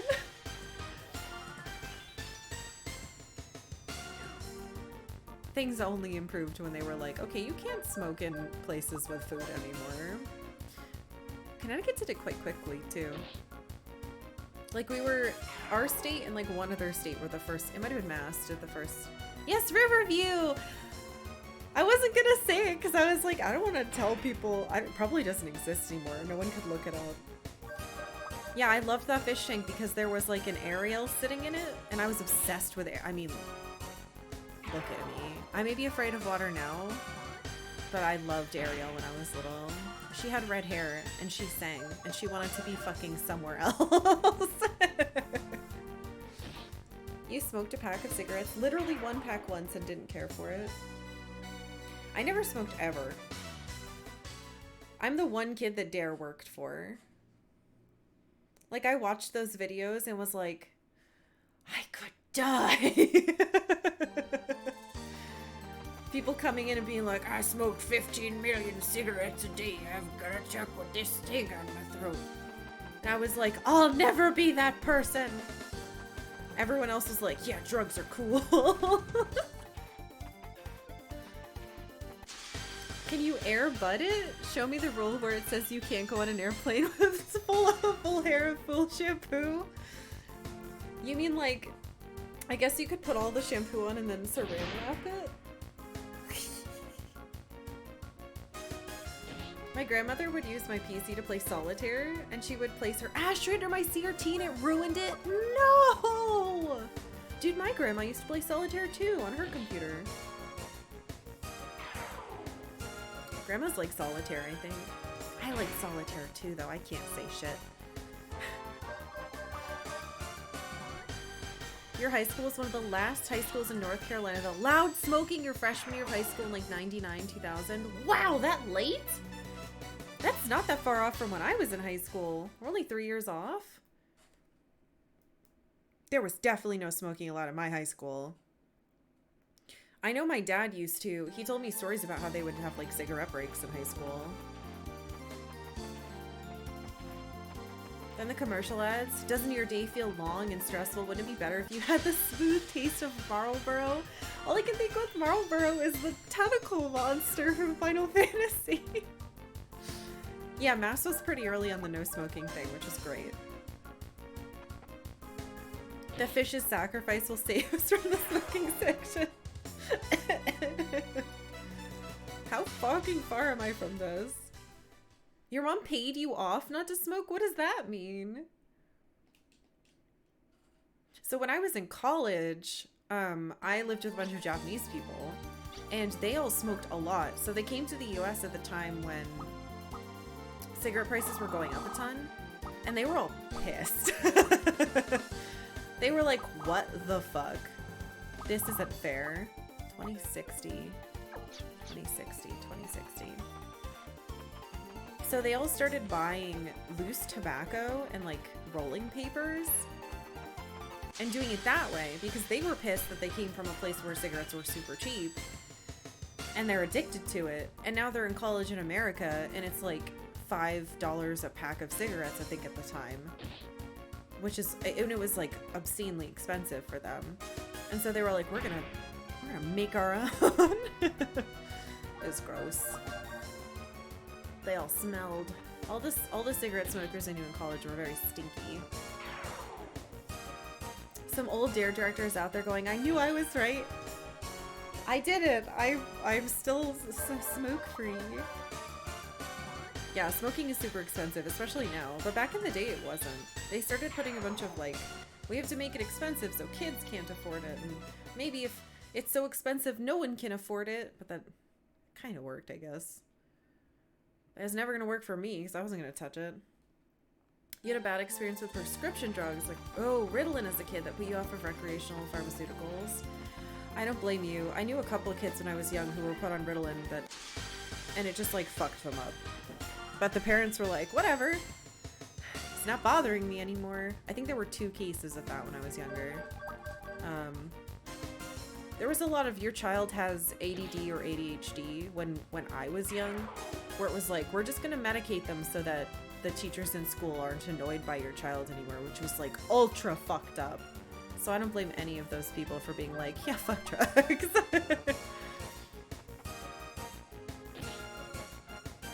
Don't smoke cigarettes, smoke cocaine. Cocaine? Why am I saying cocaine? It's because of snort. It's mixing. See, I don't need drugs. I'm stupid already. Don't buy drugs, become a rock star, and then they'll give them to you for free. Milk C, thank you for following. I believe you were gifted a sub. I hope you enjoy your bunnies. You love playing bridge, but that's an OG grandma game. My husband plays, oh, what is it? It's a weird little board. Lord Viper Scorpion, welcome back. Thank you for 21 months. Thank you, thank you, thank you. What is it he plays? Cribbage? I think it's cribbage. It's a little board with little peggies. Alright, I was gonna check. Make sure this is actually fucking going. It is, it is, it is. We're almost at apocalypse. You smoked a cigarette once out of peer pressure. It tasted like dried manure wrapped in paper. That sounds really gross. You've never touched a cigarette, but you tried a cigar once when you were 35. Weirdly, I think I know like 2 people who enjoy a cigar every once in a while, but have never cared about drugs in any other way. But like, cigars were some type of male bonding adult thing? I'm glad I never had to do that. They look gross, and they seem stinky. Remember when we had a bunch of French exchange students in high school and they were all sneaking cigarette breaks? That's exactly what all the like East Asian exchange students were doing at my school. I've never touched cigarettes or alcohol. Being a misfit has its perks. You never experienced peer pressure, I guess. Yeah, I never felt peer pressure to try any of that. I think when I was in college, if someone had been like, hey, do you want to try marijuana? I would have been like, yeah. Can I eat it though? And then, but now it's at the point where like no one has ever offered me drugs until I moved to Portland and I was at a party and someone tried to hand me a bong and I was like, oh, no, thank you. I know this is legal, but I shall pass it on. So I'm so boring. It scared me. Rain and I were both like, what the fuck? Drugs? Oh, right. These are legal drugs. And we're at a party. A birthday party, but still. We both had the gut reaction of, we need to get out of here. But it's legal. Pot is legal here. Very weird. He was a kid. Grandma, I love you. If you keep smoking, you could die. Oh my god, I said the exact same thing to my aunts. My grandmother, after pulling his drag of her cigarette, you gotta die of something. Dude, I did the exact same thing. I remember after my very first dare class, we went to my aunt's house and 2 of my aunts were sitting and smoking at a table in the house with an ashtray. And I took the cigarette out of my auntie's hand and I said, I don't want you to die. I love you. You have to stop. I think she still smokes. I don't think she gave a shit. But that's what they like taught you to do as a kid. You can stop them. They'll look at your cute little chubby face and they'll never smoke again. That's just not true. I'm gonna save again out of fear.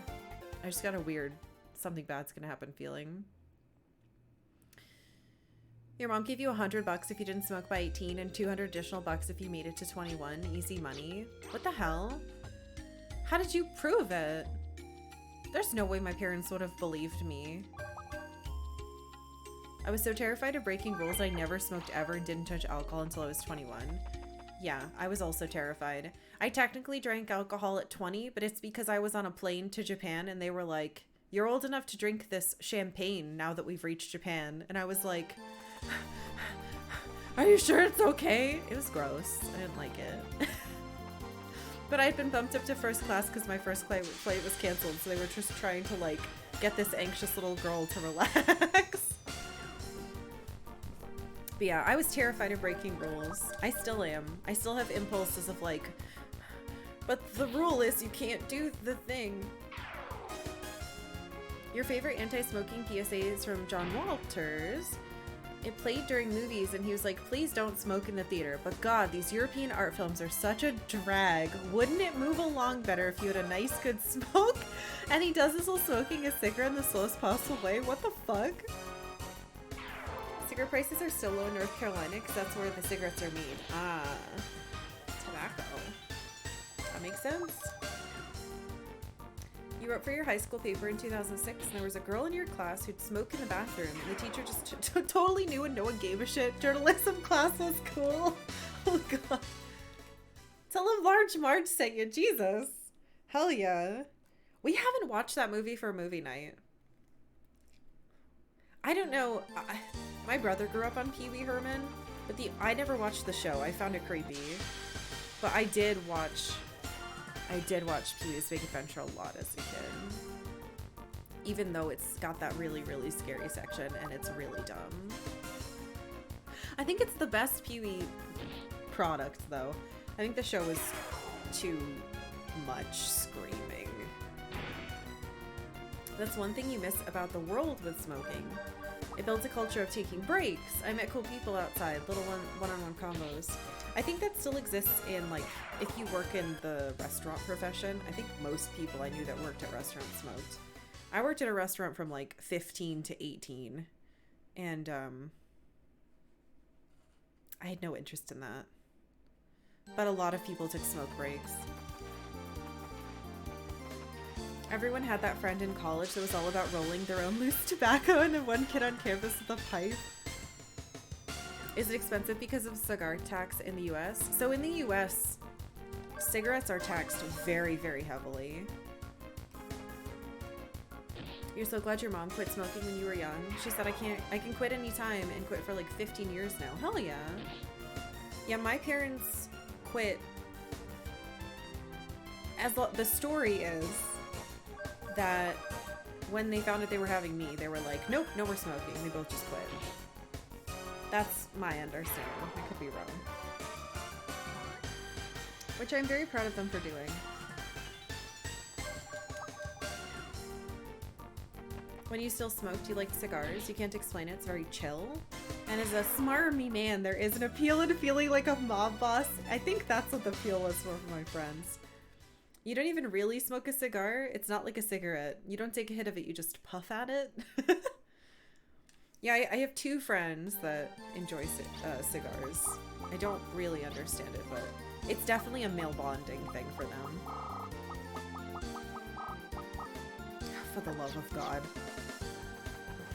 You had a friend who smoked pot in college, and it's one of the vilest odors you've ever encountered. So I used to go to a lot of concerts, and that included a lot of outdoor concerts. So I've smelled, and I live in Portland, so I've smelled a lot of pot in my life, and never once have I been like, want to have more of this. It's yucky.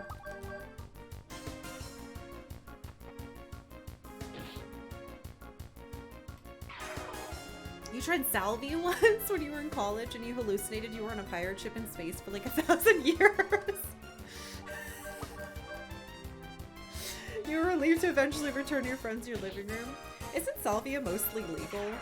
I think it's legal to like fuck people up. Apparently salvia like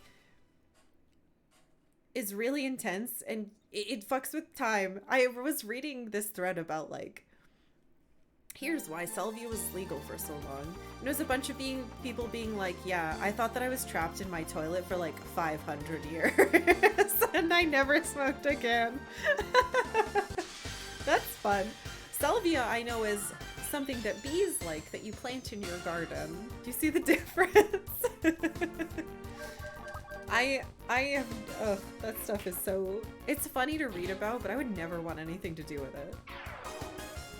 You avoided all drugs and alcohol till your mid-20s. Worked out pretty good. High five. I tried to drink alcohol, but I stopped. It never worked. I would just throw up. It would give me a really bad headache and I'd get sick. I didn't get any of the fun stuff. All my friends would be all woogly. And I was like, surely if I try a little more, something will happen. No, acute headache.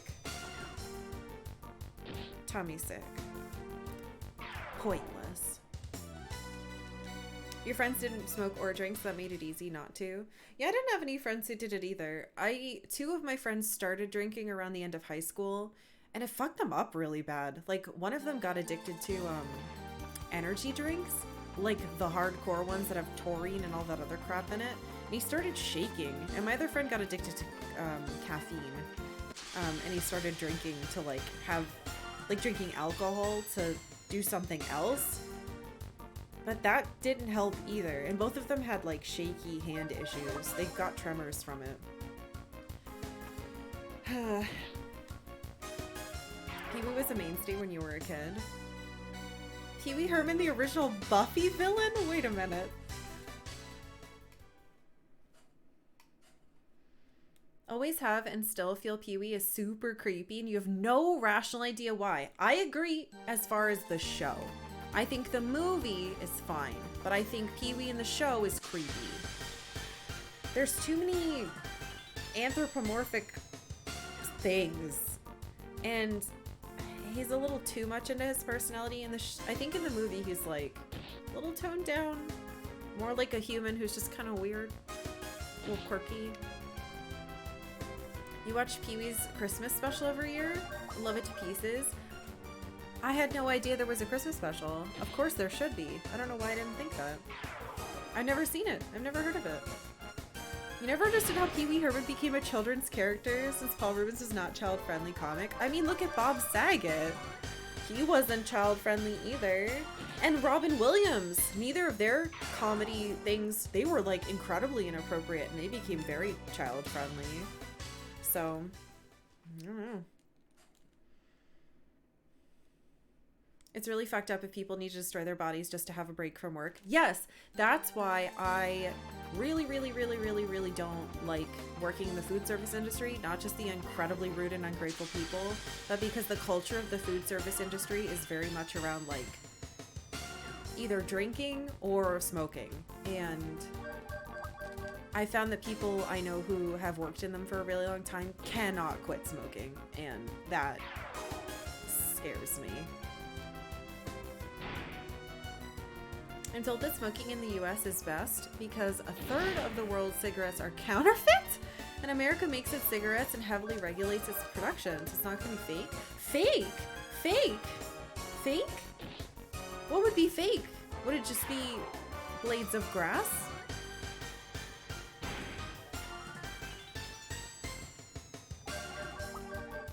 I've never thought of this in my life. Floral scented pot, we shall call it potpourri. I like potpourri. I wouldn't like eat it. What happened to salvia? I remember it has super short effect, but since it affects your time perception, it feels like years, but it's only 5 to 10 seconds. Yeah, that's what I've heard too. It sounds neat. Like, I'd like to hear other people's stories about what happened to them, but I would never experience it myself. I know myself. I would lose my mind. I would probably get like, I'd fall in a hole and be surrounded by water and leeches and be like, for 700 years, but it would only be like 1 second. My friend just handed it to me and said, Native American, what? Oh no, you didn't know what it was? And I was like, cool. And I took a hit and then my hands started leaving trails in my vision. I knew I made a mistake. That's very mean of your friend. See, your friends are the ones that should have been on the Dare videos. Paul Reubens was a villain in a Buffy movie? Oh, I've never seen any of the movies. I've only watched the show until freshman year of college. I didn't like her army boyfriend. Ugh. Disgusting. I stopped watching.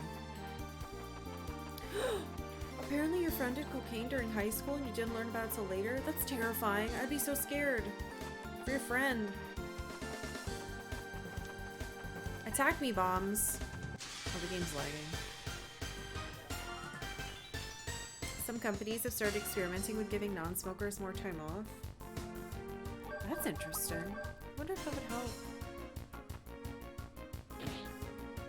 You want the blades of grass? Sometimes it's asbestos. What?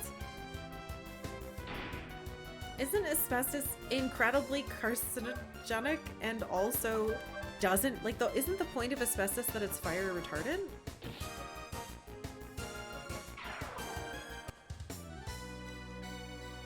This is because of Russia, isn't it? Because their, like, main export used to be asbestos. You don't know about counterfeit fake cigarettes? No? They're usually sold as suspiciously cheap cigarettes in developing countries. What?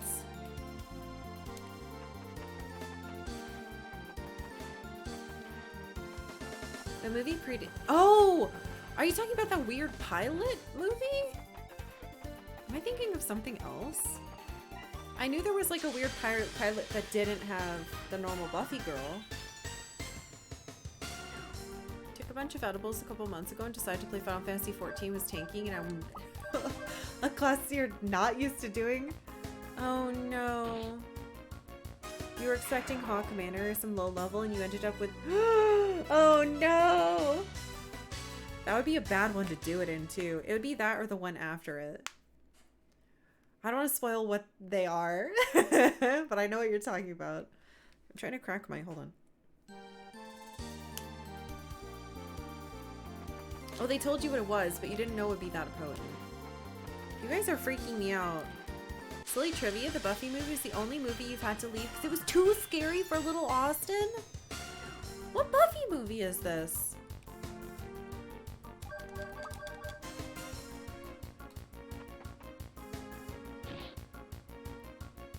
You were trapped in a cartoon. Several years later, the game Cuphead came out, and that was the cartoon you were in? Asbestos used to be added to filters back in the day? Oh no. Oh yeah, I've heard the military is really, really, really bad for smoking.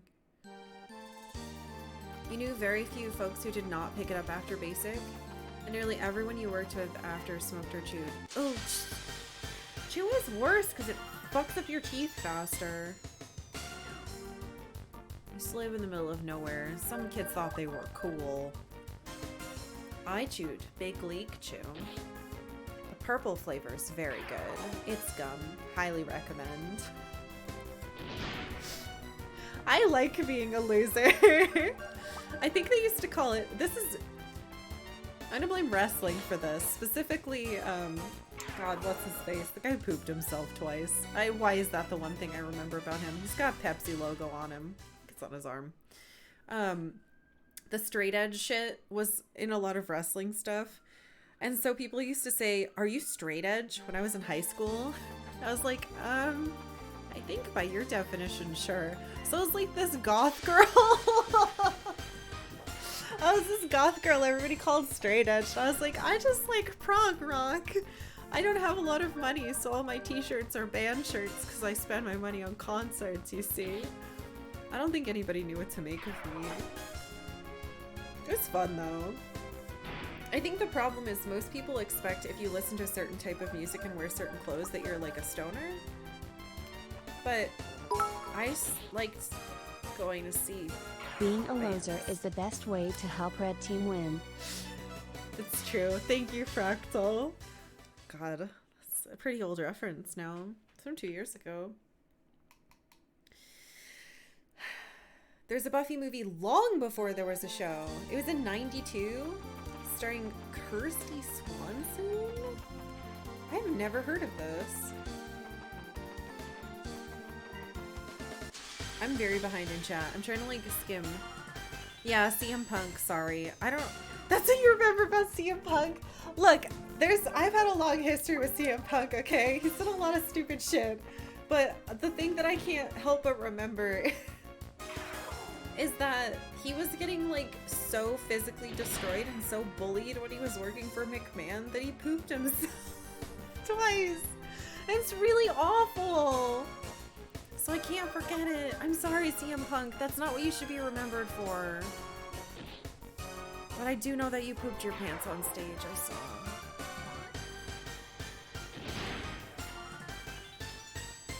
Sorry.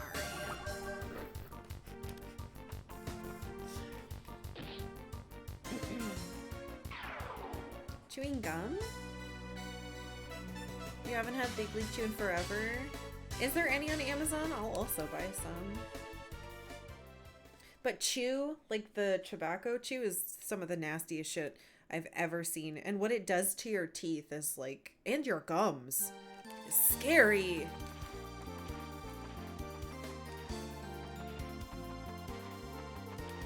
Yeah, I think a lot of people who were in the military, especially if they were over in the Afghanistan area, the amount of shit that they were exposed to, and people are starting to actually notice it now because more people are trying to be like, hey, look what's happening to these people's bodies. Cigarettes were not the worst thing that happened over there as far as like what they were breathing in. The 92 movie would be the one little Austin had to leave. We should watch it. I'm sorry about this thing I said about CM Punk. What else would I say? The guy who randomly quit his contract and then everyone wanted him to come back?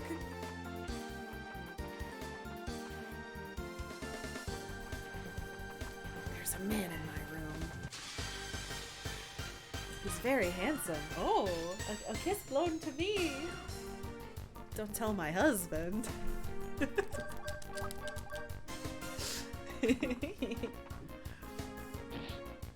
He was so sick they had to keep giving him Z-Packs. His body gave up. Yeah, I'm gonna just say it because we should all say it. Fuck the McMahon family. A lot of people always thought I was doing drugs because my pupils look dilated most of the time. Why do people do that?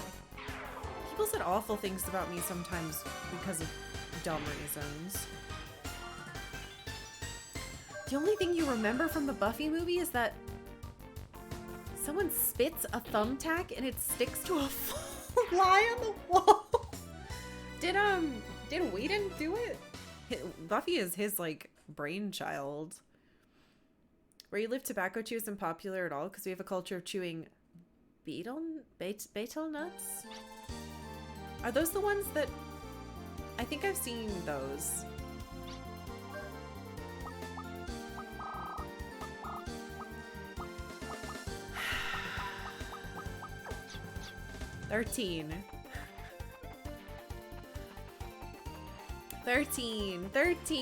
$13. Whew.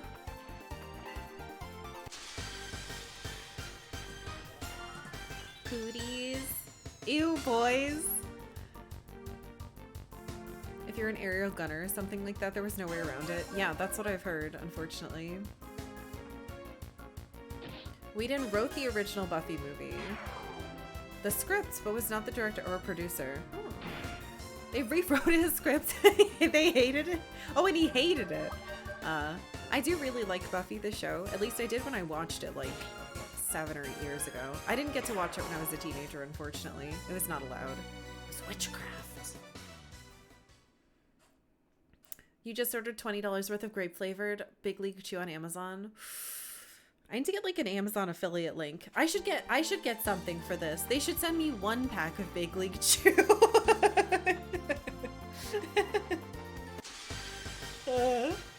Yeah, I still love Firefly and Serenity too. Joss Whedon was such a big... Well, that's not true. I think I hated Joss Whedon before anybody did because he ruined my favorite comic book series. Runaways by Brian K. Vaughan was my, like, introductory into comic books from manga. And that's what it was made to do, so it succeeded. And BKV is still one of my favorite writers, but... Joss Whedon took over, and he did some really bad things to my favorite characters. They never should have let him. So I hated him for a long time before it came out that he was like a fucking scumbag who took advantage of people and like shit on his wife. Maybe physically, I don't know. Oh my god, Saga's so good, but I haven't read any for a couple years now. Is it still ongoing? Yeah, Brian K. Vaughan was my introduction into modern comics. I used to only read manga, and then around the end of high school, I started reading Runaways and Deadpool, and then I got into there's a series called Young X-Men that turned into New Mutants, and then I think House of M happened, if I'm remembering right. Yes. And then the more I got into comics, the more I was like, ooh, Image is better. But yeah, Why the Last Man, I found out about because of Runaways, because I was trying to find more good stuff. So Why the Last Man was my favorite comic for a really long time. I went back and tried to reread it a couple of years ago, and unfortunately it has aged as badly as you would think. They use the R slur a lot to like be young, and at the time I didn't really notice that stuff, and now I super do. So I guess it's a good thing because I recognize how far we've come as far as like using certain words that like gay as a slur. But unfortunately, Why the Last Man has not aged super well. I think Runaways is also a product of its time, but I think it has aged better. And there was a you finished Midnight Suns yesterday and your final party was Nico and Magic? Eee! And Ghost Rider and Iron Man, that's an interesting team. There's a new comic next month. I used to be really big into comics. We had a box at our local comic book store here. Yeah, I loved Runaways. And Hulu did a series. I think there were 3 seasons. Might have been 2. And they kind of modernized a lot of the teen stuff. I remember there were rumors that there was going to be a Y the Last Man movie and that Shia LaBeouf was going to star in it, and every single person who liked comics was screaming, no! Yeah, I think BK's writing it's only improved, thank God, and I think Joss Whedon has slowly flushed himself down a toilet of obsessing with himself. You saw Iron Man in an anime film once? It was weird. Huh. I used to like Shia LaBeouf, but he would not fit Yorick's character. It doesn't matter how good at acting he could be. If you had a time machine that could visit alternate universes, you'd come back from one of your trips with all 10 seasons of Firefly on Blu-ray and leak the whole thing online. I'm still one of those fucking sickos who would be like, yes, if we could go back in time and revive any series, I would want it to be Firefly, because I'm uncreative and a monster.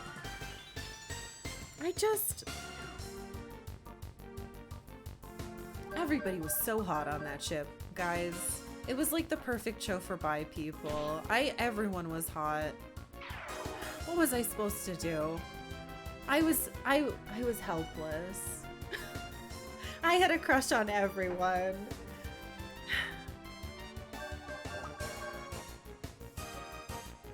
Buffy had a comic reboot in 2019 that's still going and Joss Whedon isn't involved. That's surprising. I'm surprised he allowed that to happen. Maybe he lost the rights somehow. It was something called Goldwing that had anime Iron Man. Your favorite comic is The Max, which is a somewhat strange relationship with women, but it's like, because the main villain is basically evil, creepy misogynist. Excuse me. The comic sort of tries to humanize him. Some parts feel strange. But then there's the Max himself, who comes off as a feminist sometimes, but he talks to their lead character, Julie. But the comic... No! The comic turns around on him by pointing out he's being an overprotective man. I've never heard of the Max. When I got into comics, I got very into Marvel, and I tried to get into DC, and at the time, it was very, very bad. I think something very shitty had just happened with...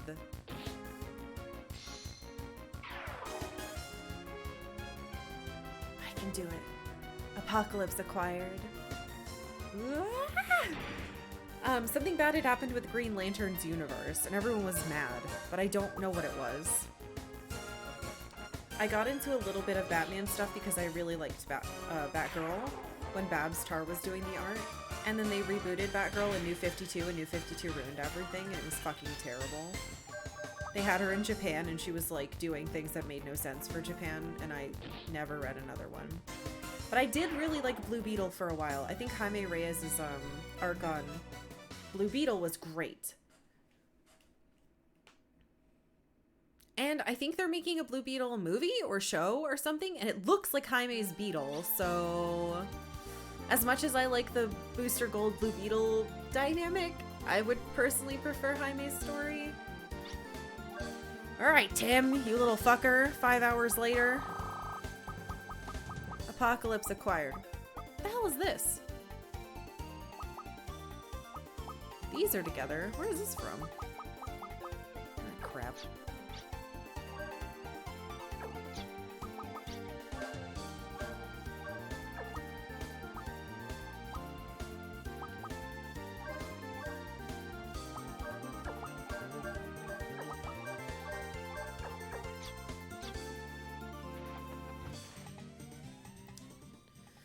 Yeah, DC keeps getting rebooted because, yeah, they don't know what to do. And it sucks because for a while they were releasing direct to DVD, I guess is what you used to call it. They were releasing these independent kind of movies that were all animated. I remember there was one for the Red Hood. A lot of them starred some of the Robinses. There was that incredible Wonder Woman movie that was animated, and they were doing great with a lot of these standalone animated movies. I remember watching the Wonder Woman one at Comic-Con in like 2010 or 11. I can't remember what year it came out. Yeah, they were coming out with like 3 or 4 animated movies a year, and they were doing a great job, but they weren't able to reconcile these characters they had and the stories they could tell with them in a comic book format anymore, and that made me just like stop reading them. A lot of DC's Elseworlds and alternate universes works are pretty good. But see, if it has to be like a Marvel What If for it to be good storytelling, then there's something wrong. Like having them need to change their setting entirely but not committing to it being canon bothers me. Unless they're doing stuff where they go to other universes and it's canon. Oh, also, I remember when the Star Wars change happened. Suddenly, Dark Horse wasn't doing Star Wars comics anymore. Marvel had it all now. And so they started doing a bunch of new series. And some of those were quite good. The Star Wars one, the Darth Vader one was so good. There were moments in the Darth Vader one that had me like... There's this one panel with like a crack that happens. If you know what it is, you know what it is. But... oh, that was incredible. I never ended up reading the Lando series, but then it just became too much. I couldn't keep up. There were like 17 different Star Wars comic through lines, and they all intersected, so you had to get them all in order to know what was going on, and I was like, I'm not doing this anymore. And then Deadpool, after a while, Deadpool had too many series too. Like there was like Spider-Gwen, but Deadpool version, and there was a Deadpool animal or something. So I stopped reading that.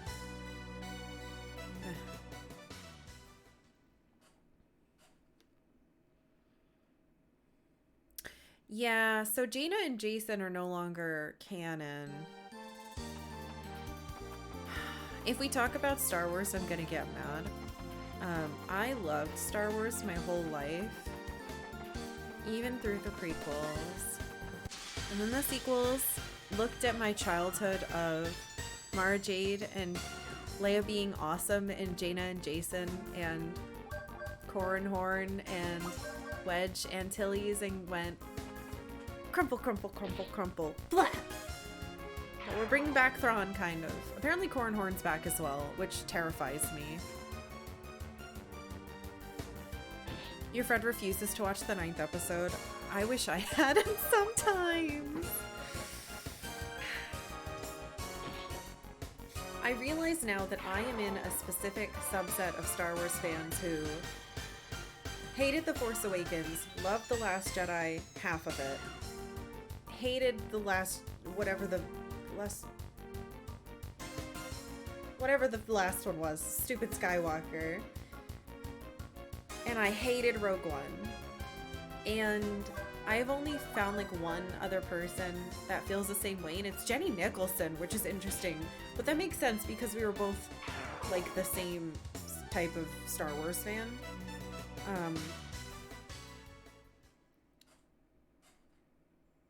And I think it's because the original extended universe mattered to us. And we also appreciate real storytelling. And I thought Ben Solo was hot, but I don't know. You're kind of glad that the EU had a definitive beginning and ending. I guess.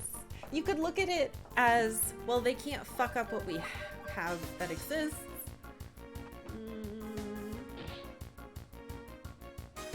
You saw The Force Awakens and dropped it there. Nope, nope, nope. I cried after I saw Force Awakens, and I've told you guys this before, because I was waiting the whole movie for Mara Jade to show up.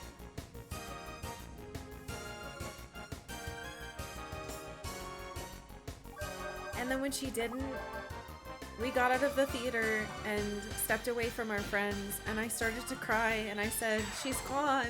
They've killed her. She really doesn't exist. And I don't know why my dumbass thought she would be in it. I was just so convinced. Like, how could they get rid of her? Of course they'll add her. She's perfect. They were great plots, and she was like, her and Leia were like the characters I looked up to most when I was little. And so I just cried the whole car ride home. I was so upset.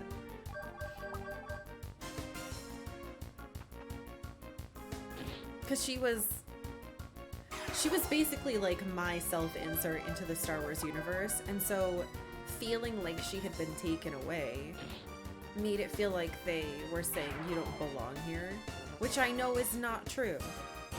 And that's a ridiculous extrapolation. But that's how it felt to me in that moment of I'm not in this anymore. This isn't for me. That was really sad. Damn you, J.J. Abrams. Yeah. I don't know. She was my girl. When I was a little kid, we used to pretend who we were as Star Wars characters, and I was always Mara Jade because I was the redhead. And for once, it wasn't like fucking Ginger Spice, where I was like, ugh, really? It's bad enough I always have to be the girl, but you're gonna make me the shittiest girl.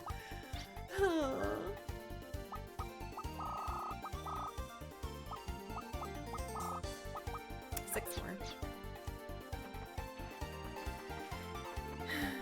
There were things about the 8 that I liked, but it was mostly as like, because it felt like 8 was getting revenge on 1 for not being, or 7 for not being what I wanted. So I was like, good, kill that guy. Yes, tell this person they're nothing.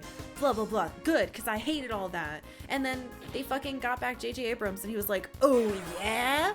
I'm gonna undo all of what you undid. And he was just such a fucking mess.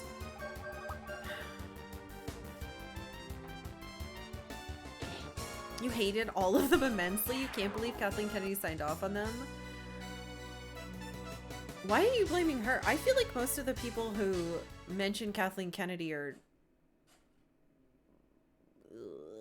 I don't know. I'm 100%ing... I think J.J. Abrams was like, this is my trilogy now. And then he tried to hand it off. And then... and then someone else...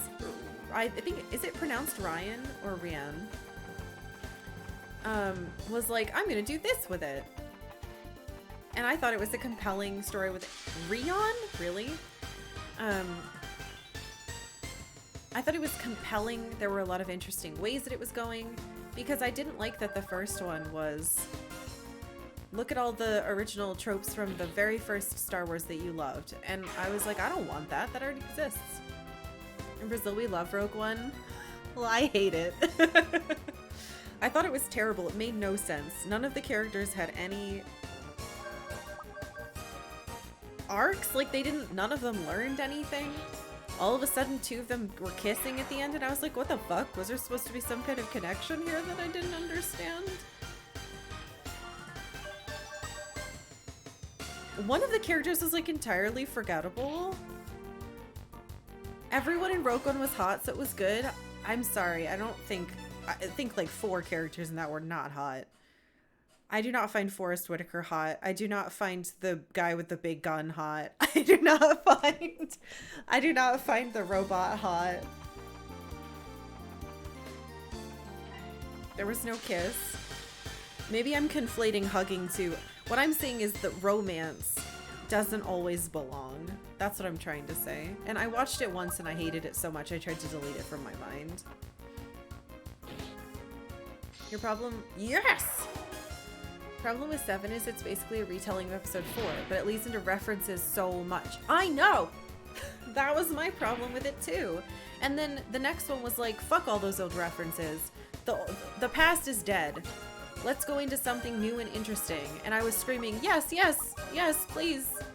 Anything interesting. Who the fuck is my last one? Is it you? Can I look at stats from here? No, that's unfortunate. You're all welcome to have your opinion, by the way. I'm not like a monster who would be like, if you don't have my opinion, you're a bad person. Fart sounds. Should you replace George as the head of Lucasfilm? I literally just saw an interview where that's not true. He talked about how he was getting too old, and he admitted that these stories deserve to be told to the audiences, but he just wasn't in a position where he was going to be able to make them the way that he wanted to, because it was going to take a certain amount of years. And he was like, there's no way, there's no guarantee I was going to live that long. So I felt like I had to hand it off, and it was a big mistake. Someone literally just sent me that interview like last week.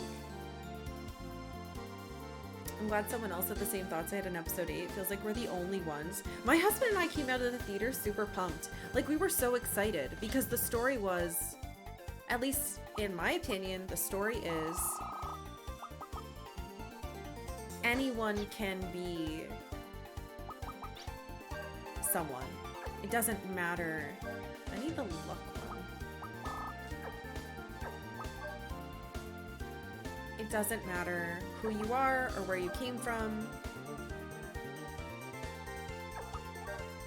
And anyone can be anything. You. Wait, what? I already thought I did this one.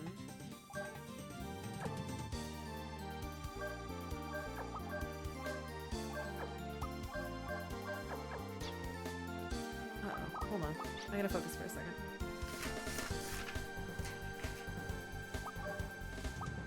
I liked the message. I liked the idea that the past is dead. I liked the idea that we are going to reject the old shit. So I was like, if you threw away the canon, you better be doing it for a reason. And so I appreciate a lot of that. I do think that the B plot with the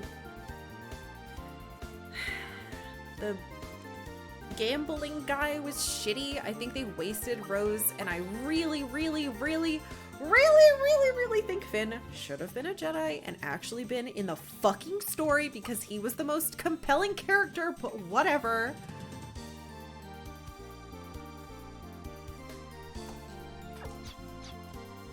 Haha, oops, somehow Palpatine returned is probably the most upsetting thing in the universe to me. Oh my god, Finn and Poe should have kissed. I agree. And again, it's totally fine if you have a completely different opinion or you disagree with me.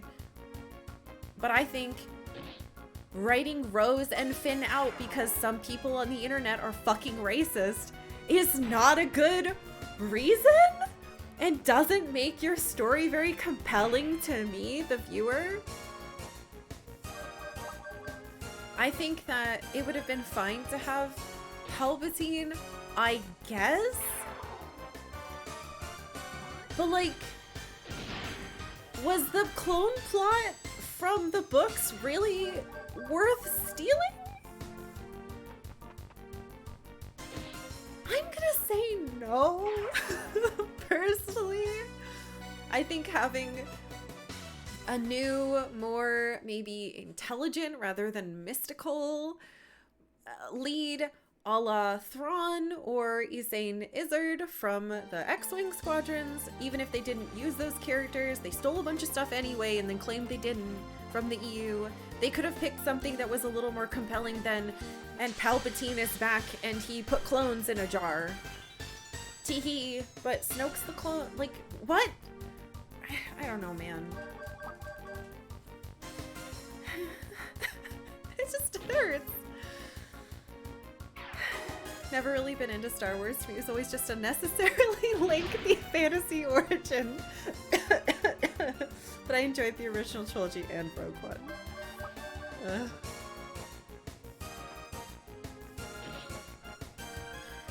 Kylo and Rey was such a forced romance dynamic. See, I disagree. I think that the things that they introduced in The Last Jedi with them having... Granted, I think the triad thing was bullshit. 'Cause none of that made sense. But I think having them have those, like, those connection moments where all of a sudden they could, like, hear each other and see each other, the way that that was shot was so fucking compelling to me. So I disagree. I personally really liked the Kylo, like, the Reylo bullshit. Okay, this is the correct one. I like that stuff. I don't know why I liked it, but I did. I think, yeah, I thought it kicked ass. I don't think I want to see a guy meant to be a neo-Nazi incel. Why do you think he's meant to be a neo-Nazi incel? So this is the thing that bothers me.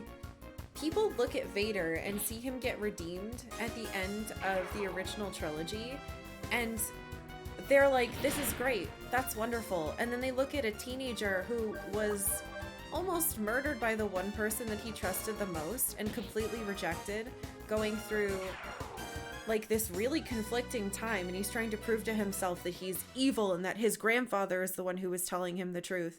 And they're like, good, I hope he dies. I don't want him to be redeemed. And I'm like, but you want fucking Vader? You're happy with Vader being redeemed? It's just hypocritical. I completely disagree with that. I think people are upset because they don't like they see a teen boy and they're like, what a whiny little bitch. I hope he dies. And I'm like, but you're okay with Vader, who literally killed everyone, being redeemed? I don't understand. I hate that shit. If anyone's the Nazi incel, it's like the Emperor. Please remove kissing from your Star Wars. No way. Brothers kissing sisters. Wookiees kissing ladies. All kisses. Except those two idiots who had no chemistry in the Rogue One. That's the problem.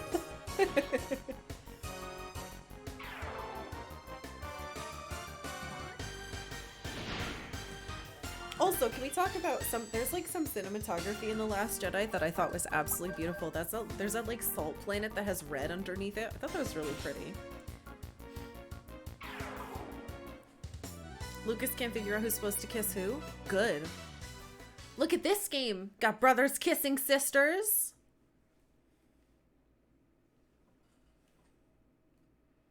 Brothers kissing sisters. It's in all of it. You can't stop it. Star Wars is the same as what we're playing now. Modern Star Wars misses the Sailor Moon vibes from the original Redemption for Everyone. Well, I think that's important. I think looking at someone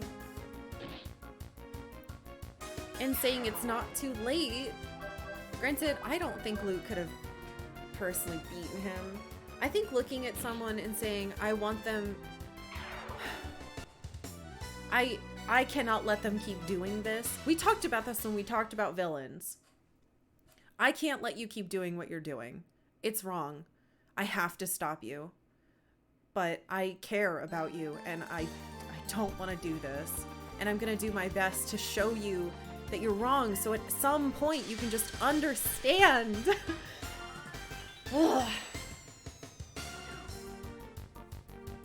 Yeah. Normally in movies, I think kissing is lame, but I think kissing is a big part of Star Wars, because then you wouldn't have Luke and Leia and their weird relationship. Like, I recognize the flaws of the original. I know that the kissing is gross. None of the kisses are good. They're all weird 80s kisses, so it's like... open mouth, no tongue, very strange. Pressing our faces. Don't like any of it. It's not good. But it's there.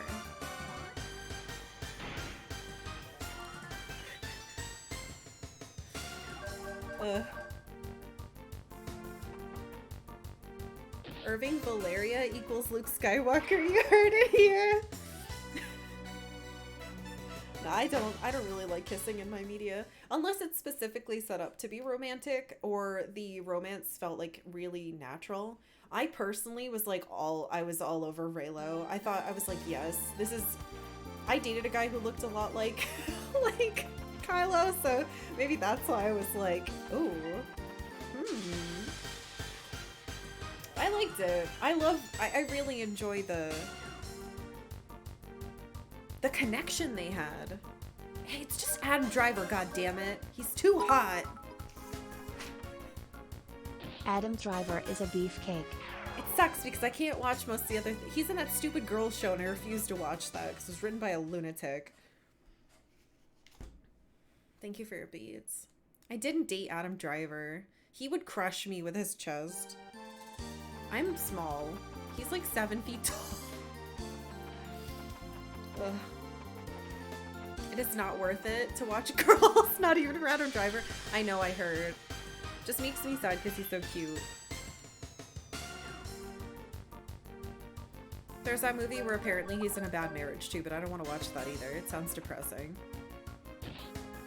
Adam Driver is Irving Valerian the movie Wild Arms 2.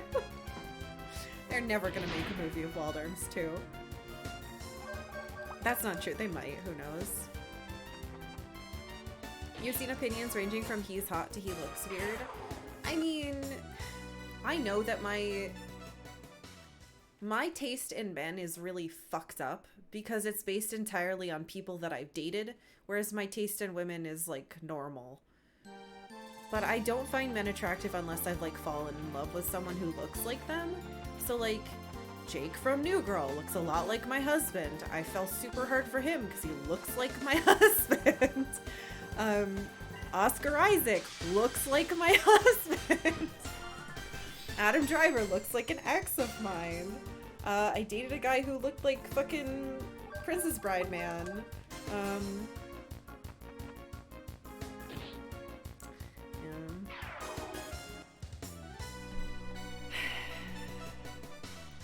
He has a face that makes you think he's gangly and thin, but you see him shirtless, so he's massive. I don't think he's gangly and thin. You have the exact opposite thing. It will shun anyone who looks like an ex.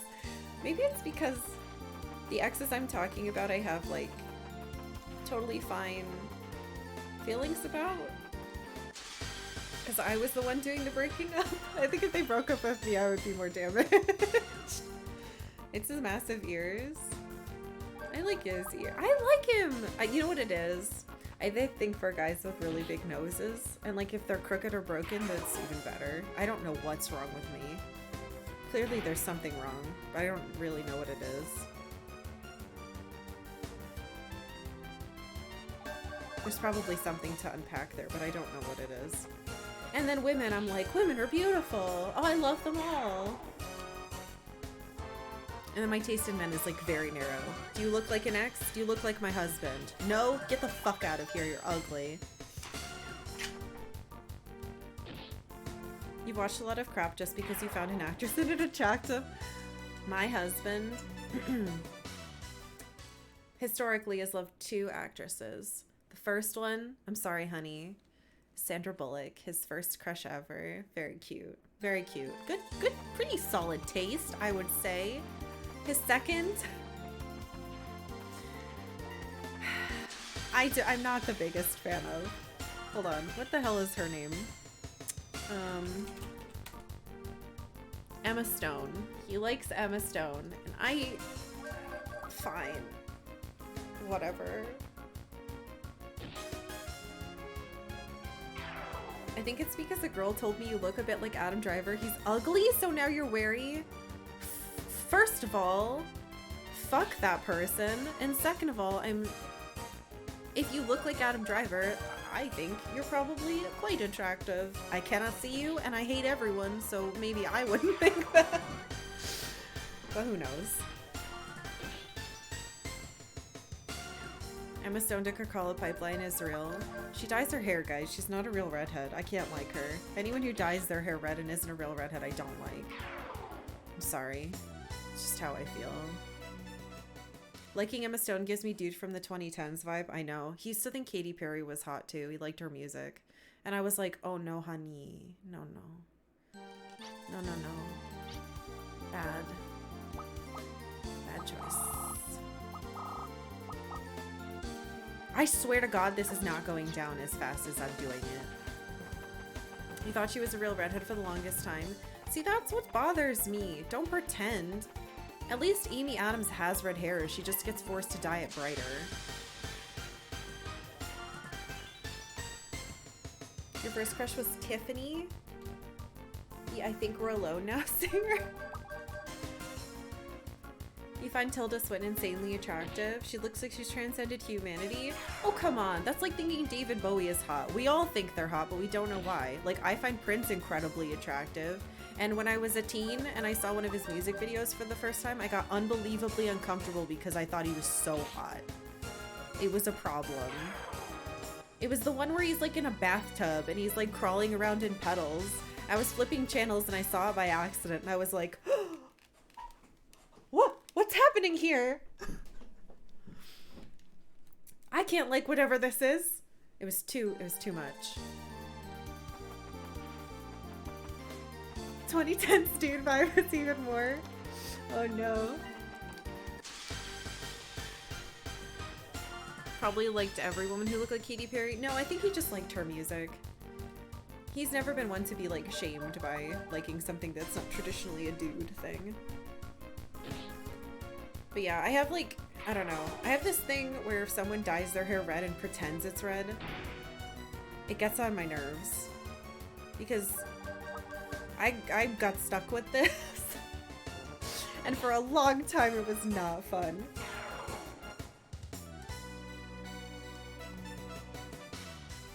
The girl I like has told me multiple times she finds me very attractive and sexy, and it's been a huge confidence boost. That's good. Is Kate Mara a real redhead? I don't know who that is. I'm sorry. I can't tell you. You don't like the androgynous look? Dude, I get that. However, Young Prince is really hot. And little me was like, I don't know what to do with this. It was okay to like Prince because he wasn't rapping. No, I wasn't allowed to know he existed, don't you see? There were sexual things going on, and that was not allowed.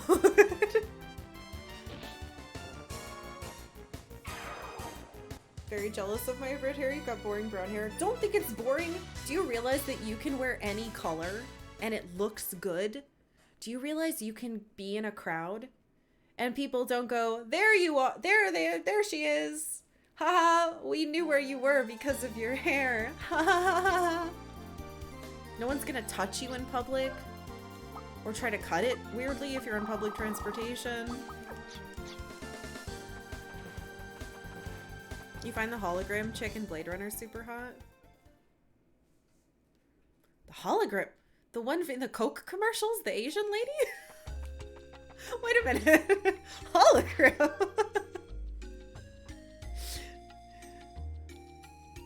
Not the girl played by Sean whoever? Oh, I haven't seen that one. Ah, please don't tell me anything about that one. Blade Runner is my favorite movie. I'm too scared to see 2049, even though my dad told me it's good. He materialized immediately to someone in 14 who looks exactly like Godbert in underwear mode. I know, I heard it's good. I just can't do it. Can't do it. So, the pressure of watching the sequel to your favorite movie is immense. Like, I can't tell you how scared I am to watch it. I don't get sequels to the things I love very much, and when I do, they're really, really bad. Like Sailor Moon Crystal. Or finding out that the actor that stars in your favorite movie is a pedophile murderer. Thanks for ruining American Beauty, buddy. Can't even watch it anymore. So I can't. You see, I can't lose Blade Runner. I can't do it. I'm so sorry that half of our day has been doing this. But we're gonna use all the spells, and it's gonna be really fun. You think of yourself as either a gnome or a dwarf in terms of fantasy races? If I was a fantasy race, I would probably be a hobbit or a human, but we've talked about that before. Teen me wants to be an elf, but I wouldn't be. I'm too short. Do it for Tim. That's what we're doing. Stream has been great. We've gotten to talk about a lot of stuff, which is nice. Strong finish to the year. A wood elf.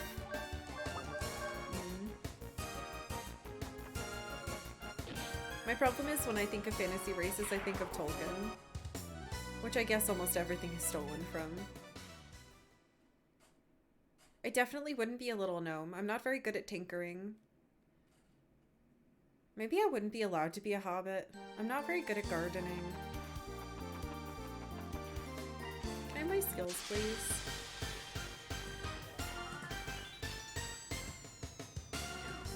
You think of D&D?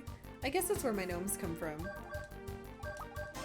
I definitely wouldn't be a dragonborn. I don't have any kind of cool lineage in my family.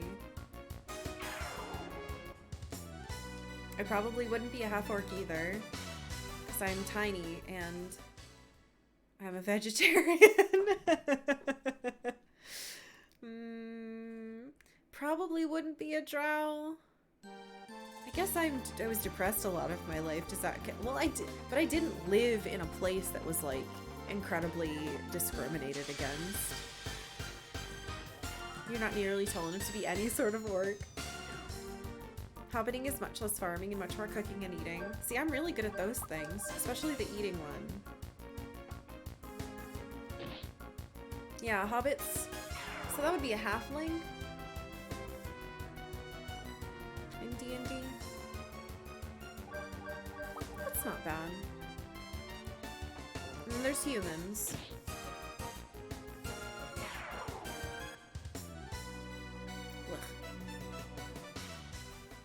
Not sure how the average drow's mental health is. I guess because I always, what is it called, the Underdark? I'm not sure.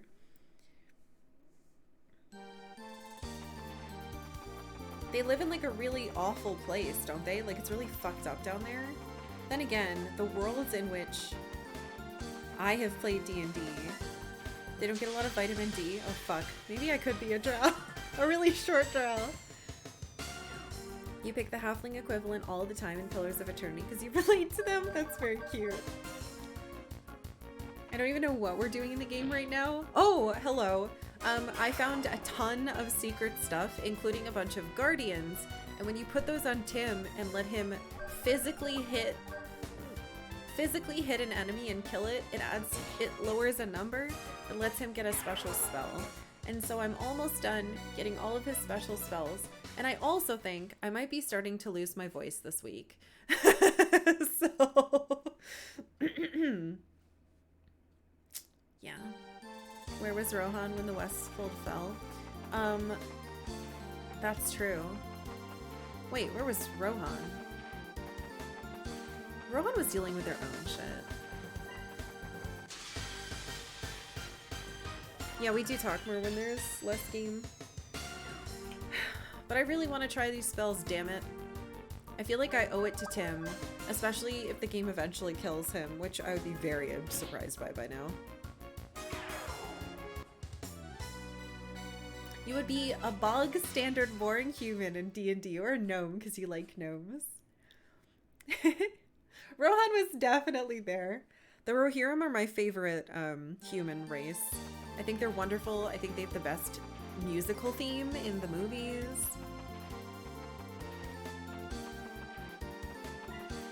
That's so funny. I would be very confused if they were like, where was Rohan? Fighting? Oops. That's the wrong button. Can you be a hobbit elf? You like aspects of both? I like aspects of both too. How can we both be hot and lazy? There's gotta be a way to do that because that's like my ideal life. Hot, trees, eat lots, do nothing. It's my ideal life.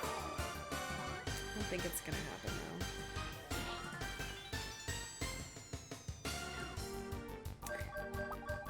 though. Ugh, what if it's that you look like an elf but you just have the equivalent of the proper sized feet for you?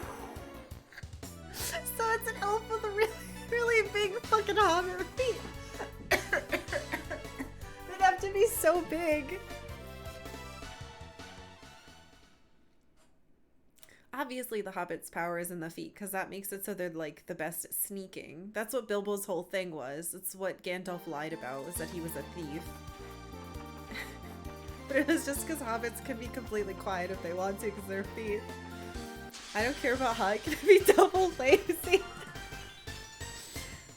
Delicate elf body, then massive feet. Oh god, I bet there's art of that somewhere on the internet. That's really good. But you could be silent if you wanted to.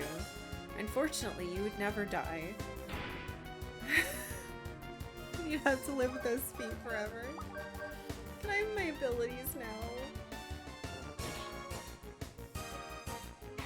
God, I really like that. What other horrible squooshing could we do? Hobbits already kind of have pointed ears, so they would just get pointier? Or be normal elf ears, I think. I'm losing my mind. Tim, could you please? Could you just try a little harder for me? I didn't even see this come up that we learned it. Tolkien didn't believe in an inherently evil people, and thus he was able to make orcs and goblins the evil army by not fleshing out their culture. Threadnought, don't you fucking hate Lord of the Rings? Are you the person who's always dunking on me when I try to talk about it? I can't remember. Oh, one of my friends is like, hey, do you want to play games? Sorry, I can't. I'm streaming. I do, though. I do want to. Oh, I have the code for my stupid Darktide thing. I need to, figure out how the fuck to get it now. Hairy pointy ears? Blah! I don't like that either.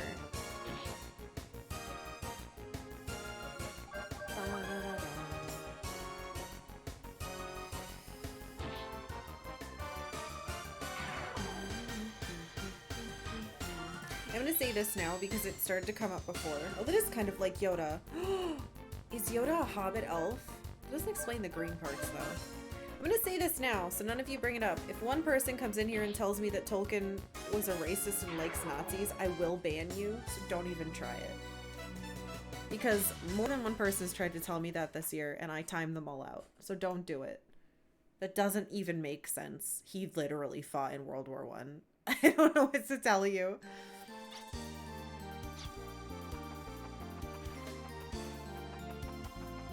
Man, poor Star Wars.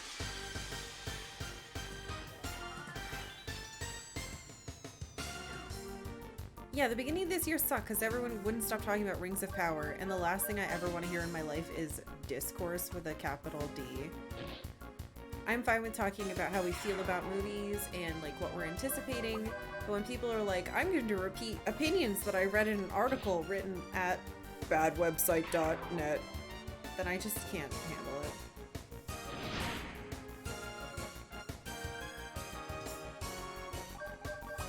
They might be confusing it with Lovecraft.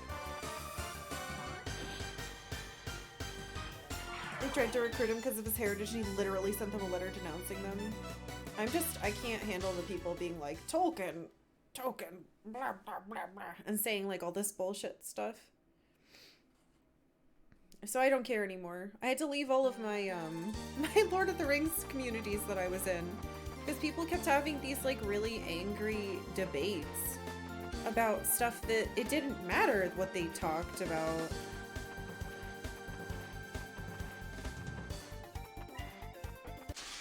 How about the Mavs? Hey, the Mavs won last night, right? Yay for my husband who loves the Mavs. I love badwebsite.net. That could be a real site. Yeah, Deals was there, I saw. And they won apparently. Congratulations to Mavs fans. I told my husband he needs to stop picking teams that are colors that I don't want to wear. I was like, can't you pick a team that has green colors? And he was like, ugh, that's the Celtics. I was like, we used to live in New England. We could be Celtics fans. And he was like, no, we could never. I was like, fuck, okay. There was some other team, and I don't remember. They had a weird name. Did you know there's a team called the Nuggets? The Denver Nuggets? I know it's not chicken nuggets, but I wish it was.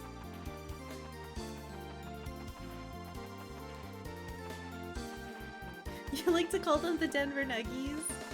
Celtics not whatsoever. What's wrong with the Celtics? What happened?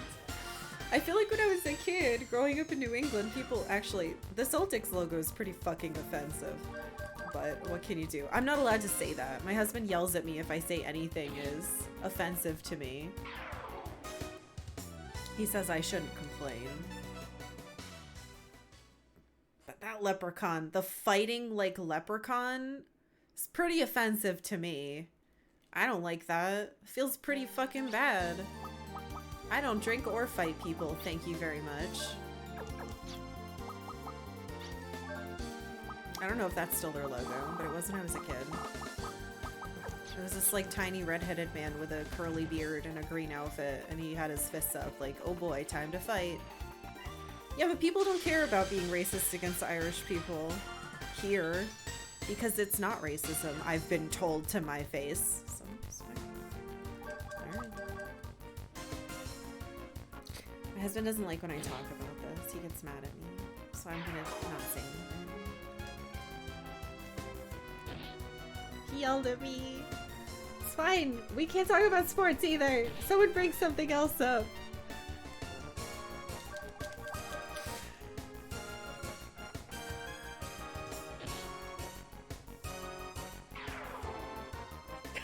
That's Notre Dame. That's on the upcoming Zelda game. I'm gonna play the shit out of it, and I kind of want to stream it. Would you guys watch me play the new Zelda game when it comes out? I played Breath of the Wild like to death. Yes? Wow, really? Oh shit. Okay. Cool. Let's play the new Zelda when it comes out. That's very exciting. Pocahontas was a movie that exists. Casual, no. I don't know. Usually people would rather have me play old games and then like not stream those. Glad you're not one of the few Zelda purists that hate Breath of the Wild. I've liked every single Zelda game I've ever played, so I don't think I could be called a purist at all. Then again, I'm free! Oh my god, we did it! It took like 3 hours. I regret this. Okay, we're gonna go to a scary area and we're gonna use every goddamn spell. I loved Breath of the Wild. I thought it was fucking incredible. It probably has my favorite Zelda soundtrack of all time. And I've liked every single Zelda that I've ever played. I've never disliked any of them. The only thing I think was bullshit in any Zelda game ever is having to put bombs across the water in Master Quest. I'm free. I better not find any more of these fucking things. Alright. I don't remember who had what. You get Chapapanga. You were supposed to get Dean Dimlarmer. Hold on. Take this. Look at his sorcery! Alright, Raftina, Zephyr, Justine. Wait a minute.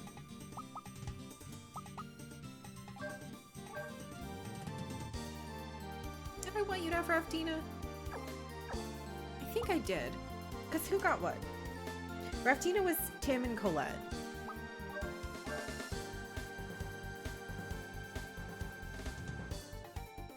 Yeah. I think this is right. We could give him Raftina. I might give you Loka. That's 400 sorcery. Alright, let's do that. What do we want for Maribel? She's probably the one that doesn't get a gold one. I want her to have higher attack. This might be the best. Oh!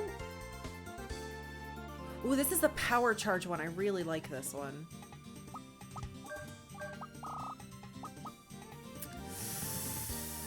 Yeah, let's do this for now. I'm going to go save the game. Holy shit, that feels so good to be done with it.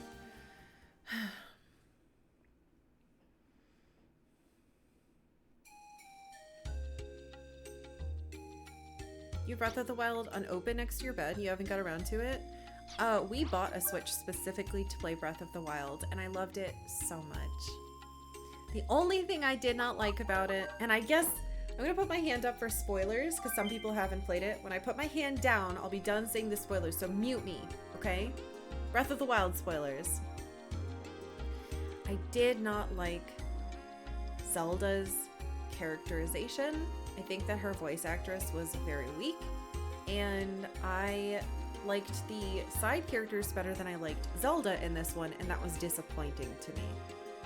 Really disappointing to me. I think that she deserved more agency. I think, once again, putting her in a box kind of bummed me out.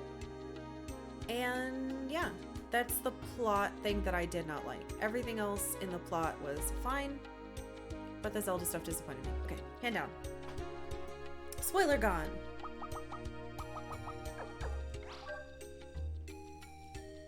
I love the side characters though. Fuck the weapon degradation. You know, I'm a sick freak and I didn't mind it. I didn't enjoy it, but I didn't mind it. We have really good luck right now. I don't want to sleep at an inn. Alright, team. This is not the team. This is the team.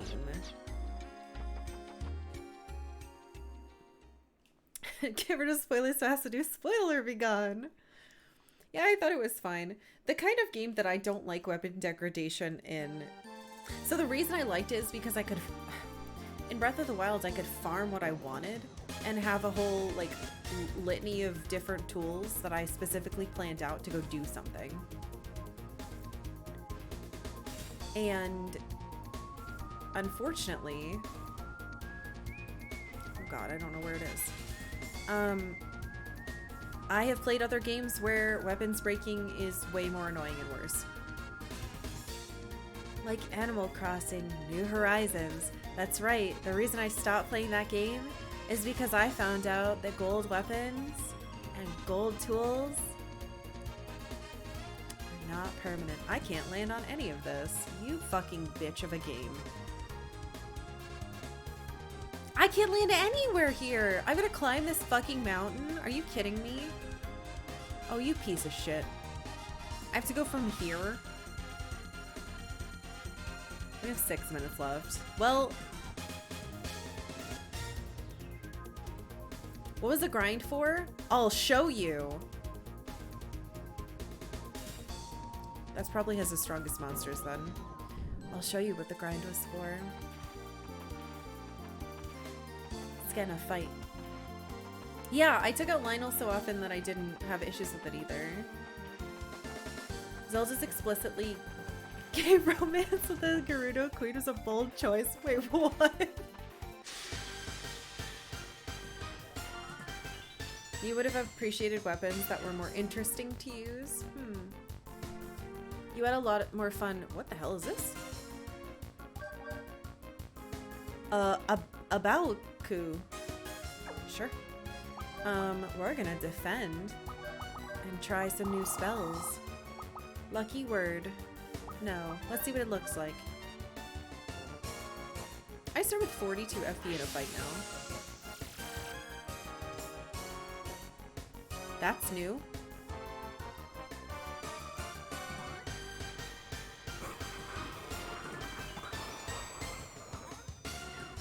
Yes, build my FP, you bitch. What else do we have? This is new. Go, my son. I don't think that worked. What the hell? Is that a death move? That's not what that's supposed to be. Thread, thank you for $5. Karkalla, you just need to grind for about 10 hours straight until you're able to breed a golden chocobo. Like in Breath of Fire 9, my favorite Dragon Quest game by Nexon.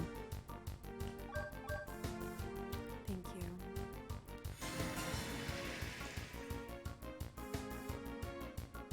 This prevents...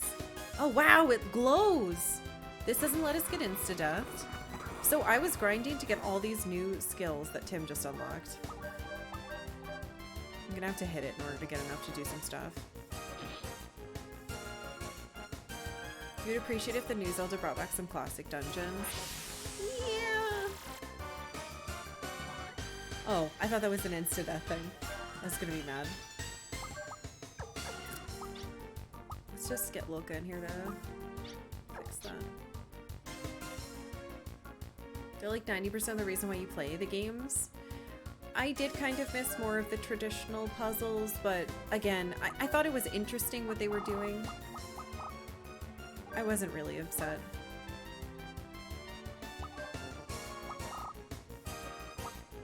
Valkyrie. This is a new attack. This poor dragon dinosaur is like, why aren't you killing me? You had so few weapon slots that you couldn't become attached. Oh. Ooh, that was cool looking. Holy shit, it actually did decent damage. I'm surprised. You didn't do anything. I'm so strong. It's because I'm defending, I think.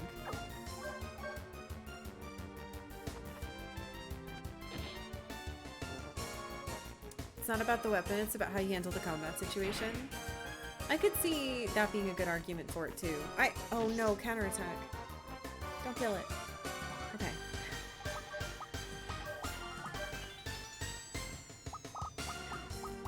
See, Apocalypse we can't do because it's too high. Here's another new one. I'm worried. Let's see what Gold Hammer does.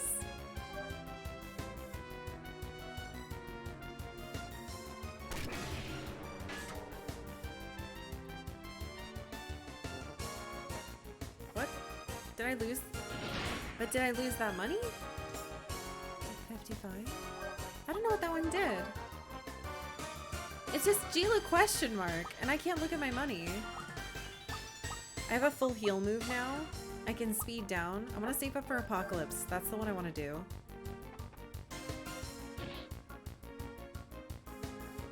$98. Okay, that's an AoE. It should be up.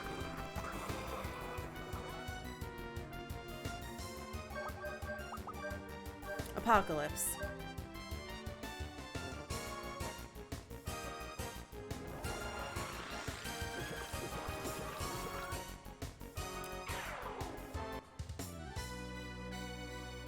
That's what I was grinding for.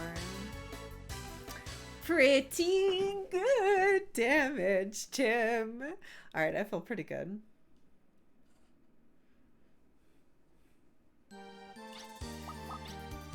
But yeah, the only game that I did not like that have weapons that broke was New Horizon. Tim's a big boy now, yeah. Anyway. Hey, guess what? I'm really sorry, but that was the stream. I had a really good time today. This was really fun. Dad, thank you for 500 bits. We have made Tim a monster, like an actual murder monster. However, the stream, this stream is over. The stream is not. If you're only here for Wild Arms, I will be back with more on not Monday, not Tuesday, Wednesday. Wednesday at 10 a.m. I'm taking 2 days off. I stuck with it other than the power. I did not take any days off in December. And I hit my goal of 2022. So I'm going to start 2023 relaxing. But now we're gonna be opening some P.O. Box presents. Wednesday. I think it's the 4th? Hold on, I can tell you. Let me look at me phone calendar. The next stream will be, yes, Wednesday the 4th. So I'm taking the 2 days after New Year's off. My dude's day. So hopefully I see you there. And we're probably gonna beat the game. I have officially done all the things that I really wanted to do, I think. Wednesday the 4th be with you. That's the wrong 4th, that's May, but thank you. Yeah, so we have to go up this giant mountain path that you just saw to get to whatever is there, because I cannot see it while I'm in my ship. The only things that we have left to do that I'm concerned about... Wait a minute! There's a chest behind a sleeping man. I don't remember where he was. Whatever. I'll figure that out next week. The Pirates Cave thing, and we haven't done the optional pyramid bosses because I'm not a high enough level and I don't care. So I don't feel anything about that. I don't care. So what's gonna happen is that I'm gonna take a 5-minute break, and then I'm gonna come back and we're gonna do Mailbox time! Yay! But I have to take a break because if I don't, my bones will fall out of my body and Octavia will eat what's left because it is her food time. So stick around if you have interest in opening P.O. Box stuff with me. Unfortunately, it is very dark out, so I look like a ghost now, but I will see you in a bit. Wahoo! Yaha! More Mario sounds.